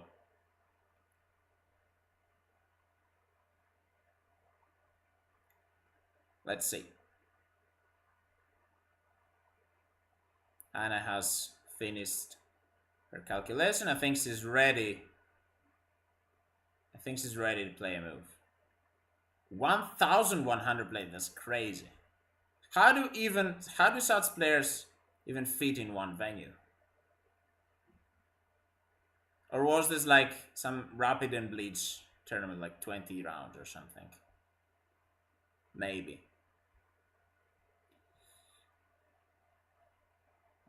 Let's see.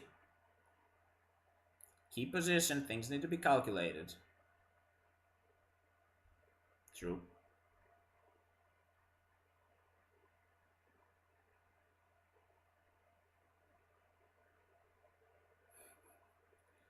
You have to take turns during using the chessboard. Oof. Yeah, queen f5, I think. I am not sure like why she's not playing that, but maybe she's calculating something else. Hopefully not. What else could be there? Maybe rook takes g3. But that cannot be good, right? White just takes with a queen, and we are forced into some endgame. We could have some chances here, but it's not looking too bright. Maybe if we take some queenside pawns, we could somehow hope. But unlikely, I would say. It's, in fact, white's probably more likely to infiltrate our position and win. So maybe she's thinking about all these endgames that are all lost for black, though. So she will realize that we'll play. Queen f5 is not easy to spot. Why though? Like, to me it's quite logical. But I guess it's not a forcing move. So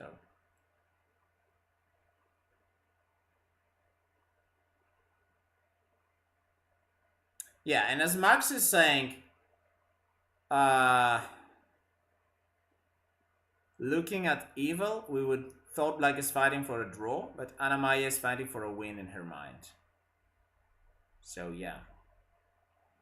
Ooh, engine says rook g3, queen g3, queen g3, f g3 is the only winning.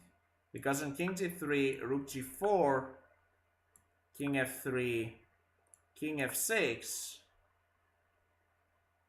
Oh, and because of the pawn being on f2, there is no knight f2. So here rook takes g4, actually black is winning because of d2.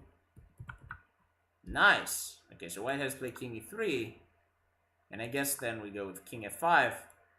Again, rook takes e4 is impossible. So yeah, but the problem here is, okay, so maybe she's calculating that and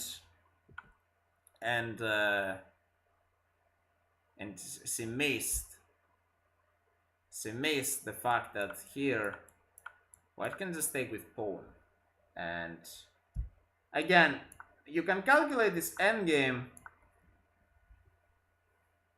but the premise is the knight goes to f2 and then the knight's very strong.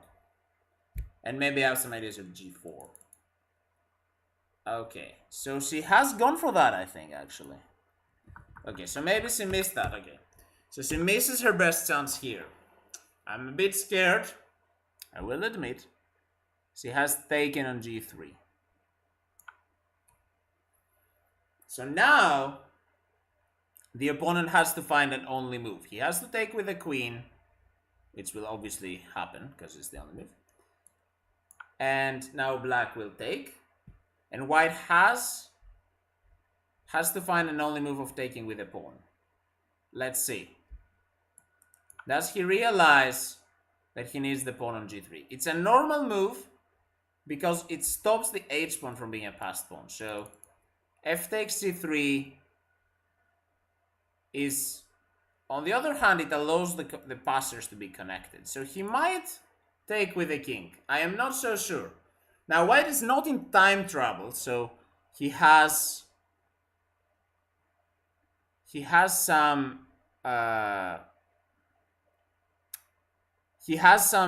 time to think about his decision. Anna has about 13 minutes, I think, and the opponent has about 18. Opponent has to take with a pawn. So if the opponent takes with a king, the position is equal. If he takes with a pawn, white is winning, according to the engine. Of course, the game is still not over. This could actually end up in some rook and knight against rook endgame. So this could still end up in a draw, I would say. So let's see. The opponent is thinking. He's calculating. It's not intuitive actually, to take on g3. Yes, it's +3 according to the engine, but you're allowing the rook to become active on e4 and e2. So he might be a bit scared of that. I think this endgame is definitely winning for white, but practically speaking, white would have to find some accurate moves to hold it. So who knows? Maybe endgames are his weakness. I mean, he's calculated pretty well. Exactly, as himself is saying, maybe, he doesn't want to allow an active rook. He wants to keep the king. He's also having some tricks. Look at these guys. If king g3, rook e4, you have this. Check. So you're forcing this. So you might see some tricks. But of course, after king g3, rook g4. This is the point. Yeah, so he might go for this, I think it's possible that he knows king g3. Remember, he doesn't know that one move is winning and one is not. So he might think that, both are winning. He might think that both are draw. You never know. So, yeah, I would say we don't really know what he will do. Okay, he does look like he is a bit confused as well. He does look like he's trying to focus. Maybe he realized he missed something. I don't know. Let's see. It's basically, okay, I wouldn't say it's random, because that would be an insult to Dhruv, who has played a great game. But it's very possible he plays king g3. Even if he does play king g3, is Anna-Maja going to find rook g4 and king f6? Stay tuned to find out. So he might go for rook takes d1. It's possible, but let's see. And even after f takes d3, the fact that the engine says it's winning, it doesn't mean the game is over. It doesn't mean that it resigns, as people were saying earlier. Black will still have quite a lot of fighting ideas here as well. But from an objective standpoint, king takes g3 is worse. So we hope for that, basically.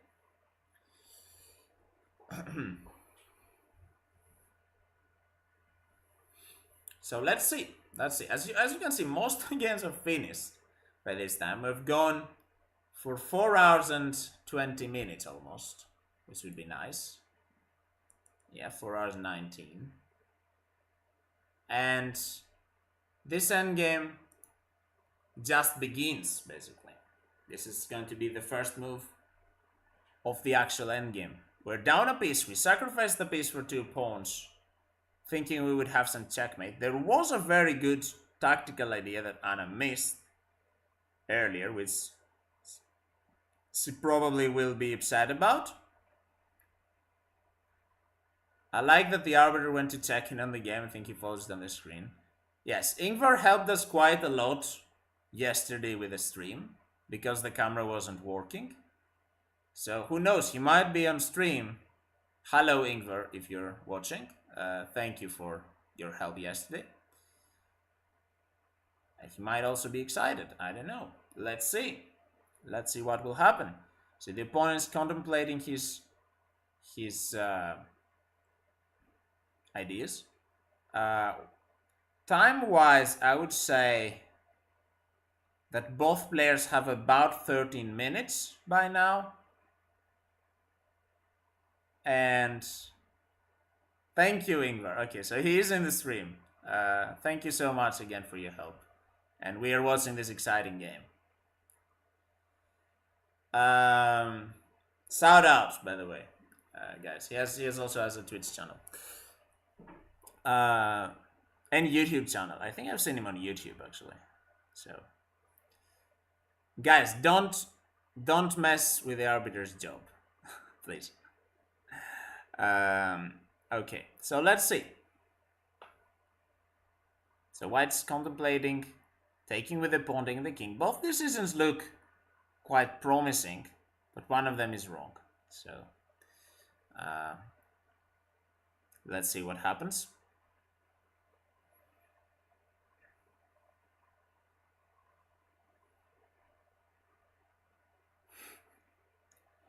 And as you can see, we don't have any camera problems there. So it was the bad phone, the bad iPhone.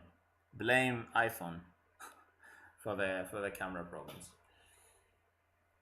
Because today we're even able to see the nice sips in the background, uh, and the sea moving. It's actually very nice scenery in Iceland. I wish I have the chance to visit. Maybe next year. We'll see. If he offers a draw, will she accept? Maybe. I mean, she does look quite unhappy, I would say. So maybe if he wants to make a draw, maybe he can offer one. I don't know. If he well, so here's the thing. Who asked that, by the way? Was it Blue Boy? Who am I going to troll? So Blue Boy, here's the thing. You can offer a draw only after you play a move. So even if he does offer a draw, he will have to play a move. So depending on the move, she might accept or decline. Although I think she will probably accept anyway. But because, okay, we're down a piece in an endgame. But yeah, this is also important, that you also have to make a move.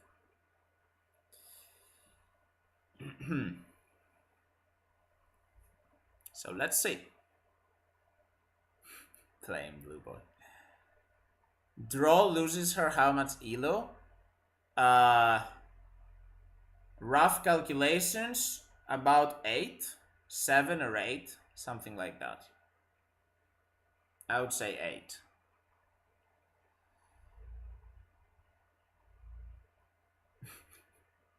Yeah. But elo is not what she should think about. She should think about, is my position good or bad? That is why you decide to accept a draw.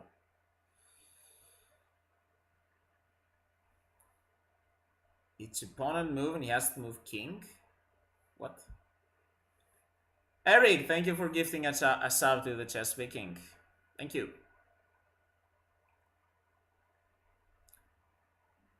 And Lula, thank you for the raid with 85 viewers. Welcome, raiders. Welcome. Hope you had a nice game following Lula's game. I don't know what she did. I wasn't watching. But yeah, hope you enjoyed the stream. Whoever was commentating. And yeah, hope you enjoy following this game with us. You're joining us in a critical point of this game. White is deciding how to take back this queen.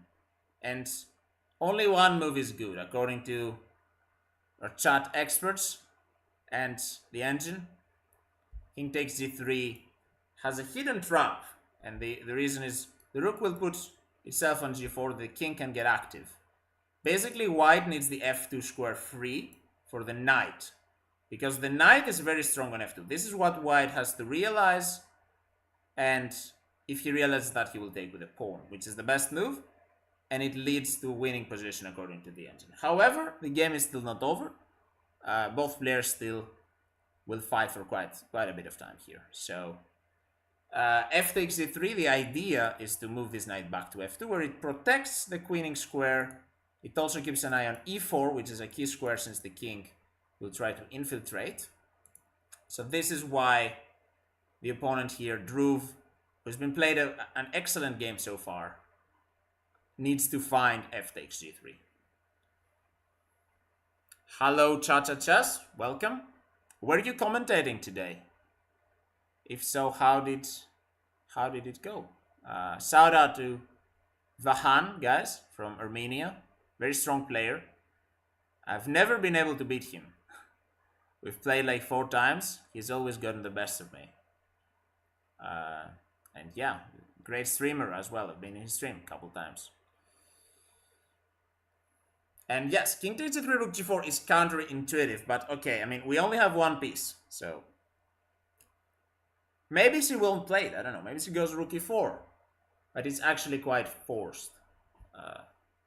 Max is telling me to get good. I guess he's correct.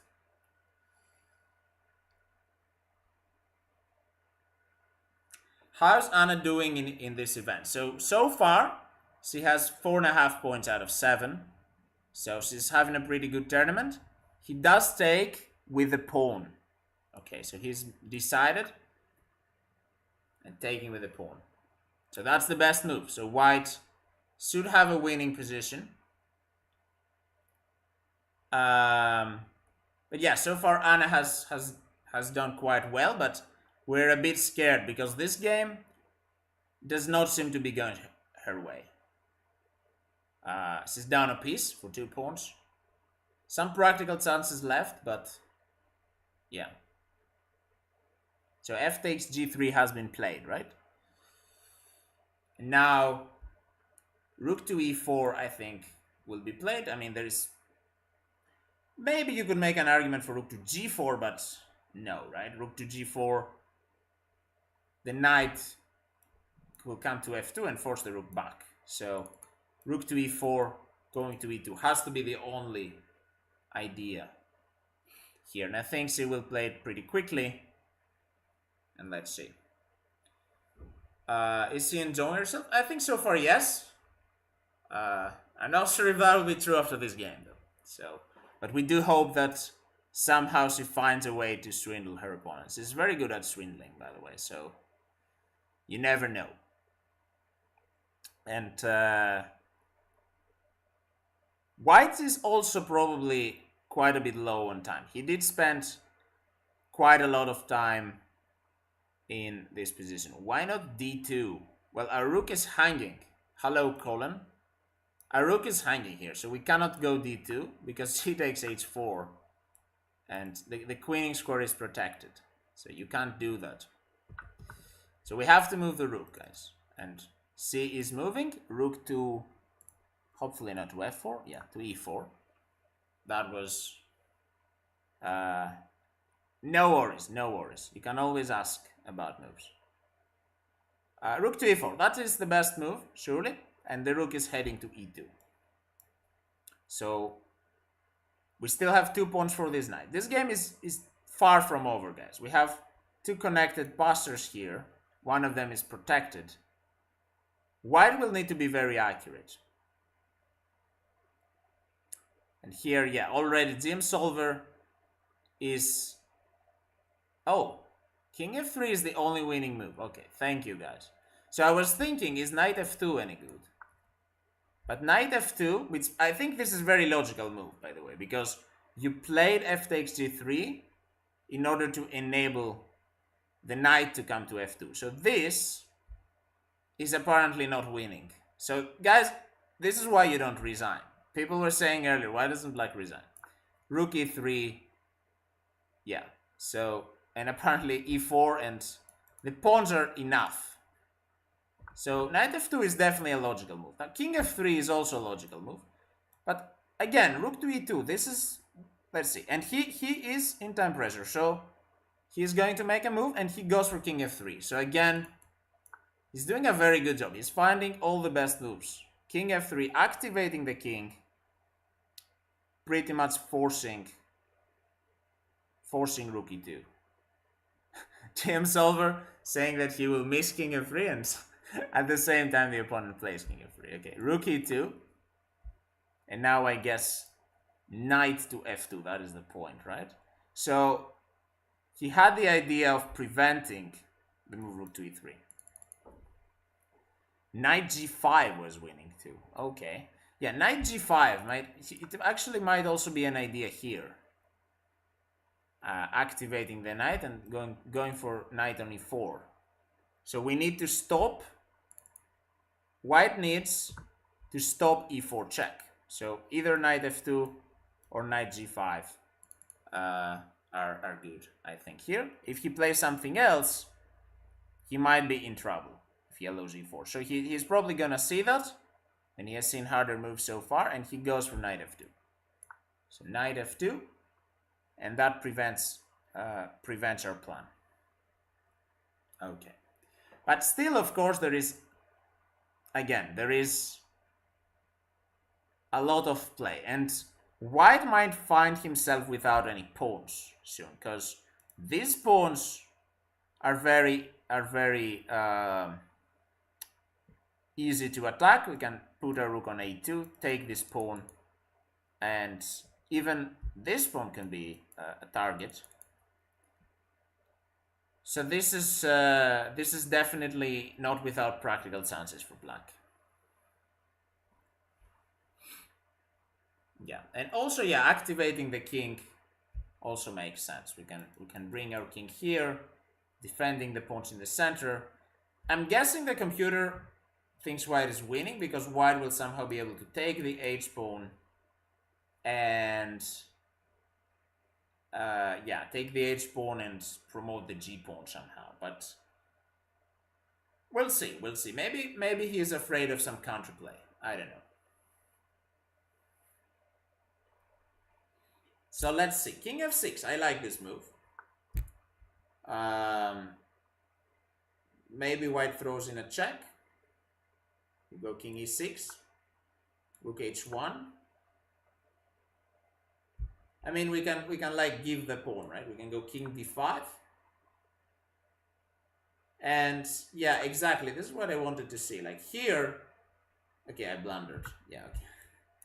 But white can take, maybe knight takes f6 check, king back to e6, let's say here.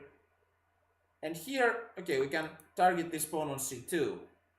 This is far from over. If we take this pawn, then these pawns might be too fast. I actually think this game, guys, might end in a draw if all of this happens. Of course, white has been playing very accurately so far. So Anna will also need to step up, need to up her game a little bit and find some accurate moves in the endgame. Let's see if that endgame training helps. So king f6, I like this move. King f6, king e6. This is activating the king, kind of sacrificing the h pawn to kind of distract the pieces away. And now we're practically lost. So that means, yeah, we might not need, so because we're king g6, we might not need to worry about like objective values. We just play practically good moves. King g6. Behind the arbiter desk, is this a staircase? It's a staircase. It is, I think. Is this a Hikaru reference? I guess. Okay, so king g6. I guess this route was a bit more effective because the computer doesn't like king g6 that much, but king keeps an eye on the h pawn from g6, and it still might go to f5. I think what Anna wants is to put the king on f5 and go e4. So white somehow has to prevent that, and white still, I don't think white has a lot of time here. He might have like 6-7 minutes. So this might be going down to the wire again. So let's see.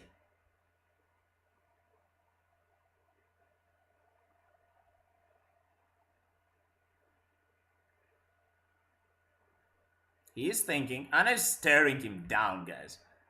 Like, that is crazy. She's really, trying to intimidate him, I think. Don't know how scary it is, but she's just looking straight ahead at him. This is an Anna-Maja stare moment.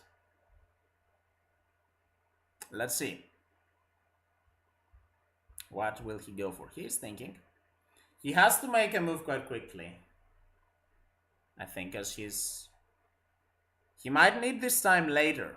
He's a bit hesitating. This is a very tricky endgame. The passed pawns are scary. So even if he found the best move, GM Solver is coming up with some crazy ideas. Wow. Knight e4. Okay, I'll put that on the board. Knight e4, king f5. Okay, he's gone for g4. Okay, we will maybe look at that later. I think about this. g4 has been played. So g4, interesting move, right? What do we do here, guys? Do we go h4? Do we take? I think taking is probably bad. let's see. H4 I like. But this pawn is going to be sacrificed regardless. So it's just a distraction. Because h takes g4 here, the problem is, you know, this pawn is hanging. So you can't afford to do that. So by process of elimination, we have to play h4. But h4, rook h1. And what then? We're losing the pawn, right? So we have to sacrifice the pawn in order to somehow take maybe this pawn or this pawn, I guess, and hope for something. But let's show this cute mate on the board. So knight e4, king f5, knight e6, king g5, and now knight takes c4, and this is checkmate on the board. So this would have been quite cute. I guess this is where helpmate puzzles pay off. Although this was not exactly a helpmate, but yeah. But this is definitely, this would have definitely been a cute way to finish the game. So thank you, Jim Solver, for the line. Unfortunately, he didn't go into it. Played instead g4. Now black has to think. So let's see.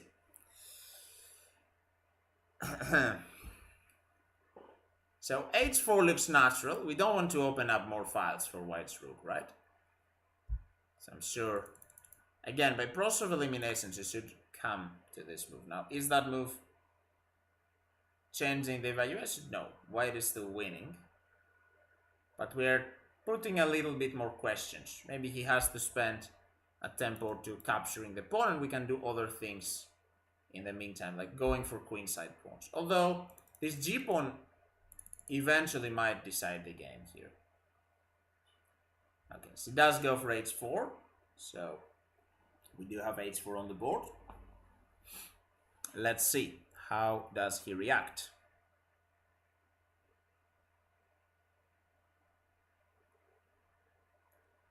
Can we try to sack the e-pawn? h4, g5, and rook g4. So white can try to play the move g5, right? And push the pawn. But this apparently is bad. Why? Because white can go rook c2. And now knight e4 will block your idea. And black can go h3. And he's going for it, guys. He is going for g5. So he plays g5. And now the game is back to equal. So he went for rookie's idea. Black is back in the game. So this is an answer to all the people who said, I'm sure they've left the chat, but they said that, you know, he should resign. Again, I think to anyone who's played over the board chess at a decent level, this position has a lot of practical chances. It's not over. So black is definitely back in the game. Rook c2, very sensible move, I would say. So the idea here is that we force this knight to go here if they want to keep the pawn. Then we use the h-pawn, h3, h2. We keep the rook at bay, and basically all of white's pieces are frozen. Why are there chances? So rook c2 is the move here, apparently. I don't know if there are any other moves. Obviously, we can't move the king in a rook g6. So this is definitely the move. Now white has other ideas except knight e4. He can try to sacrifice this pawn to make the g-pawn roll. It's a crazy position still, but the main idea is that now after knight e4, h3, and if white now tries to play rook h1, d2, and now the threat is rook c1, so white has to play king e2, and yeah, this endgame is probably a draw, I guess. Knight h1, king g5, king d2. I mean, yeah, some crazy position. This looks like a draw, but even black could win here, guys, if white is not careful. I don't like this knight in the corner at all. So this is crazy. Blue boy, you should have gone to sleep. But you will not want to miss this. So what happened after rook e2? Rook e2 was played. Knight f2 was played. We went king to g6. White played g4. We've made h4, which is forced. And white has apparently made a mistake with g5. So black is back into the game. There are too many pawns, basically, for white to handle. There is the h pawn, there is the e pawn, and there is the d pawn. And black's rook is getting up, active. Anna-Maja needs to find the move rook c2. Hello, Vlad. Welcome back. You missed a crazy game. This has been a very roller coaster game. Mikhail is asking, black rook, which pawn should take c3 or a4? Yeah, we could also go for rook a2, but that apparently is bad. Why? Because white can play rook to g4. Rook to g4, attacking both c4 and e4. It's important for us to keep these two pawns alive. So taking this pawn is not as important as taking this pawn. But she's played the move h3. Okay, so maybe she missed something here. She's played h3. The engine doesn't hate this move, but doesn't like it either. h3, forcing the issue. Maybe, yes, maybe as Jim Solver is saying, she was afraid of maybe this move. Knight g4, the idea knight takes e5. Although, can't we just take here? I'm not sure. Or we can even go back to e2. I don't know. Okay, so she played the move h3. Trader is like, no. Okay, but h3 makes sense because we're forcing the knight away. So knight takes h3 is kind of forced. White is also low on time. So I like this move actually because we are making sure that this pawn falls. Now white might still be winning. But there are a lot of practical chances. I really like the fact that we are taking this pawn on c3. So yeah, this is interesting. Jim Solver says I don't like this move. Okay, but we are forcing the take of a pawn on c2. Yeah, rook c2, rook takes c3. I mean, we could have played immediately rook c2. It's true. But maybe she didn't like 94. But okay, I don't know. It's a move order issue actually, right? So maybe she should have seen that, you know, rook c2, 94, h3. This is the correct move order. Let's see, guys. Still plenty of game ahead of us. Where is she from? She's from the Netherlands. Yes. He will play knight e4 to not lose the c pawn. Unlikely. I mean, you wouldn't want to allow h2, right? When you can just take this pawn. I think he will just take. But he is spending some time. And as you can see on the clock, he is quite low on time. He might have like 3 minutes to think, which is not a lot of time, guys. In a crazy endgame like this, he still might make a mistake later. This is not an easy position that you can play with just increment. So yeah. Blue boys trolling the engine on this. Yeah. I mean, I'm trying not to because, okay, I understand why people would just look at the engine. They just think, you know, I'm talking nonsense anyway, so why listen to this guy when I have Stockfish? But I'm just trying to explain why players might make his move. He's reaching for something, and he plays 94. So Matthew was correct. 94 is bad. Why is it bad? Because, okay, we transpose to the previous position, rook to c2, and now we're back. Rook to c2. We have to play that, though. We have to play that. Is h2 also a move? I'm not sure. Like, let's see, try h2. Yeah, h2 is also working. So I think we are back. This leads to GM Solver's mate? No, Jan Pixels. That is a totally different position. In GM Solver's mate, the king was on g5. Our king was on g5. That was before our opponent blundered with g5. So 94, which for me is a move that makes zero sense, by the way, because, again, why let the pawn on h2 leave? But now, h2. Surely you play h2 here. This is a draw now, apparently. Now, is a draw good for us? I'm not sure. Every move is 0? That is not true. I'm pretty sure, yeah. King f5, king h5. You can make every king move is bad. We can't move the king.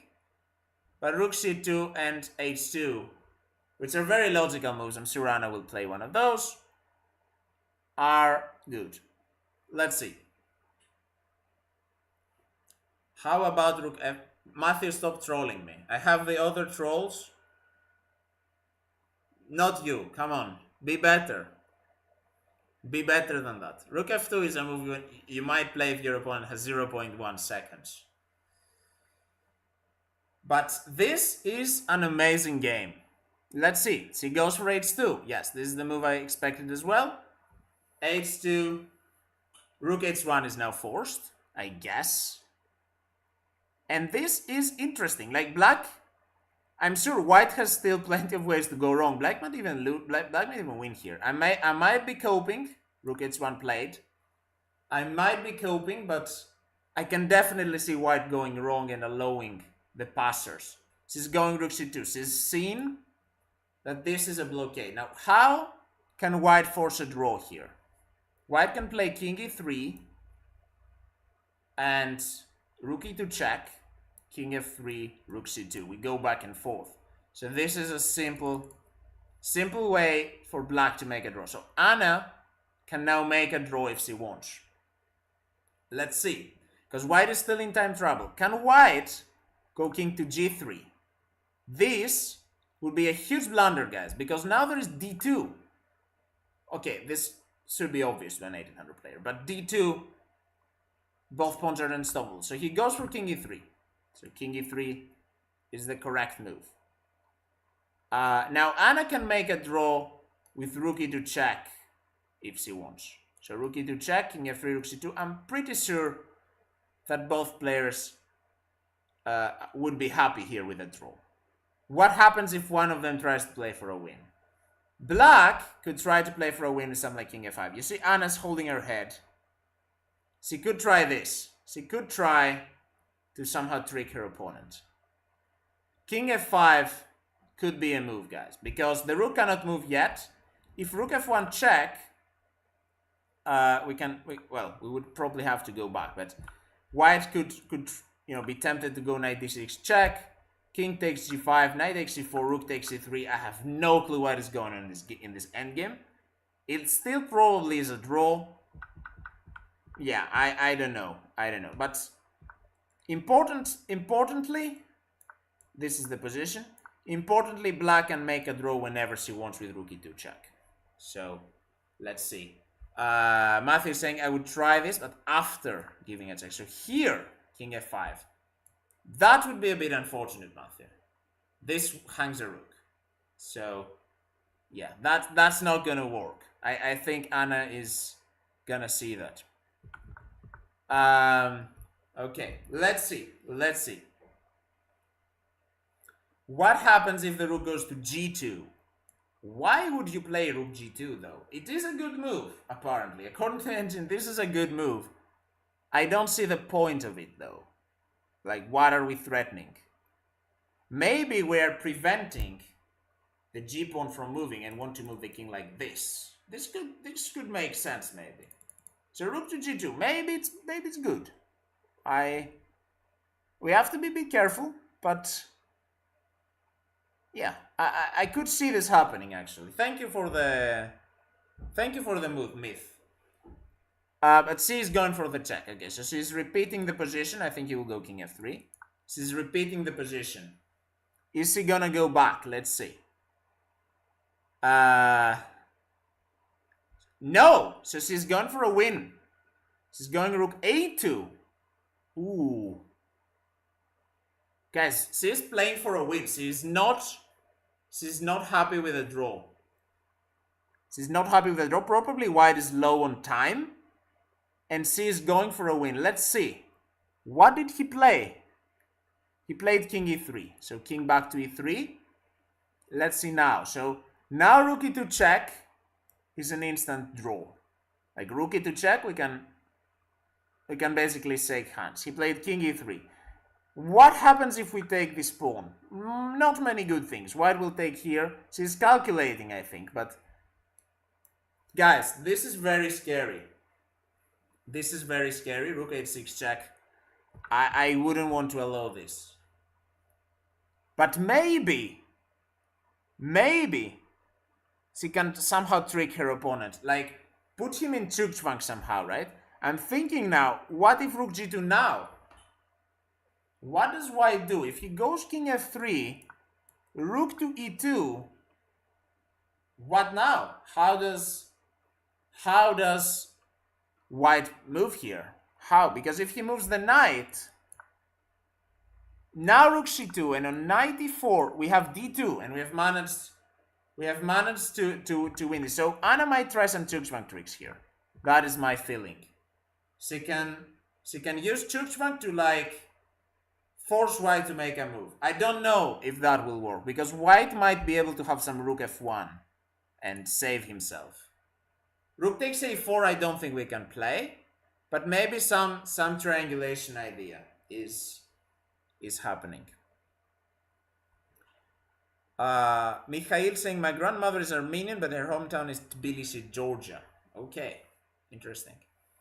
Triangulation without a piece. We have a rook to triangulate. It's not triangulation though. It's just Zugzwang.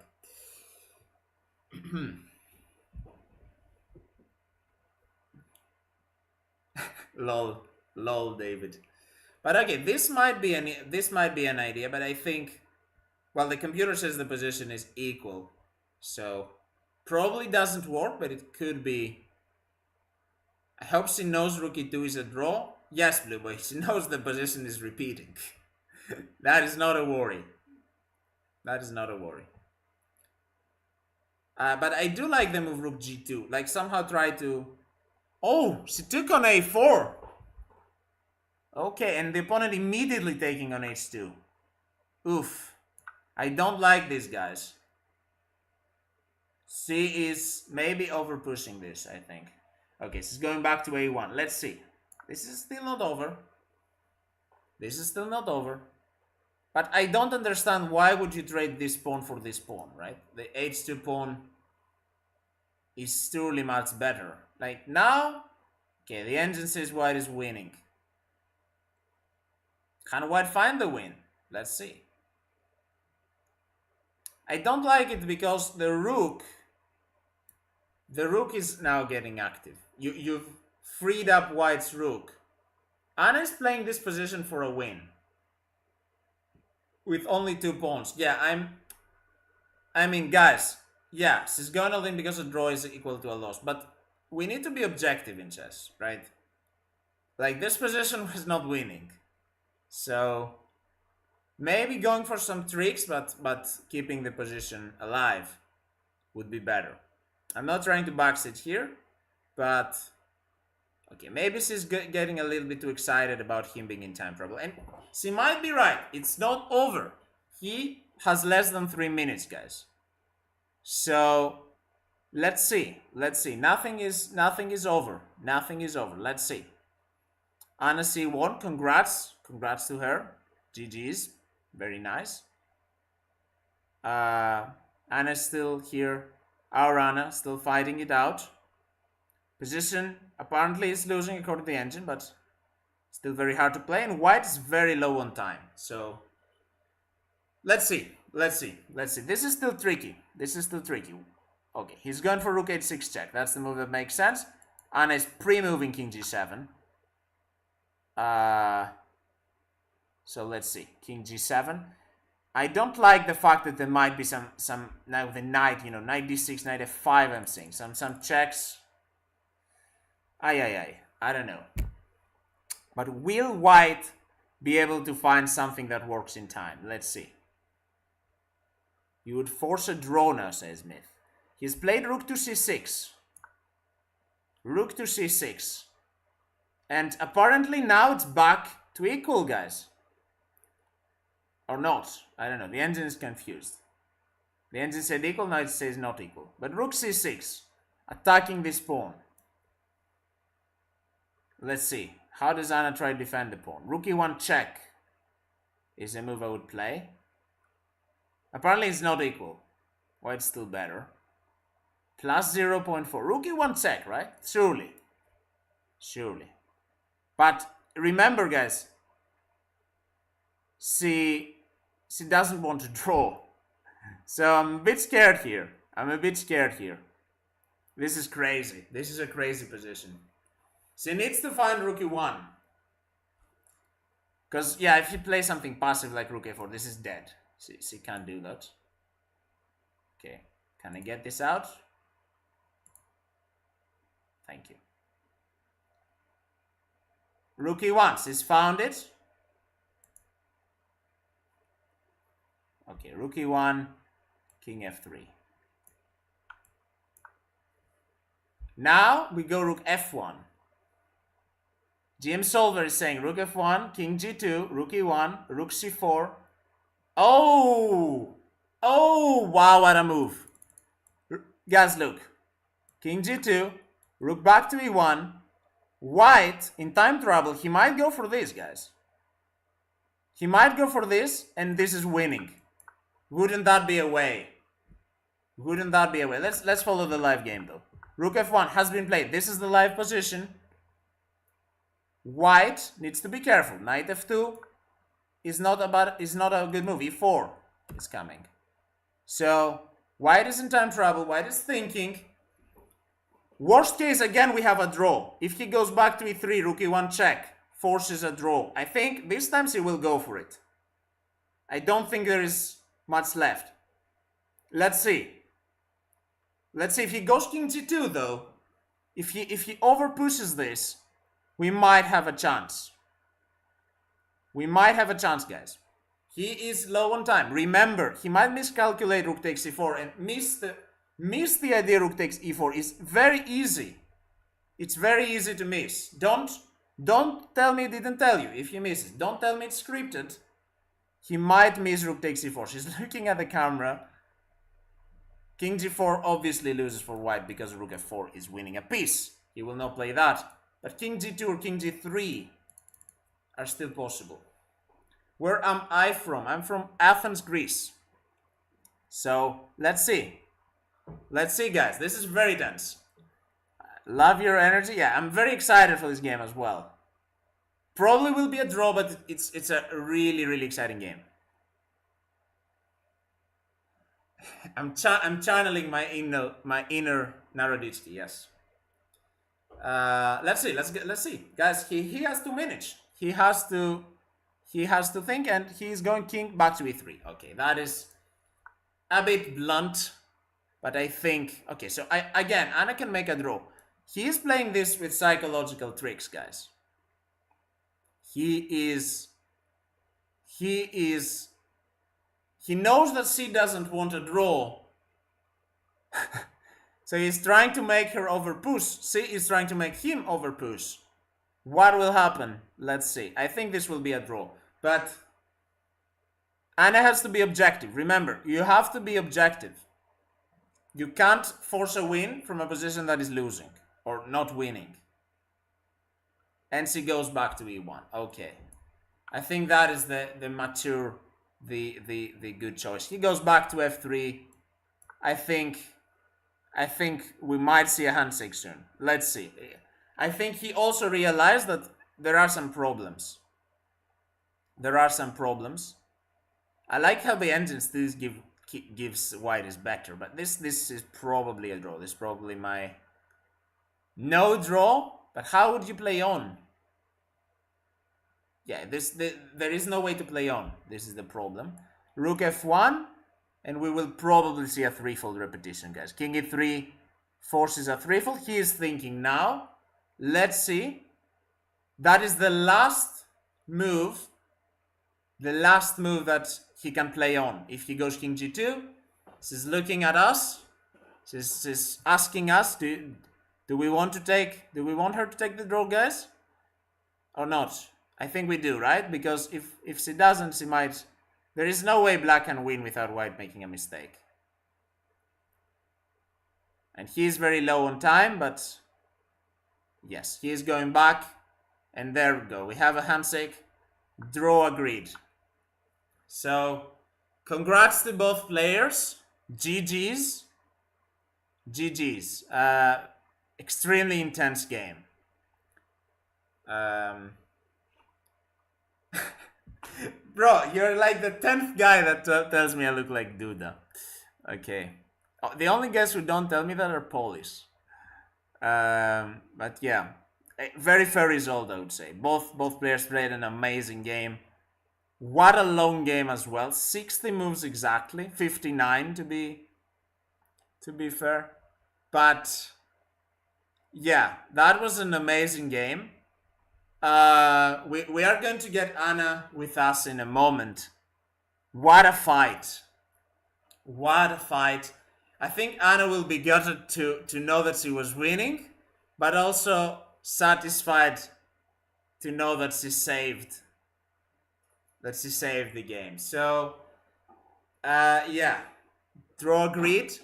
Anna's moving to 5 points out of 8. She still has a chance, by the way. Okay, she might have lost that rating, a little bit of rating, but with a win tomorrow, she is probably crossing 2200 again. So, not all hope is lost. Draw is not a terrible result. And yeah, the camera might die, guys. So, yeah, we should give a shout out to the cam as well for lasting that long, right? It lasted 5 hours. We'll be streaming for 5 hours, guys. So, yeah, this has been a great stream. Yeah, no hiccups in the commentary. I will put on my headphones. I'm ready. I'm ready to see what our streamer has to say about the game. That was a great game. That was a very good game. Guys, remember to tell her that in the chat because she will maybe be upset. Okay. Okay, let's see. Where... Okay, now my boomer self will take over because I have no clue. Okay, let's open Discord. Yes, she will be upset, so please guys let her know that this was an amazing game.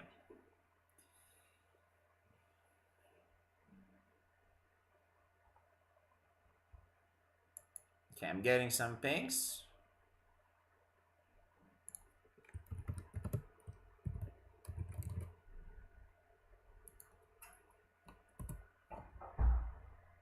Let me prepare a little bit. Okay, boom, boom, boom.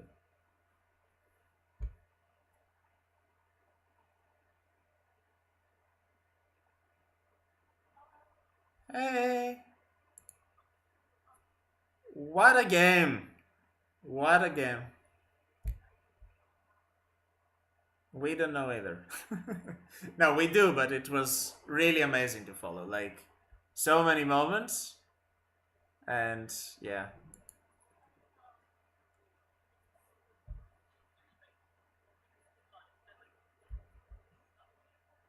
Oh, so you missed the fight that his rook could go back. Yeah, you were winning by the way, but just for one move. Yeah.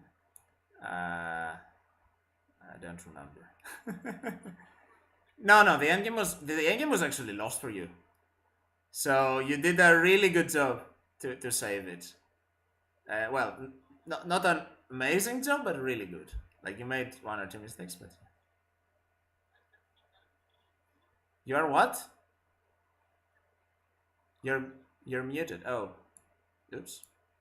Now it's muted, guys. Yeah. Sorry, guys. Hello. Sorry, guys. I Okay. didn't miss much. Yeah, you didn't miss much. We're just discussing. So Anna said that she missed the move rook g3. Not after rook g4, but like generally, like I thought like queen f4 or like I don't know, like I thought something is checkmate or like winning. I thought I was winning the rook, but then I saw rook g3. I'm like, wait, none of those moves actually work. So basically, your sacrifice was good. Like everything was great. Like up to knight takes 4 was really good. But then after g takes h4, you have a winning move, which is Oh wait. Oh. okay. It's maybe a bit hard to calculate without the board, but yeah. I maybe saw it. This is the thing. Did I have to take on g5? Not immediately, because there is, I don't know what there is, but Yeah, you it have, doesn't work. so you have to give a check first. Queen f4 check. Check. Queen f4 check. Yes. And then rook g3. Rook g3, and then you take on g5. Oh, because of h4. Yeah, exactly. Okay, the thing is, I saw these lines, but I liked rook takes h4 the most. But if I had seen rook g3, I would have gone for this, because then I'm like, oh, h4 is in this line possible. But I didn't see rook g3 at all. So which is why it didn't cross my mind. Yeah. So stupid. I had But the time. Well, not so much left, but 10 minutes? we didn't see, because we didn't have the live clocks this time, but we figured that you'd be quite low on time. I had 10 minutes. It should be enough. I was just a bit too optimistic. Like, I thought, oh, it's easy win now. Yeah, but then after rook g3, it's a bit scary. He also found all the right moves. He played really well. Yeah, but I mean, in the endgame, I think credit goes to you.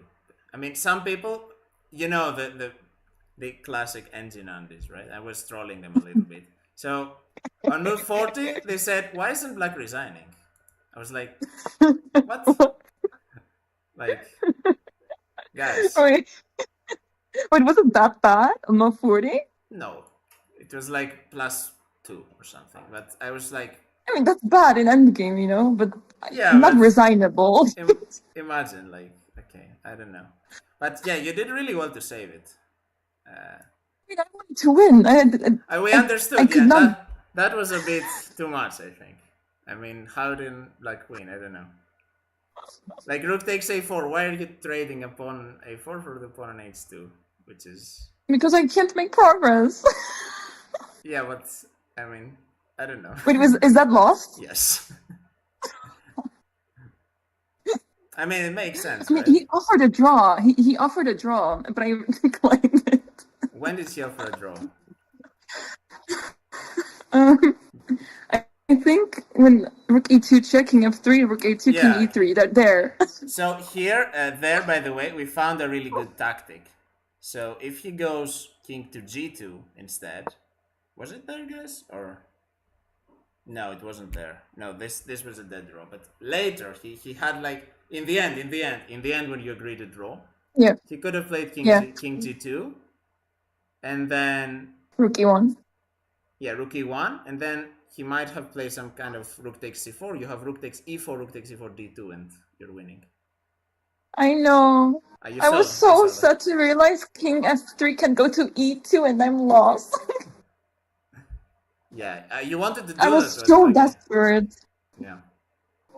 I also when we entered the end game. I was also looking at rook d4 moves, but and then went to win with 3 pawns.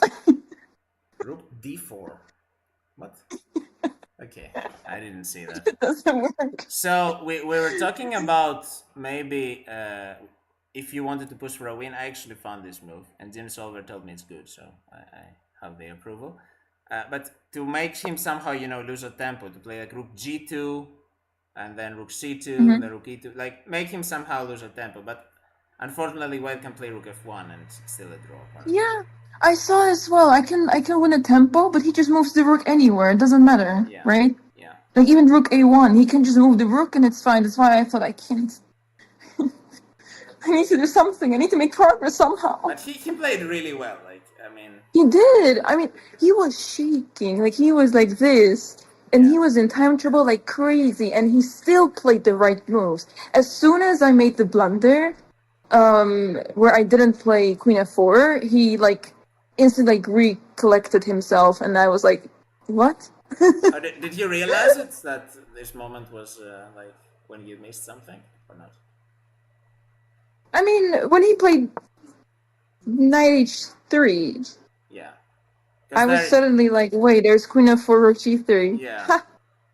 This was like beautiful for us as well, like big shock. Or like maybe you missed that the knight was going back or something. I don't know. But okay, you missed the rook. No, I saw this. I missed rook g3 because like knight h3, queen f4, king h1, over, and then there's rook g3. I'm like, what? Yeah, sad. That's okay. Yeah, it's okay. At least draw is better than a loss. I was really scared because you were going for the a pawn. I was like, guys, We have to be objective. That's what I said. Like, we can't go for a win in every position. But in the end, I mean, okay. it was going through my head. You know, the quote that Blue Boy told me once: "You're a winner if you like agree a draw instead of like pushing too much." I was like, no, I really need to push for a win. I need to try, please. Yeah, it's okay. It's okay. I know. Oh my god, actually crazy. By the way, shout out to your new phone because it kept us the entire 5 hours. Not, Really. not a single problem, and yeah, we had a great stream actually, and a lot of At least that's a good thing. yeah. I think we had a great 5 hours of content. That's because great game, great stream. Some really helpful guys in chat also. Like yeah, some That's some nice. some guys were not so helpful, but okay, I will not make comments. Resign now. I mean, they Why were is she like, not resigning? This is so bad. if Why did she not agree to a draw? Mm. if you have time, you should check back like around move 40-41, where some people were suggesting like super engine moves, and I was like, guys, what? Like, please explain it, this move, right? Some king f6. You had king f6 at some point. I think instead of b6, king f6 was like the best It did move. cross my mind. It And did cross my mind, but you had like 30 seconds as well. yeah, So I was but it's like, like one of those moves you don't want to play. exactly, There's yeah. like That's if you have like, other moves, and I wanted to defend my pawn on a7, right? yeah, yeah. And then after Yeah, b6, someone wanted a5 and said, okay, that is maybe a good move. Some other with guy, my a5. no, he's a5 to press Okay, I b6. mean, why would he do? Why should he do that? Yeah, I don't know. It's just some random engine line, I guess. And some other guy wanted rook h1, rook g1 to h1, something like that. Like putting the rook behind the king. I was like, okay, guys, if he plays rook g1, I'm quitting the stream. Like, I mean, You can call Kramnik. yeah, I don't know. But okay, there's some great content if you want to look back. Really nice. I mean, it was a nice game. Like I really tried my best. He was defending so well. Like every single time I try to push, he just stops me, and he just stops every single thing. And I just, in the middle game, I didn't know what to do. Like all my pieces are placed well. How do I continue? And could I have gone maybe e5 earlier or something? I think here e5 was good. Like, I maybe there mean, was, maybe it was possible earlier to put pressure, but I was too scared. I thought it was unnecessary. yeah, I don't know. We didn't really look at e5 except the moment you played it, so maybe Okay. you can, yeah. Because all your pieces are in Okay. great position, right? So it makes Yeah. sense to open only when all your pieces are developed. So I was only Uh, winning in one move. That's you crazy. were better after e5, and there was at some point maybe you could have sacrificed the exchange on f4. That was also a little bit better. You could have gotten 2 pawns. It's not winning, but Yeah. you could have gotten 2 pawns for the exchange, which is probably good. There was also Yeah. there was also some sacrifice. Rook takes g3.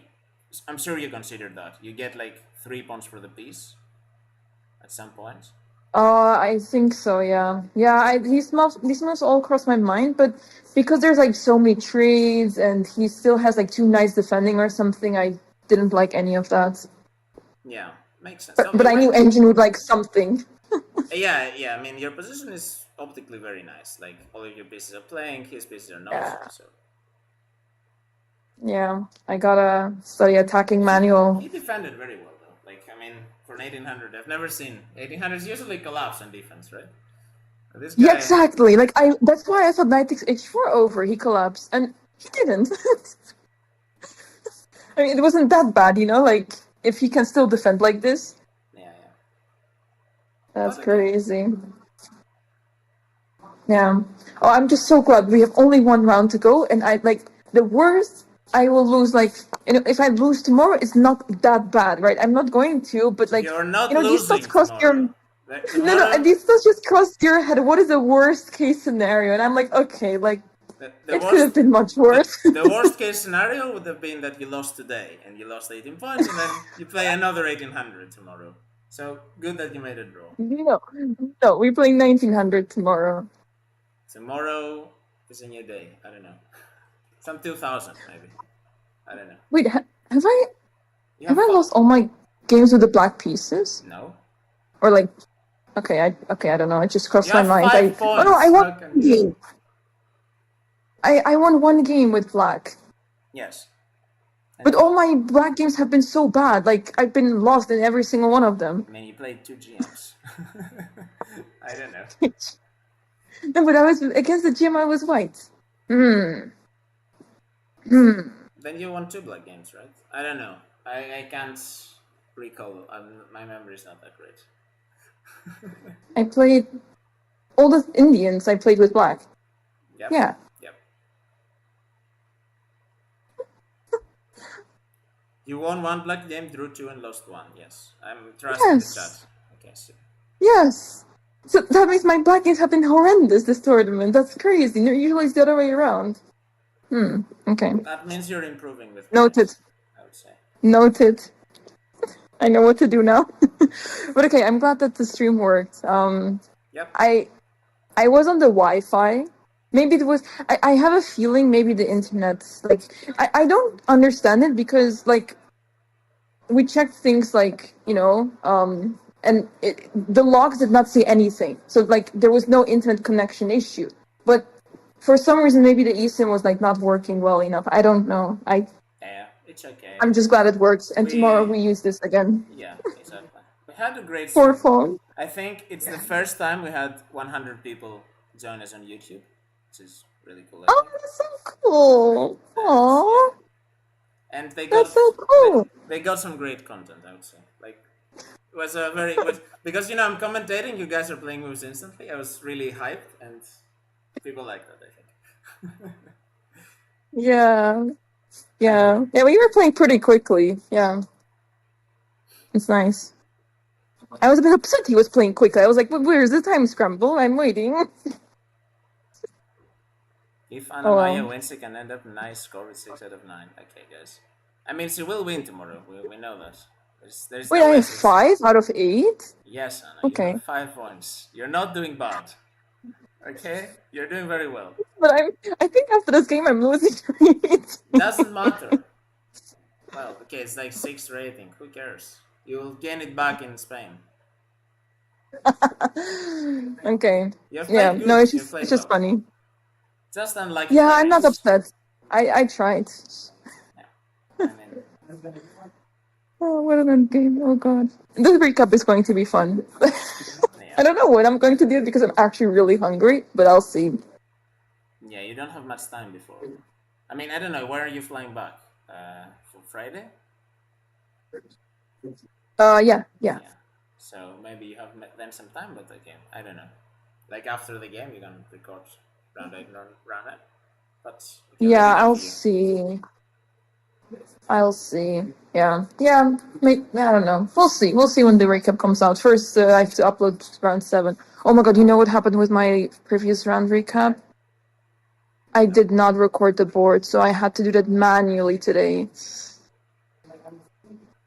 That sounds like. Yeah, I don't know.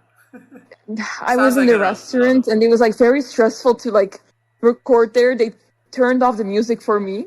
Masterchef's daughter was like, "Can you please turn off the music for 15 minutes?" And I was like, "Oh god, no." And then they did it. And then the guy kept coming back like, "We have to turn it on." They were like, this boss was like getting angry. And like in all this stress, I didn't realize that my board was not recorded. Like it was not captured in OBS at all. So I had to do that manually this morning, so it's going to be a little bit scuffed, the recap, but I hope people won't notice. If Ivanchuk is on 5 points, that would be crazy if she plays Ivanchuk. I mean, I guess... He lost today? I guess. Maybe he'll quit the tournament, I guess, if he has less 5. I don't know. He played against this girl from Russia. Leia? I can't pronounce her name. Leia Garifulino? Yes. Okay. Anna increases the unemployment rate in Iceland. Why? Is the restaurant guys fired or what? I don't understand. Yeah, the restaurant guy is gonna get fired because of me. He was saying that customers were coming in and they're like, "Are you closed?" Because there's no music. I single-handedly was like causing them a loss. Wherever you go, drama is following. I mean, how can you avoid? Zach told me I'm the problem. I'm the problem. What can I say? People are realizing, yes. Anyway, I'm gonna leave you to have some nice and simple dinner. Yes. And Yes. Alexandra has been waiting for me as well, so okay, we're gonna catch up and have some dinner. So thank you for yes, commentating. Thanks so you're much. welcome. And see you tomorrow. Yes, see you guys. Thanks for watching. Bye Bye. bye. Tomorrow early round. Yes. Bye. Bye bye. Okay, guys. So yeah, as Anna said, tomorrow round starts at noon. Uh, so be sure to check us for the final game. Probably a white game. So yeah, let's see if Anna will be able to win the last game and get to 6 out of 9. It's been quite a long stream, guys. Thank you so much for being with me, and hope you enjoy Phoebe's stream. And yeah, see you tomorrow for the last round. Bye, guys. Bye, guys. Good night.